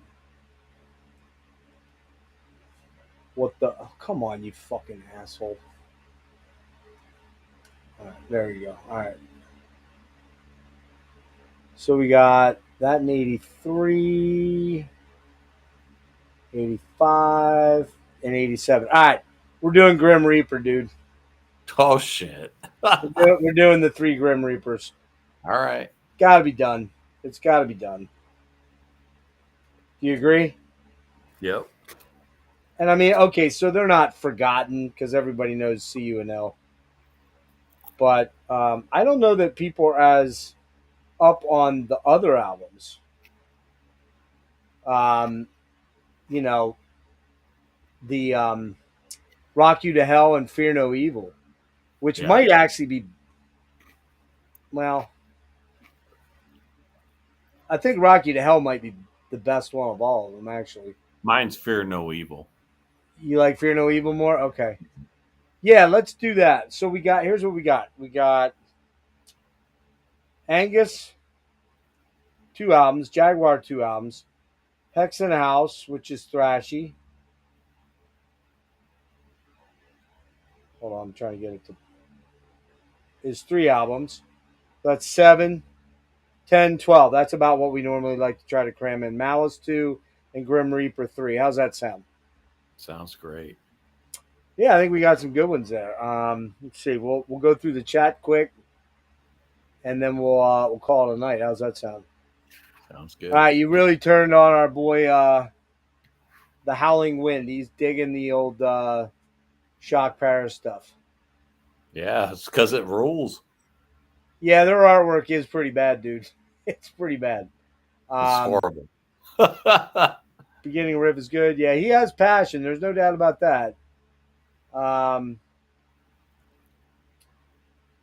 First 2 are 8 out of 10s. Okay. Did you listen?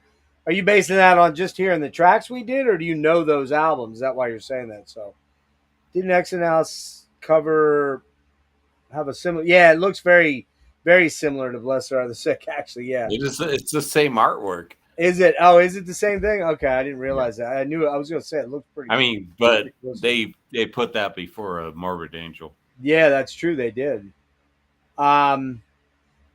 Hellstar might be one that we'll definitely check out somewhere down the road. Yeah, Hellstar rules. That guy, speaking of histrionic voices, that guy's got a histrionic voice. But I like their not gonna like it.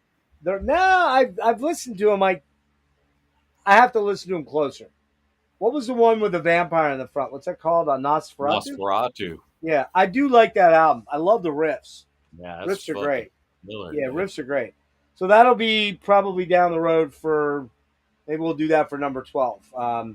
We just got to try to connect, Dennis and I, not let several months slip past now. But it's kind of hard. He had a lot going on. I always have, like I said, I was traveling a lot. Unfortunately, my illness is really starting to kick the living shit out of me, especially since I got back from California. Really haven't been feeling very good at all. Had to fire my neurologist, and I just got an appointment with a new neurologist in Philly, University of Penn Medicine Perelman Neurology Center. Guess when they got me in for an appointment? like my first eval appointment. When? August 8th, 2025. Wow. It's like, dude, way I'm probably gonna be fucking dead before that ever happens. So, right. which I wish that wasn't true, but and I'm not trying to be hyperbolic, but I have not been feeling well at all. In fact, the only thing I have planned on the channel right now is the Kate Bush deep dive next Saturday with Eric Berg, John Holm from Agalock's going to drop in, and also Eric Berg, who we haven't seen in a long time, Cronus Jr., aka Cronus Jr. He's going to be there, and also my friend Melinda is going to jump in for Kate Bush. Now that's all dependent on whether I stay out of the hospital this week, which I'm kind of doubting is going to happen. I think that's almost guaranteed tomorrow or the next day I'm going to go in. To go back to the Super Bowl, I can't wait to watch Elon Musk's propaganda commercials to talk about all the money he's saving us. You know, us. He's saving me lots of money with Doge. Fuck Elon Musk. Fuck that guy right up the ass. Fuck you, Elon. Come and get me, bitch. Anyway, and your daddy. Same for your daddy, too. And you should know if you watch my channel. Well, Dennis knows. He knows. But anyway, yeah, dude. Always good to hang. Always lots and lots of fun. Always lots. It's actually kind of fun when we do have like one of those, I think this guy sucks and you love him moments. You know what I mean? Because we always have a good time with that. And yeah, so thanks, Howling Wolf. Appreciate that, man. Good, Ryan. Go check that Leatherwolf stuff out. It's really, really good, man. Yeah, dude. Absolutely killer. Yeah. Everything on this. This is a good fucking Forgotten Metal Gems, honestly. Yeah, we had a lot of good stuff tonight. Like every record on here is really good for me, anyways. It was, man. It was solid, man. I mean, we had some good picks with a lot of great albums, with a lot of good deep dive, things, that we're kind of into. Mean Streak. Are you talking about Y&T or is that no? the band? It's like a speed metal all girl band from. Oh, really? Mean Streak. Yeah. I kind of remember that. I remember that. I mean, obviously, I'm thinking of the Y&T album, but and that's a band that you and I got to do a deep dive on. Got to do a deep dive, dude. On just YouTube, that'll be you and me doing just a deep dive on Y&T. Because man, so many good albums, so many great songs, so many great songs. Man. And I'll tell you what, man, Dave Mennikitty, Mennikitty, yeah. He still sounds fucking great now, and he's 70 or something. And a killer guitar player too, man, just amazing. Yeah, so good, dude. But all right, everybody, thank you so much for being here. You heard it here. The next Metal Gems, we're gonna do Hexenhaus, Jaguar. What was the first band you said? Angus. Malice. And Grim Reaper. Fuck so that's yeah, gonna be a good time, man. We're gonna have a lot of fun with that, man. Yeah. Oh, Mean Street. Is that the one band? Is that the one with Portnoy's wife in it? Maybe. I think it is. They're not thrashy though. They're more like just power metal. Yeah, it's speed metal. It's almost thrash, dude. Really? Might be a different Mean Streak then. I'm not sure. But because Mike Portnoy's wife and John Petrucci's wife play in a band called Mean Streak. Yeah, it's probably the same thing. Maybe it is. I didn't think they were thrash though. That's the weird thing. I didn't think they were thrash. But they're more like just like heavy metal, Nah, it's more thrash. Anyway, hang on a sec, Dennis. I'm gonna end this here at the 4 hour and 45 minute mark. Here's the one thing with doing these where we're throwing songs in, and we threw a lot of songs in tonight. I think we played,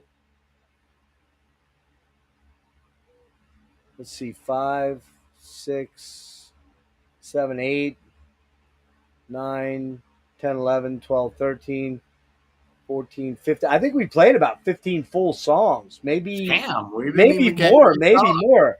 Yeah, so you're talking literally an hour of us playing songs. Yeah. So, that did kind Which is of, cool because you guys can hear what we're talking about. yeah, I think we started doing that the last two, Yep. and I kind of like that. And that does necessitate that we kind of back off a little bit from doing 15 or 18 albums like we tried to do initially. The other thing I do think we'll have to do though, in order to not make, I don't mind doing these for 4 or 5 hours. I love doing it, love hanging out with you. So it's up to you if you don't want to do them long. But I was going to say the way we could kind of cut that back a little bit is if we just do one song from each album as opposed to 2 or 3. But the problem was, you were right, we picked so many good albums this time Right. that we wanted to hear like a lot more tunes, right? Yep. So hang loose, bud. I'm gonna call it a night here. Yeah, it is. It is Mi Young Petrucci. Oh, it's Mi Young's wife too. I didn't know that. Okay. Damn. Yeah, that's quite the pedigree. I know they opened for. Did they open for Dream Theater last year, or was it maybe they opened it for John Petrucci's solo band thing when Portnoy was out with him? I think that's what it was. Yeah. Good players, man. I mean, they're rocking chicks, man. Although they're all my age now, or a little younger actually, so they're not exactly chicks anymore. But anyway, hang on a sec, Dennis. I'm going to end it now. They're Thanks everybody, and fine women. yes, they are fine older ladies. Do you have anything coming up? You want to No. Nothing scheduled. No. All right. We'll get Dennis back on this quick. I'm not going to let him disappear on me for 4 months or whatever it was. So we'll definitely do that this episode 11 a lot quicker. And also, like I said, the only thing I have scheduled right now is the Kate Bush deep dive. The Sabotage deep dive's on hold until Steve can deal with some health issues that are in his family that he needs to address. And I don't want to do it without Steve. But when we do, it'll be Steve, Matt, and I, and Nick from the Silver, who I may go to see tomorrow night if I'm feeling up to it. I may run down to Philly for a show tomorrow night with Dysrhythmia. I think Kralis played tonight, so I don't think I'll see them. But Dysrhythmia with my buddy Kevin Huffnagel, and also the Silver, which is the black metal side project of Enrique from Crypt Sermon and Jamie and Matt from Horrendous. So I might try to get down for that. The only other things, I don't have any interviews scheduled. I have some people that I'm approaching, one of which I'm stoked, I hope, is going to happen. But I just got the promo for their album that's coming out in March. San Francisco, kind of a really melodic, sort of blackened melodic band that were really interesting called Night, Nite. Their new album is coming out March 15th, I believe. I'll have a little more info on that soon. I'm hoping to get those guys on. And there's some other people I'm looking into. I just got to dig around a little bit and see whether I can make those things happen. So, all right, hang on a sec there, Dennis. Peace out, everybody.